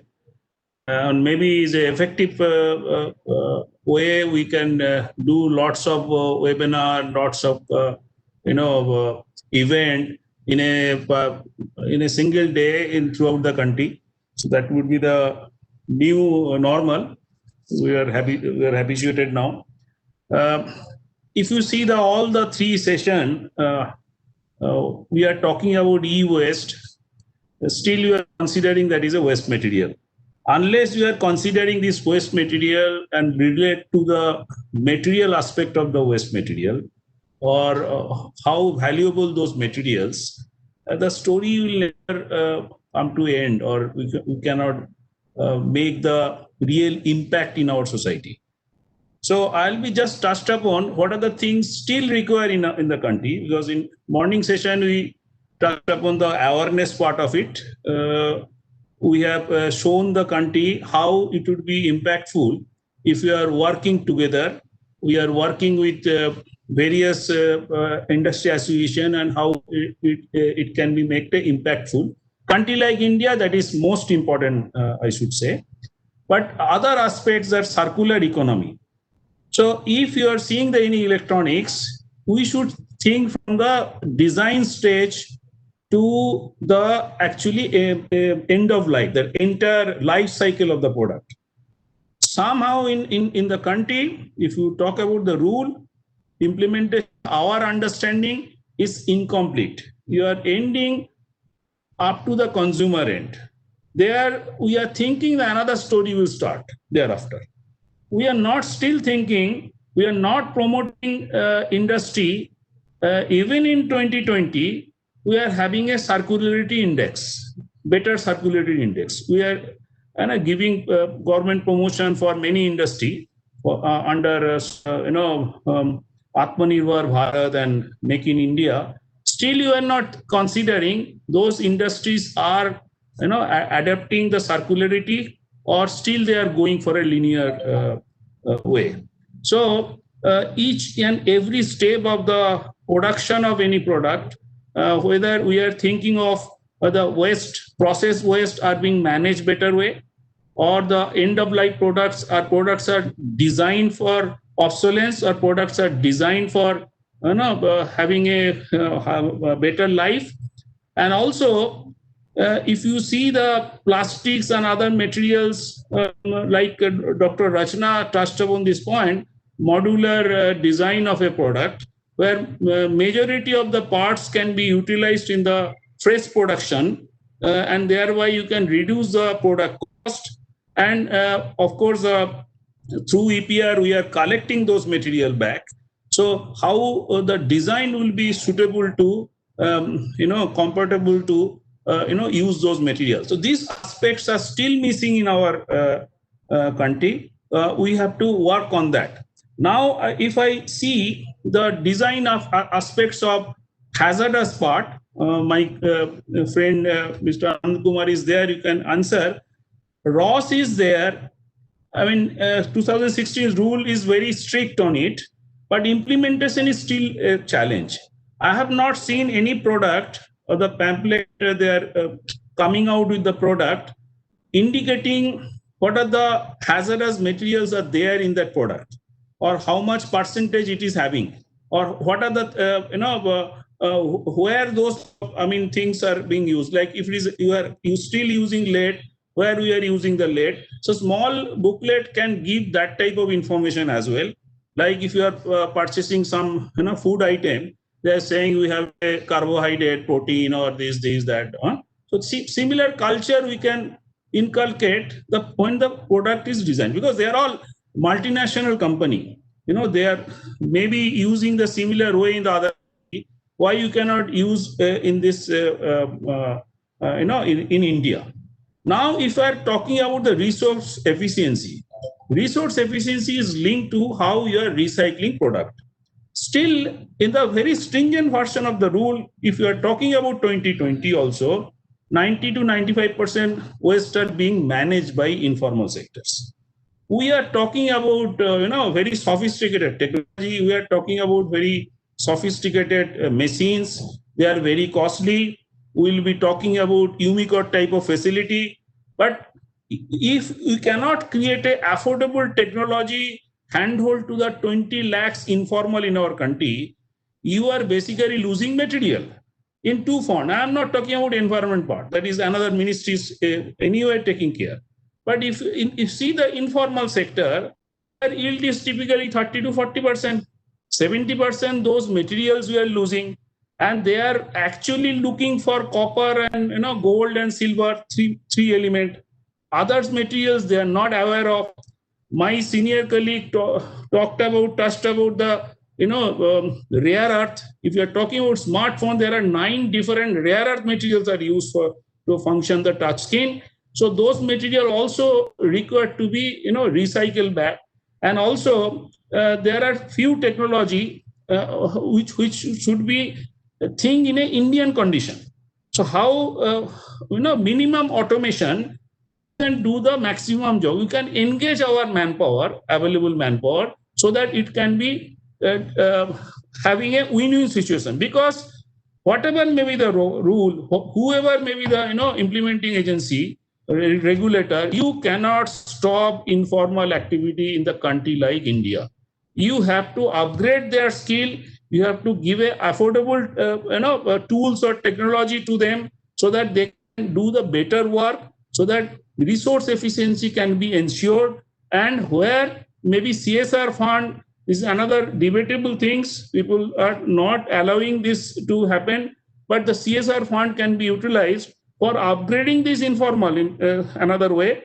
Maybe they are whoever IT companies, that is, they are not manufacturers, their CSR fund can be utilized. So upgrade their informals, so that they will be the real champions in the entire, because they know, because if you see the entire list of 21 products, 7 products are consumer product. It's not a bulk consumer product. Those consumer product will bound to go in informal sectors. How to get back that material, how to ensure the resource efficiency of those material. So these are the things we require answer. Another very important point, I think many speakers trust. We are talking about 21 product, but if you see the list of European these around 640 or 50 odd products, and those products are equally used in our country, but we are not talking about those products. So if those products are going to the informal sector, whether the EOS rules are still valid or they can be done with under our rule. So now time has come, we should think about the electronics vertical as a whole. Every sectors are using electronics. So this is basically a resource material. We will be consuming 420 billion worth of electronics by 2023. This is our ministry's figure. So 20% of worth of material, that is $80 billion, will be there by 2022. So if we can work together with industry, our ministry is always taking a proactive stage. So from the awareness point of view, how to strengthen that rule in that fashion. And another important point I should mention before my end of my talk, that is the refurbishment. So why we are going to recycling if the recyclability or refurbishment is possible? And for making the refurbishment legal, we require R2R, right to repair rule in the country, where OEM will be bound to give you the component and service for a particular period of time. So European Union has adopted this law. USA has 19 states of USA has already adopted this law, but this is missing in our country. So R2R has to be ensured. So manufacturer, their association should lobby for that, so that refurbishment could be a very good, business opportunity for our country. So we have a skilled labor, we have a skilled operators. They can do very good job. If you establish the robust recycling facility and the robust refurbishment facility, India could serve the world like we have done in IT services. So these are some of the points to ensure the circular economy and resource efficiency I should point. Thank you. Over to Ms. Ritu Ghosh. Thank you, sir. That was really informative, and yes, design for the entire life cycle is the way forward. Thank you very much. Now I will invite Mr. Anand Kumar to throw some light on the topic National Resource Efficiency Policy Implementation Strategy.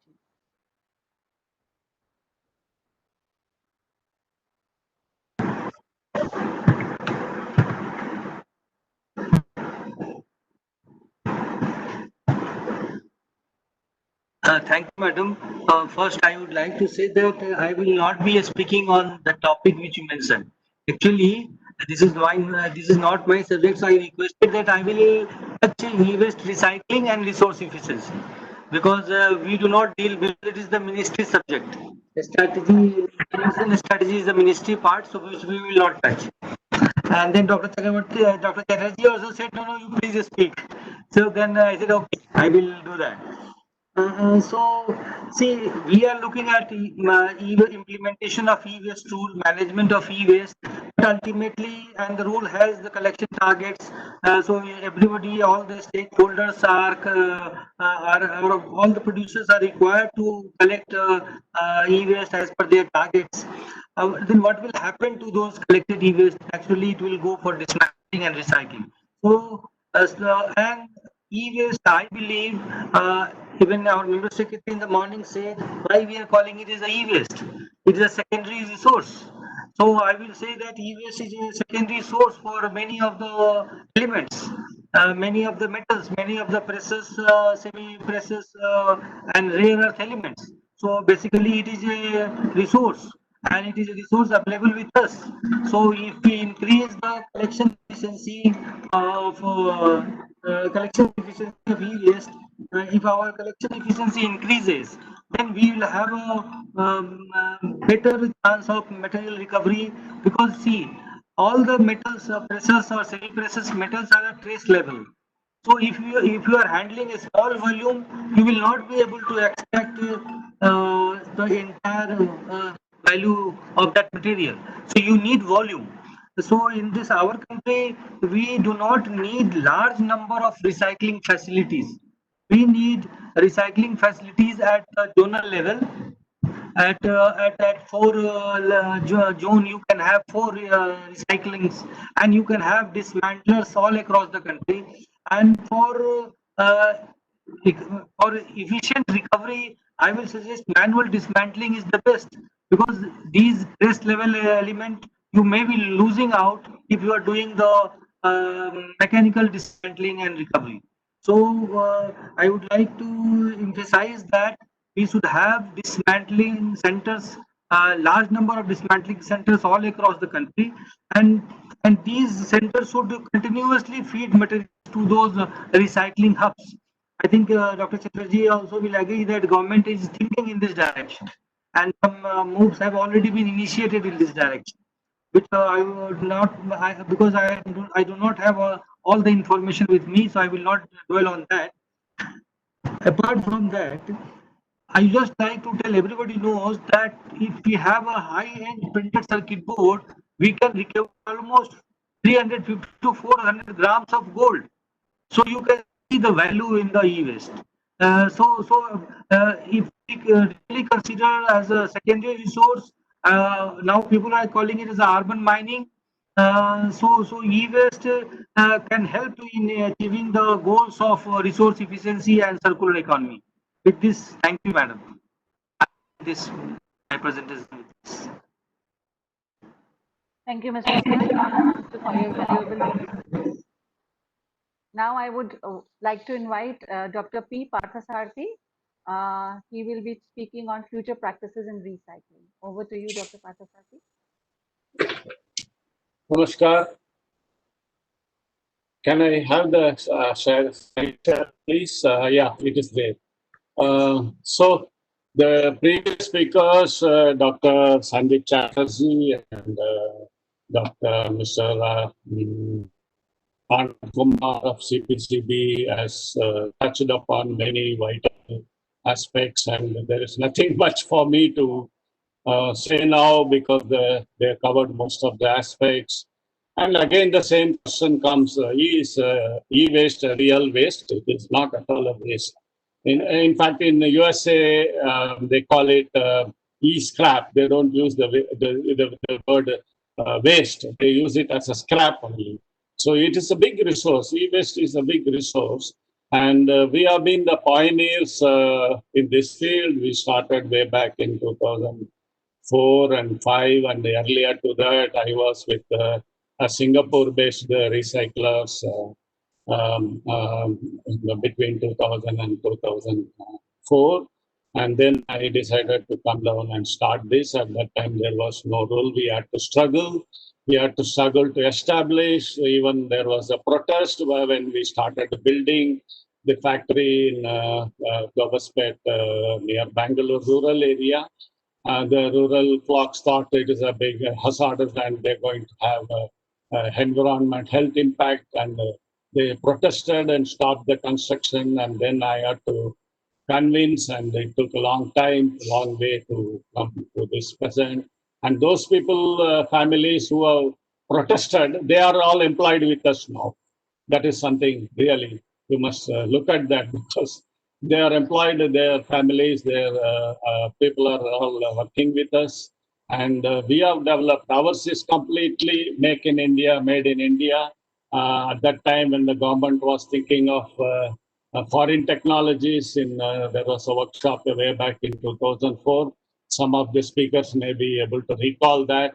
And we gave our proposal that it will be totally indigenous, completely make in India and made in India. And that is what we have demonstrated. And that at that time, there was no such thing like Swachh Bharat, all this, the national program, Make in India, zero defect, zero effect, all these things were not there. But at that time itself, this is what we have done. And as mining was mentioned earlier by Mr. Anand Kumar, this is definitely the urban mine. And of course, of all the waste streams, this is the most complicated waste stream because it contains so many valuable metals, precious metals, rare earth metals, which the previous speakers have touched upon. Various types of plastics, all are engineering plastics, not to be confused with the packing plastics or carry bags and all that.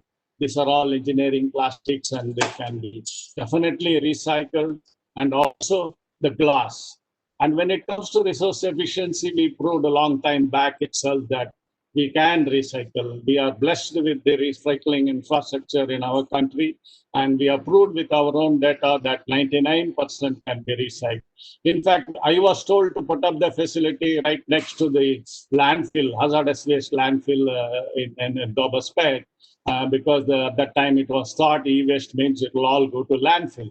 But now we are in the wrong place. We have proved that practically nothing goes to landfill. With our own data, we have proved that that itself establishes the resource efficiency in India, because we have that infrastructure to recycle most of this.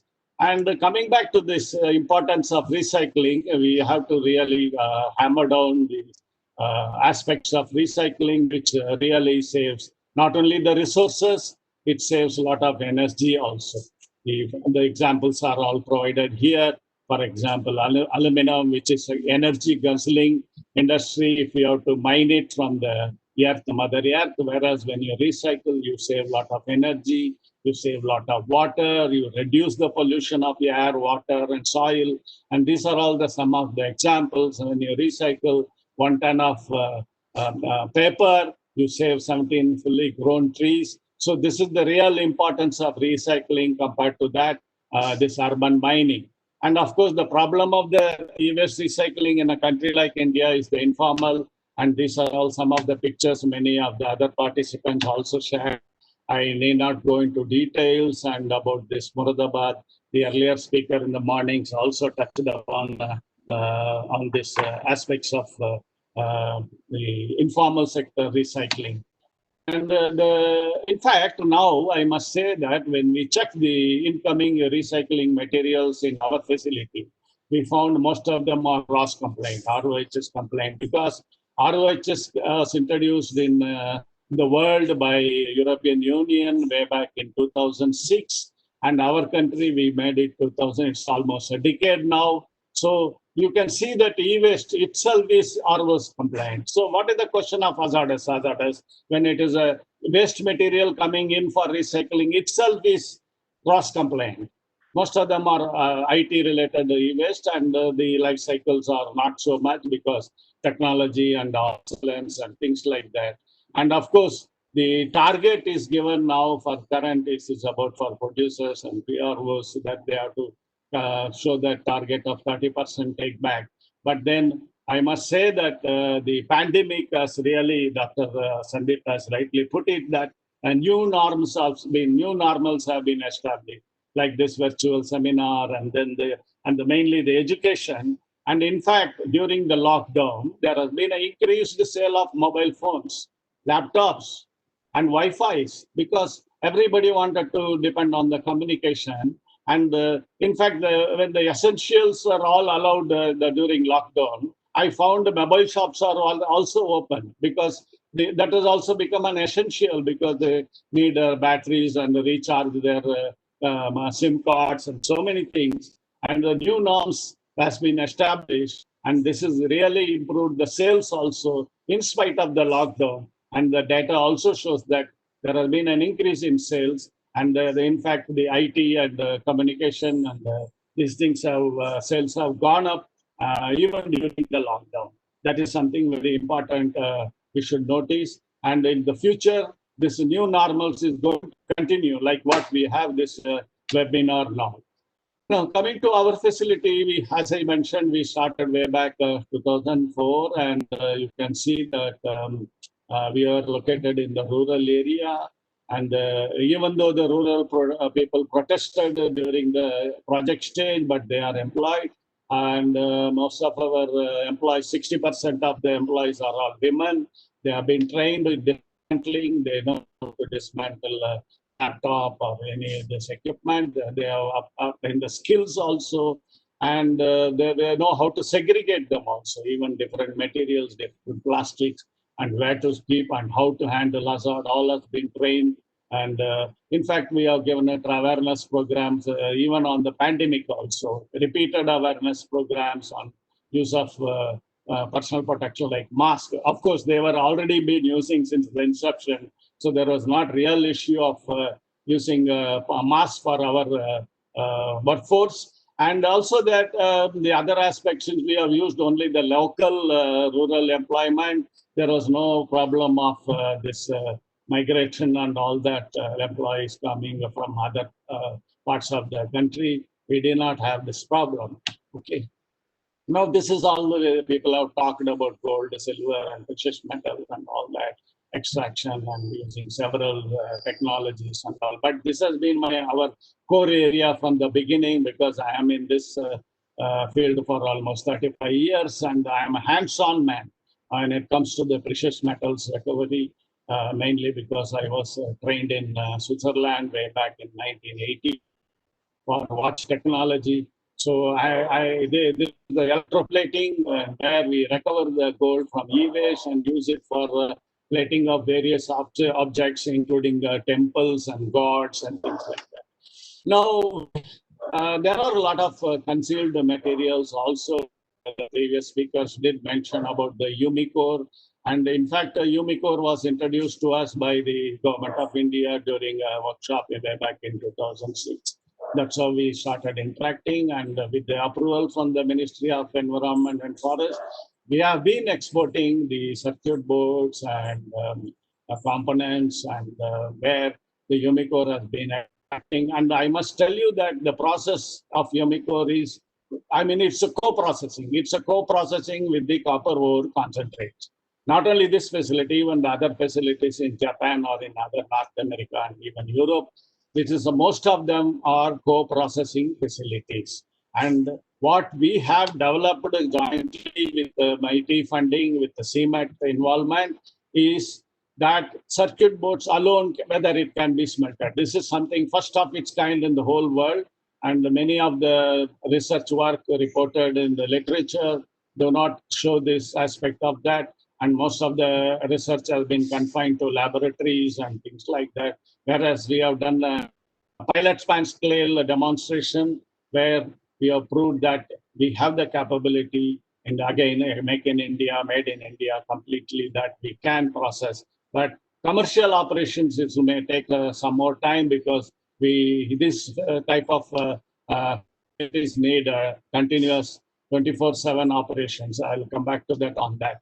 And this is something which we jointly developed by CII and we all had what is called as a SRI program, Sustainable Recycling Industry program, where you can sort out the plastics, various plastics, which I mentioned, engineering plastics like ABS, HIPS, using simple techniques. We have involved EMPA of Switzerland, and jointly this was developed, and this is being practiced by our team also for identity. You don't need a sophisticated instruments like the FTIR or all those very expensive for sorting the plastics. Yeah. The plastics are recycled in India. Most of these engineering plastics, for example, you can see the monitor plastics or LCD plastic becomes a voltage stabilizer box or a switch plate or something like that. And this is what is happening across the country. And even in our case, it is all recycled locally in Bangalore itself. It doesn't go to the other travel or anything. And also we have demonstrated that lamps can be also recycled and effectively, and the cleaned glass can be used by downstream glass industry. We need not convert the glass into sand or put it in landfill.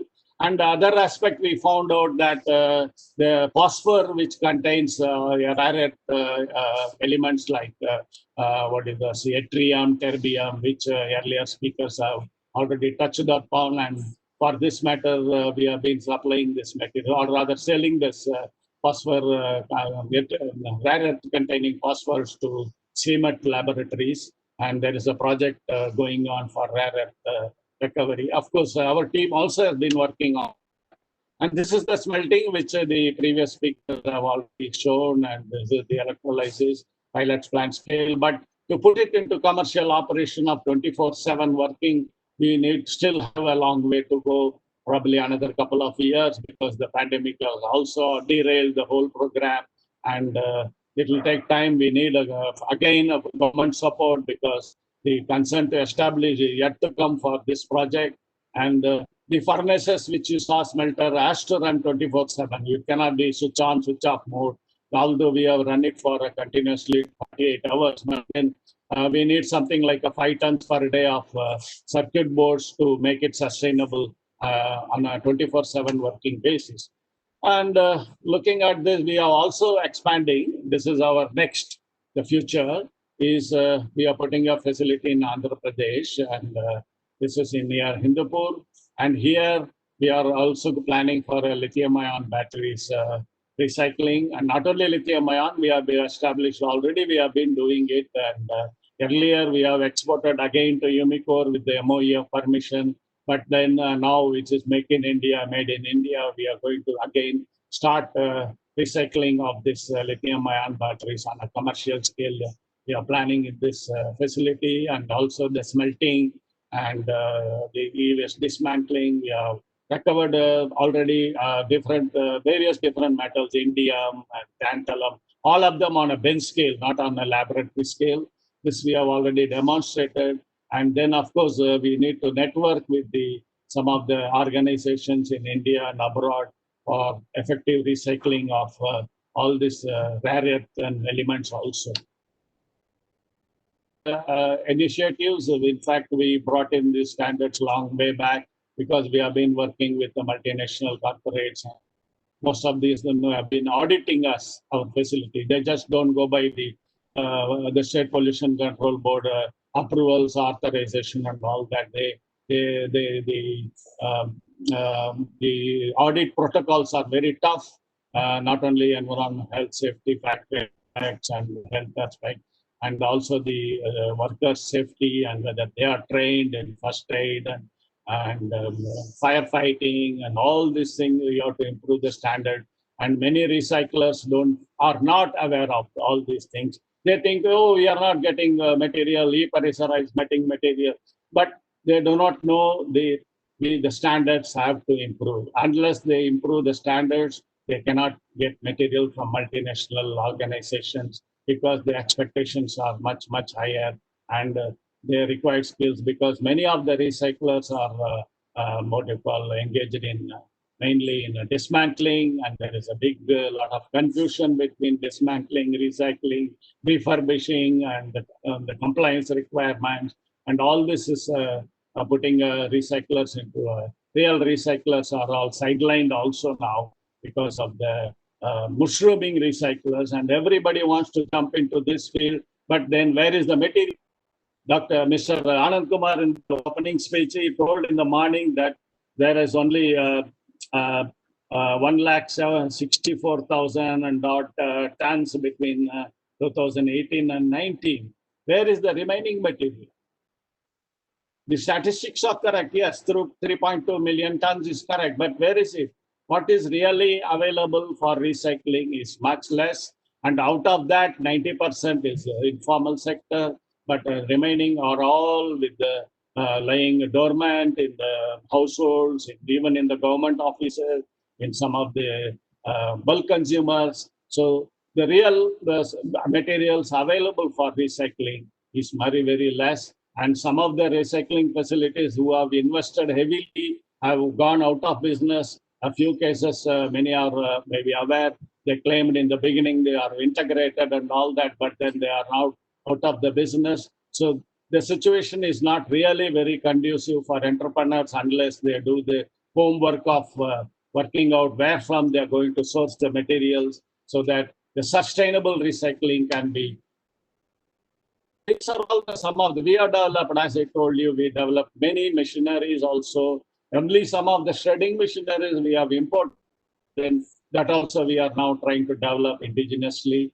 So that completely, the processes also we have developed locally, and the initial thought of the government that we should have a foreign technology for e-waste management, e-waste recycling has been overcome long time back. So this is the standard, first time again by CII for recycling.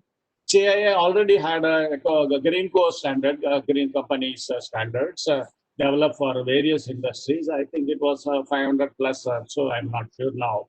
And this is the first time this was also jointly developed for recycling industry. And we are happy to get the gold standard in our development. And I'm sure Mr. Muthu is going to talk about in detail on this standard. This is the first of its standard thing. And in fact, this standard should become a BIS standard, and the government should insist on implementing the Indian standard for recycling. And of course, these are all some of the aspects of the thing and the focus areas identified and jointly developed. And this is the what you call audit. It can become an audit standard also for for technical as well as environment health safety audits for recycling purpose. Not only e-waste, it can be extended to other recycling areas as well. So awareness program we have been doing since the beginning. We have been doing that, and ours was the only facility that allowed public and school children, college students. We have interacted with many institutions, and we have also done a lot of student projects, both in undergraduate, postgraduate, even doctorate level projects. And some of them have been published also. We have a few publications and patents applied also. And of course, I was thrilled that I was inspired by another late President, Honorable Dr. APJ Abdul Kalam. And then I am also, as mentioned, awarded with the President of India, and also the first time the ITC, CII ITC award was given to a MSME unit way back, and we were the first MSME to get this outstanding award also by the awards that. And coming back to the future practices, I again remake this pandemic pandemic situation. Recycling industry needs lot of support. Lot of support is required for the government, and they cannot simply read in between the lines on the complaint. Oh, this you are done. You have not taken approval for steel. You have not taken approval plastic. You have not taken approval for glass. You are doing this. You are doing that. Everything cannot be put. There is a line in the CPCB guidelines. Recycling to any extent is permitted, but then the state boards, they try to read between the lines and try to bring it that, and then we request fast track approvals of also. And now the pandemic has really put us in deep trouble for MSME, and the survival, sustainability of this recycling has become a big question. And I must also say that for a new project coming up, the land cost is very, very high anywhere in India. So whereas for a landfill, the land is given on lease and there is a subsidy also. But for recycling, there is no such scheme. So this is required.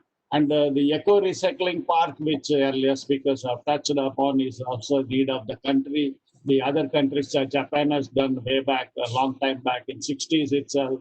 Europe has done, and even China has established recycling projects across the country because they realize the resources are very, very scarce. They are depleting. So we need to conserve only by recycling.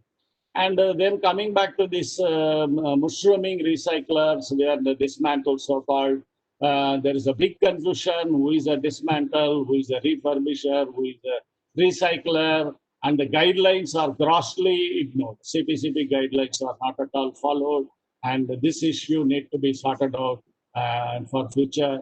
And there need to be a technical audit because everybody claims that they are doing this and that and all those things. And there need to be standards for recycling. And of course, the Green Co can be the basis for these audits and technical audits and DHS audits. And another aspect is deposit refund is not at all implemented. Though it is a part of the rule, deposit refund scheme has not been done at all. There is nothing happening in this towards this take back. I'm sure the speakers will touch on this also. And when it comes to financial sustainability, we are also working with some of the PROs. But then this PRO concept has become something like where they get money, they get paid by the producers, and we recycle also pay them.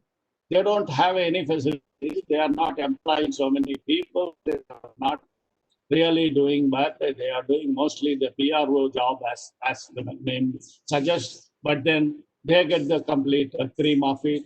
whereas our sustainability is becoming a big question. And I am not sure with the present pandemic and the situations whether e-Parisara itself will get scrapped in the next few months if the government support doesn't come in. So that is the biggest challenge for business sustainability of recyclers, especially those who are in MSMEs, where the main employment, the social responsibility is taking place. Thank you very much. Thank you for your opportunity given for this session, and Jai Hind. Thank you. Thank you, Dr. Pathasathy. Thank you for sharing your experiences. Before I move on to the next panelist, I would request the audience to please post their questions in the Q&A box, and please do mention whom are you addressing the question to. Thank you. Now I invite Ms. Dipali Sinha to throw some light on product take-back programs. Over to you, Ms. Dipali. Thank you, Ritu. Thank you to the CII team and to everyone, for taking the time out to join this really interesting webinar today. It's been a packed program. There's been a lot of really great interventions out of really interesting presentations. So what I thought I'll do is mix a little bit the order, and instead of the one being providing all the answers or having like a lot of presentations, I'll have a lot of questions actually. And instead of the participants asking the questions, I'll be asking the questions and getting some answers. Just to give a very quick introduction to Sophia, we've been involved in the e-waste topic since 2004. I started on the project which was funded by the Swiss government, looking at the mass flow in India on e-waste. And since then, of course, the e-waste topic has really matured a lot. A lot of people have, now been made aware. There's a lot of this development in the legislation. There's an ecosystem. So I thought, I was given this topic, product take-back programs. I'm not I'm coming from a consulting company. I am not a producer. So it's a little bit rich for me to be talking about a product take-back program. But what I thought is, which could be interesting for all the 100-odd participants we have online, is to just understand how this works and, what would be the key things, what are the key challenges of a product take-back program. But first, let me ask a couple of questions, as I said. So my first question, and the way to do this is very simple. You need to go to www.menti.com, as you see on the top over here. And if you go on your phone or on your laptop or on your computer, you should see a space to put in this code, 8914317. And if you do that, you should be able to see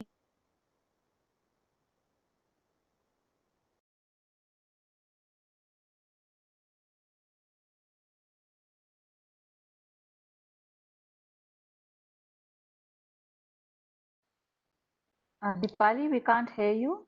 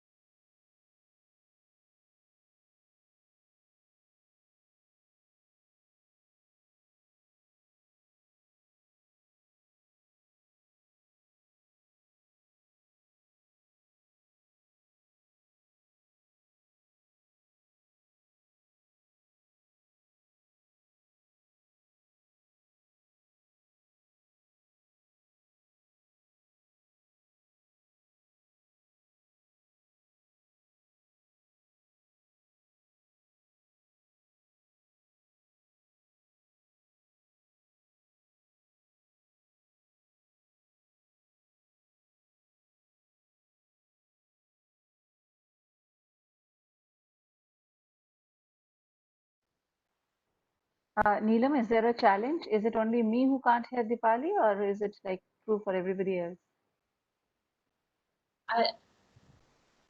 Yeah, she's not audible. Band, some connectivity issue maybe. Yes. Neelam, can I request you to check with Dipali? Yeah. Some support, yeah. Yes, she is not audible.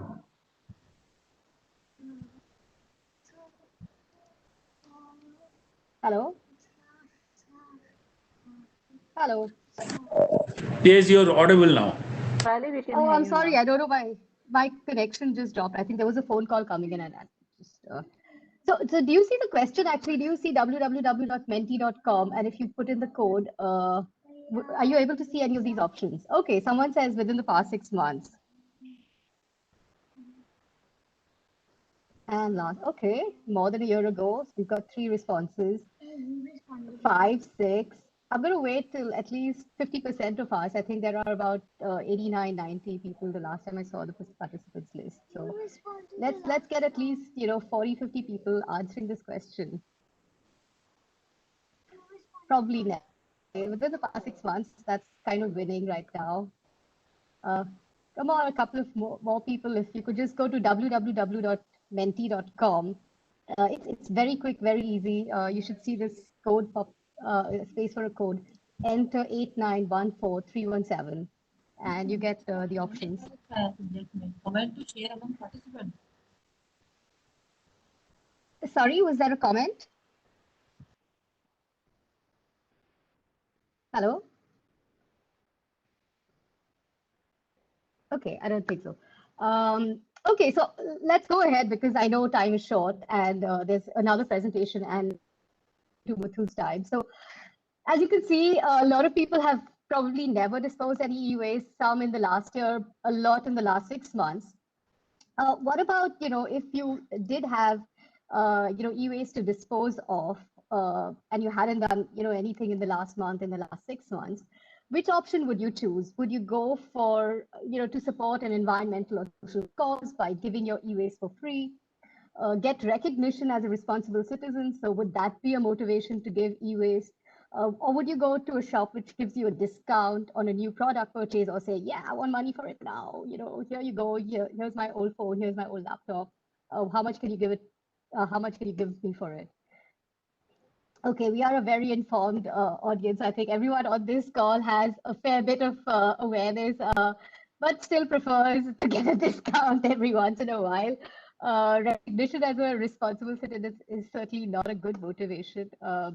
Yeah, I think we have a couple of answers, so maybe if we can wait for a few more responses. It's split. I think it's good that this audience is already fairly responsible, fairly aware.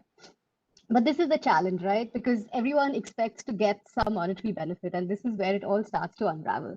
Because everyone has a perceived value on what a product is, for or what it's worth.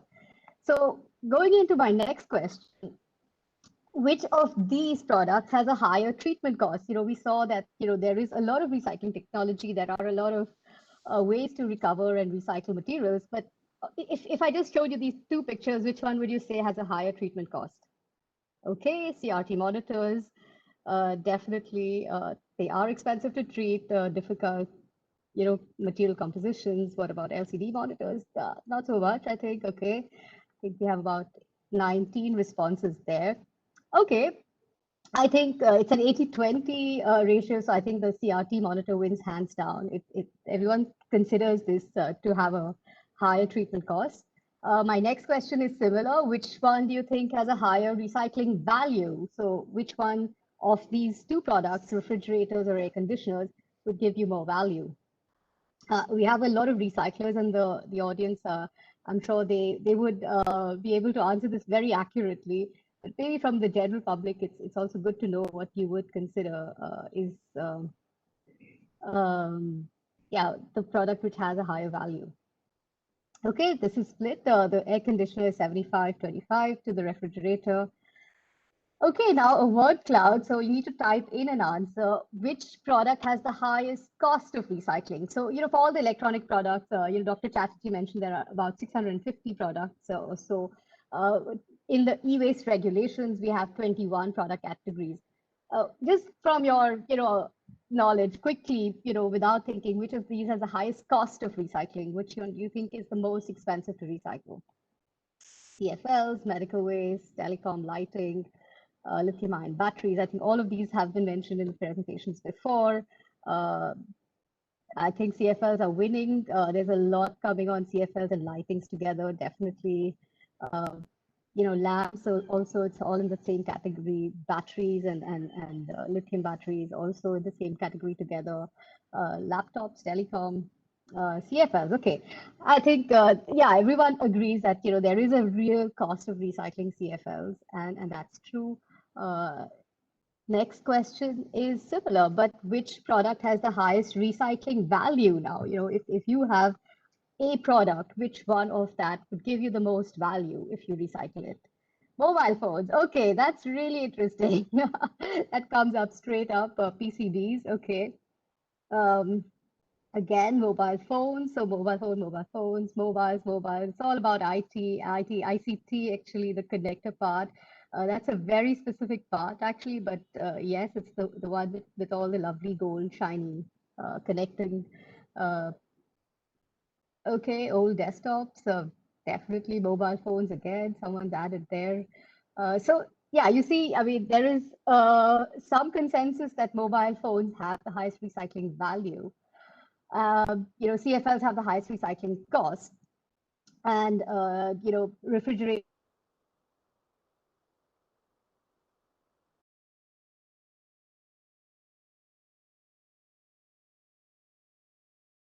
or flat FPDs. But what I did really say, and this is where I think we all really need a lot more information, is that I gave you only very, very incomplete information. I did not give you any information on how much it costs to collect it, whether there is an access to waste costs, whether there is a lot of transportation involved, whether there is any capital investment required in special machineries for taking out the gases or anything. So you did not have complete information actually to decide which one of those was better, which one had more value, which one costed more, and which one would be better. And this is the material balance, actually. This is like you have the circle of life. I call this the wheel of materials, where you have a lot of materials. So this is all the main materials that you would get out of, let's say, a ton of e-waste. A lot of it is iron. So this is the dark blue. A lot of it is plastic. And then there's a whole range of other metals in the balance, 25%. But if you look at the value, which is the inner circle, the large chunk, more than 50% of the value comes just from one tiny fraction, which is the PWB, the printed wiring boards fraction. It's totally skewed. The volume and the value don't really match up, and you always need to bear that in mind when you look at this whole product take back, because what is valuable is probably a very small fraction, but you need to collect completely different products. There might be all sorts of other aspects to get to that value. You don't get a PCB on its own. You get all sorts of other products, other materials alongside that PCB as well. So that's really one of the things when you consider product take back and recycling, etc. Going to the next one, the last slide, what I wanted to just bring is this concept of product take back and the challenges that you really face. One is consumer perceptions. As we saw, a lot of people might be aware, they are really concerned, they want to do the right thing, they want to give their e-waste to good social causes, environmental causes, but have not disposed of it, perhaps, or they've disposed of it only a long time ago, and there's a lot still sitting in their drawers, etc. So linking awareness to action is a big thing. There's also the aspect of intrinsic material value, which I just mentioned. There's not enough value in the products themselves to cover the entire value chain. So invariably, everywhere in the world, you do need additional financing to ensure that the full chain is covered, whether it's collection or access to waste or aggregation and storage and dismantling and segregation and recovery. Every element has a cost aspect to it. And you can't say that, okay, just because you get gold at the very end of the chain, that is enough to cover all of it, because it often is very little and it's still not going to cover all that. The third aspect is that product volume is growing. So, there is a lot of material out there. There's a lot of products. It's very diffuse. People in rural areas, in urban areas, in, all geographies have, electronics. So it's very diffuse. So how do you bring it all back? You have the systems to sell it, but not to bring it back. So And what is worse is that we don't know what is where, because it does have this kind of hand-me-down effect that it's sold in urban areas, it's sold as second hands into other areas. It goes down the chain. So we don't know really what is where, and what we also don't know is what is the environmental impact. The environmental impact of having a battery left in the ground is completely different to having just a laptop sitting on your desk. It could be sitting for a couple of years and nothing will happen. But if a battery is, leaching out, it's much worse. So how do you focus on the environmental impacts? And the environmental impacts and the material values are different. So to balance that, which is asynchronous, normally, as I showed in the material, the wheel of material, it's also a challenge, especially when it comes to product take back, because you need to balance both. So just those were a few quick thoughts, to put out there, because I think it's been much more of an interesting seminar from all the technology side, from a lot of the legislation aspects that were already covered. And these are really questions that are being asked internationally also. It's not that Europe, even with their 20 years of history of having an e-waste regulation, the WEEE directive, have been able to solve it. So I want to leave it at that. Ritu, I know we are running behind on time, so without much ado, I'm happy to answer questions on the chat. And in the meanwhile, I hand over to you. Thank you very much. Thank you, Dipali. Thank you for that innovative approach you took to put across the idea. Now I would like to invite Mr. N. Muthu to speak on Greenco recycler rating system and other compliance. Over to you, Mr. Muthu. Ghosh, and good afternoon to everybody, to my fellow participants, panelists and participants. I'm going to the Greenco rating for e-waste recyclers. I think Dr. Parthasarathi already mentioned about his recycling unit in Bangalore rated under the Greenco framework, and they've got gold rating. So I just wanted to highlight what are the uniqueness of this rating program and how we can, it can be adopted by many other recyclers, and in the process, overall, the recyclers, sustainability aspects and environmental aspects and material efficiency aspects are going to be improved over a period of time. That's my focus. Neelam, so I need to get the share option. Can you share? Yeah, sure. Yeah. I want to share my presentation.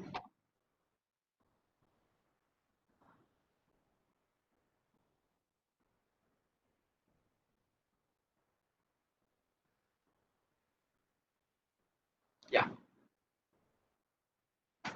I hope the slide is visible. Yeah. So again, this is an outcome of an initiative called Greenco Rating, which is being promoted by CII Green Business Center for last about 8 years, and based on the Greenco Rating, which is being adopted by many of the manufacturing industries.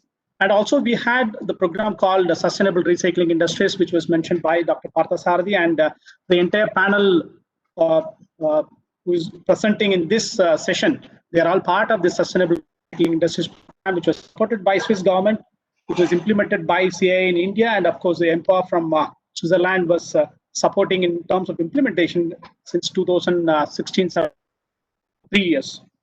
So this is a combination of SRA project and also the existing Greenco rating.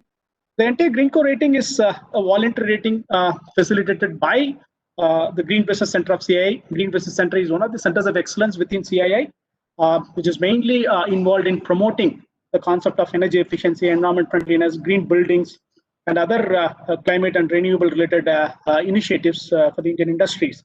And again, this is the first green in GBC, which is having the highest green building footprint in the country, is also part of the center.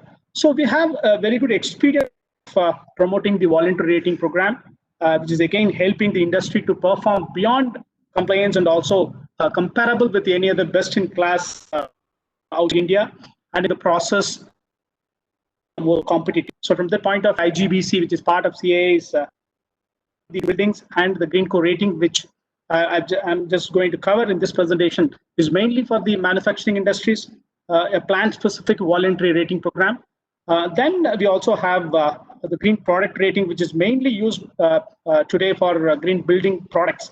And gradually wanted to include other than building products to even the industrial products and other consumer products. So these are three major voluntary rating programs being promoted by the center.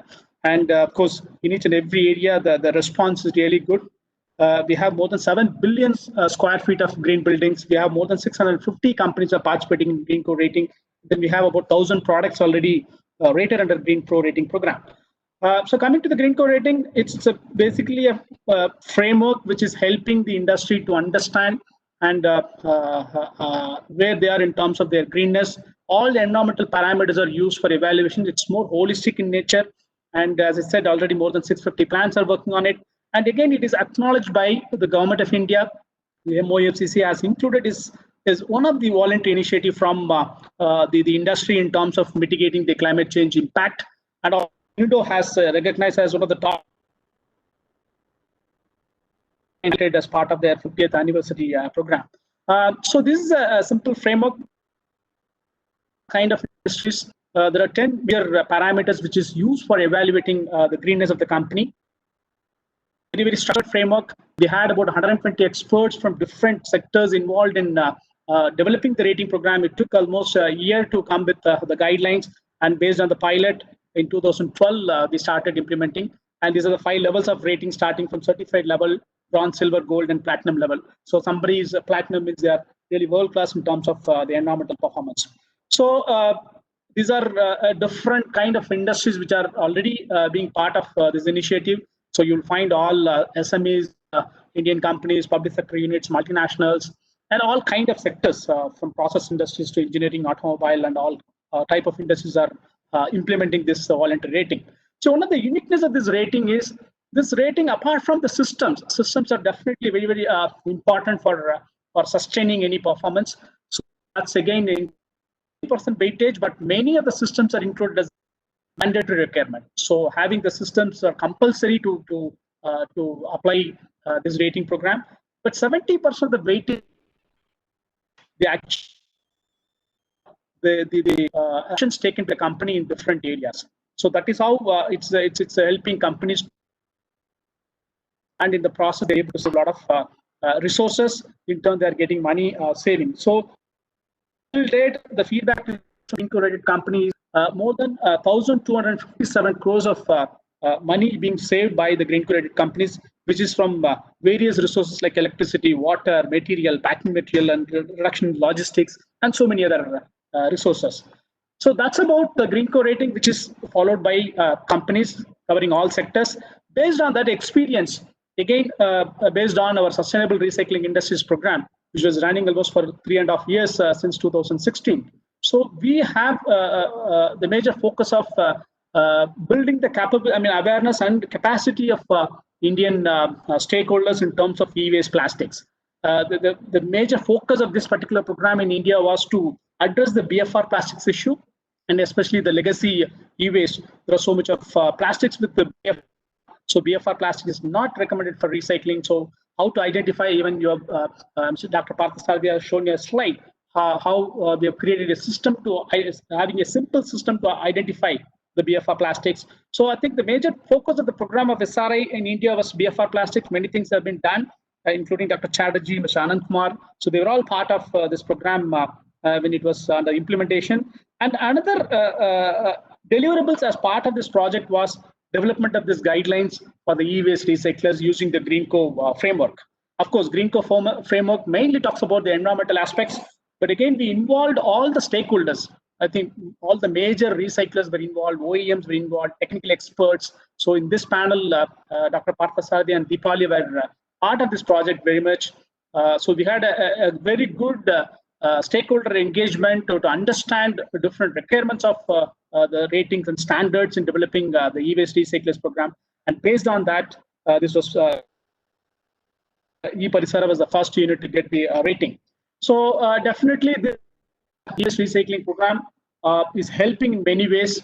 So it is serving the objective of identifying the monitoring of the recyclers. It can be a single tool to understand all aspects of recycling or dismantlers, from the environmental aspects, from other systems aspects, the material flow aspects, the again both the upstream and downstream logistics aspects. So everything included as part of the rating program. Now,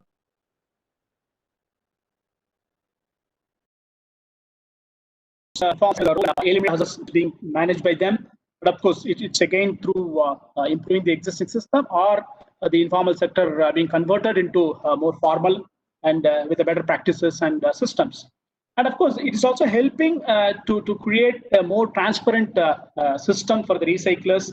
Suppose I am an OEM, so I want to identify a recycler for my product to be recycled. So this can be an excellent system. It's again transparent, so I can rely on the rating program, and then I can identify those recyclers who are really good.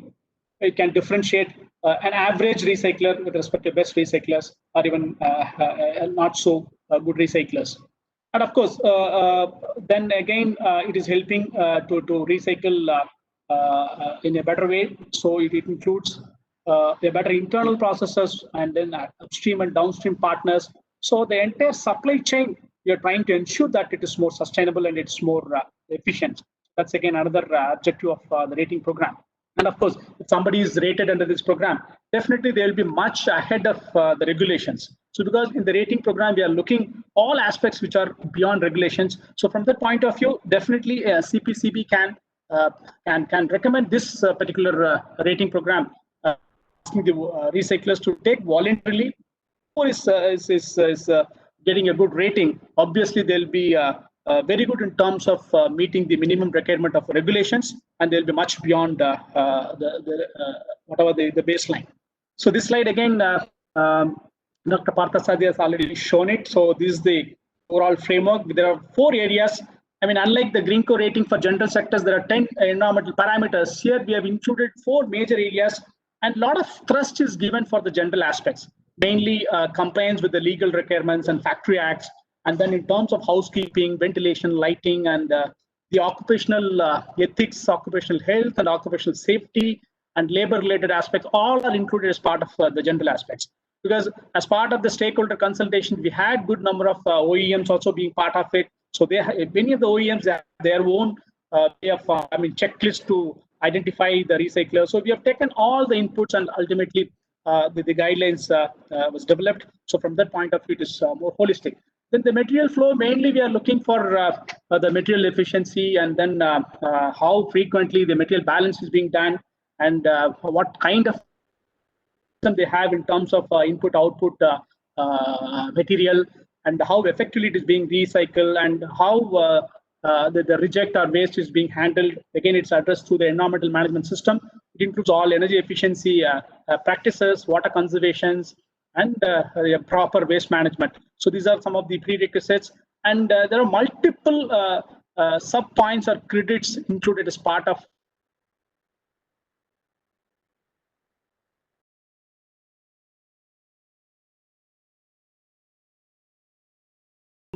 so major focus areas. We have 150 parameters to be monitored during the assessment process. So that is how it is helping the recyclers to understand what are the gaps, and then wherever there is a gap, the recyclers can bridge the gap, and then the process they can improve overall. And of course, in the supply chain, it includes the upstream and downstream vendor partners. Suppose in the downstream, some after dismantling, if some of the components are going for a recyclers, so what are the systems the recyclers should take care before sending it to the refurbisher, or further the second line recyclers.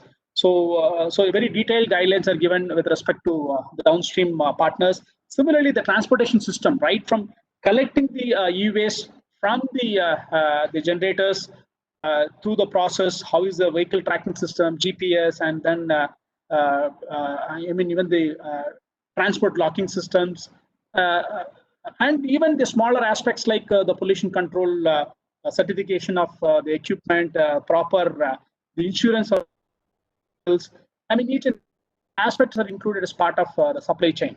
So this is how the rating program is helping And by implementing, definitely the recyclers will become more sustainable, more efficient, and in the process, they will be much beyond any regulations. Again, 4 levels of rating. So 4 parameters.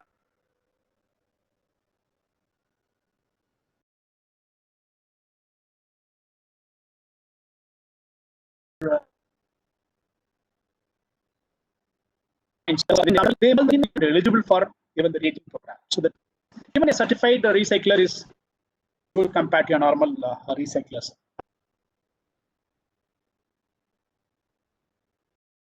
Where reach the higher level of standards, they should be really comparable with any other best recycler outside India also. This again, Dr. Parthasarathi already mentioned. So congratulations to eParisara team. They were the first one to go for the rating.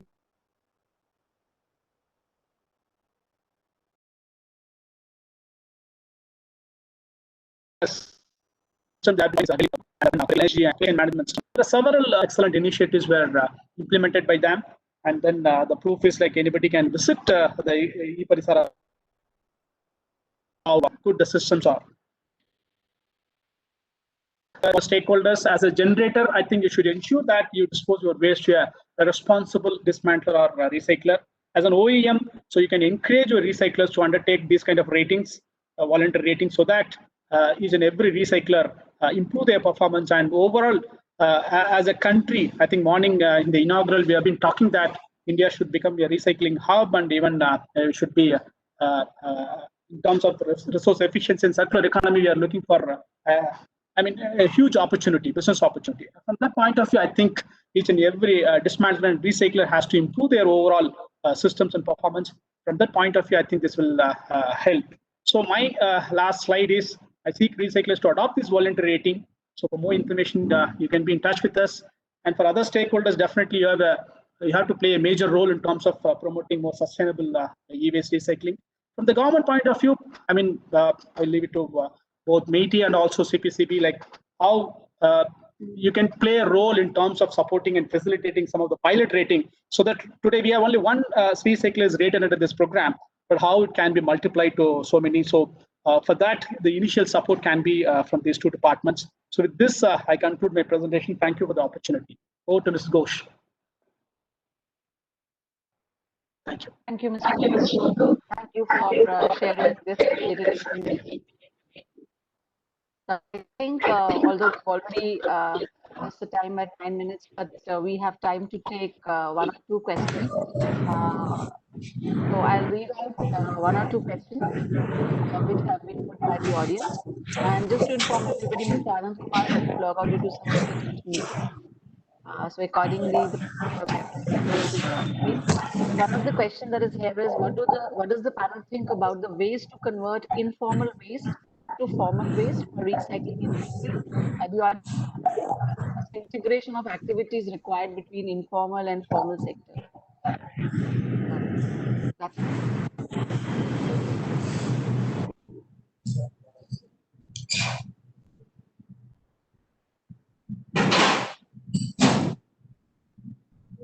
so, Dr. Chatterjee, would you want to take that question? Or? Yes, Anand is not there. No, sir, he had to log out because of some urgent meeting coming. Okay. Actually, as I mentioned, informal are the best collector in our society, and they requires some upgradation of their skill set and safety and other skill, so that they can manage the waste in a better way. So that number, whatever we are talking about, 312 can enhance to in our country 10,000. So if that should be our target, that there should be a, and sometimes Unicode type of facility may not require in our country. We require to size a optimum volume of waste can be managed in a profitable way or affordable way. So that should be our goal. So that in our country, whatever in Muradabad or Silampur is going on, that should be stopped. And you can save materials as well as environment, and go to the next stage where the green CII effort of gold, silver, platinum, standard can also be implemented. Then this is I in my speech also I mentioned this can be done in CSR fund somehow. Big PSU can be approached, big consumer can be approached, so that this major chunk of informal can be upgraded to a certain affordable, acceptable level, or rather environmentally acceptable level. So that is a job. It can be done collectively, where ministry can also support. And they can be handed over some technology which is affordable, machine can be affordable, so that the potassium cyanide or lithium element can be eliminated from their process. So some better technique can be evolved. So this should be the approach. So along with the rule is there. This is illegal in our country, but still going on. So I think hand holding with those informal sector would be the right step from my side. Sure, sir. Thank you. I put across the second question. This is again to all the panelists. If there is no market for recyclable lithium and cobalt material in India, should we export them in that case? That's the question. Should I take or? Sure, sir. It's open for the entire panel, please. Actually, if you see, lithium-ion battery is not part of the electronic waste schedule 1, and also lithium-ion battery manufacturing also has not taken up in our country. So only way you can export those material, that is the only way. But I mean, there is no rule that because since it is not coming under the US rule, so there should not be bar. But is the value metals, it should be utilized. So there are few companies under our ministry's scheme of MC, like Munot Electronics and some companies in Ahmedabad, the Maruti, as coming up of lithium-ion battery. In future, I think this material can be utilized in the product. So I think with the COVID era, we are pushing Atmanirbhar Bharat. Some of the companies maybe come up, so then this problem will be addressed. Otherwise, at present, of course, export is the only solution. Thank you. Thank you once again. Thank you. Last question I'll take. Again, it's open to all the panelists. What are the prerequisites for starting an e-waste recycling plant in India? That's it. So, may I come in? Yes, yes. Am I? Please. Please. Yes, please. Yeah.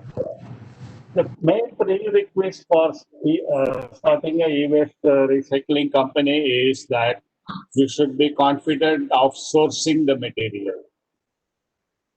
The statistics says 3.2 million, but then the real thing what you from Mr. Anand Kumar's presentation is a very, very small fraction, and the majority is done by the informal reach. You all know that.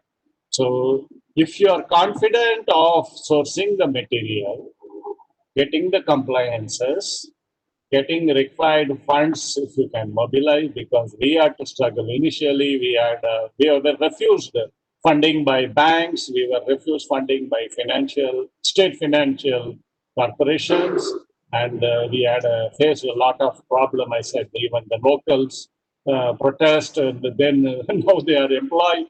So if you are ready to face all these challenges, then you can definitely reach business opportunities there in future. But supply chain is more important. You must ensure the supply. Yes, I can source so much. Start with 1 ton per day and then slowly scale up, because initially we had to struggle for even 1 ton per day 4 years. I had to wait for 4 years, okay, to get the 1 ton per day. So with that struggle, but now many are in the fray now. How many in Karnataka? You may say that 50 plus recyclers, but many of them not working. Even the website says Many are not working, but they have been authorized. Okay. So you have to make sure that the supply is available to you. If this is available, then definitely you can make a startup on this e-waste recycling. Yeah, thank you. Thank you, Dr. Pathasati. So with that, I think we had a lot of insights, including resource efficiency, then intent on dismantling centers, then need for enhancing the access, also innovative way of finding out and breaking the myths, and also we had Green Co Recycler rating system being shared with us. So thank you, panelists. Thank you to the audience. And with that, we come to the end of this session. And over to you, Neelam, then. Thank you. Thank you. Thank you very much. Thank you, Ms. Bush. Thank you, everyone. Thanks, everyone. Have a nice day. Bye-bye. Bye, bye. Bye, bye.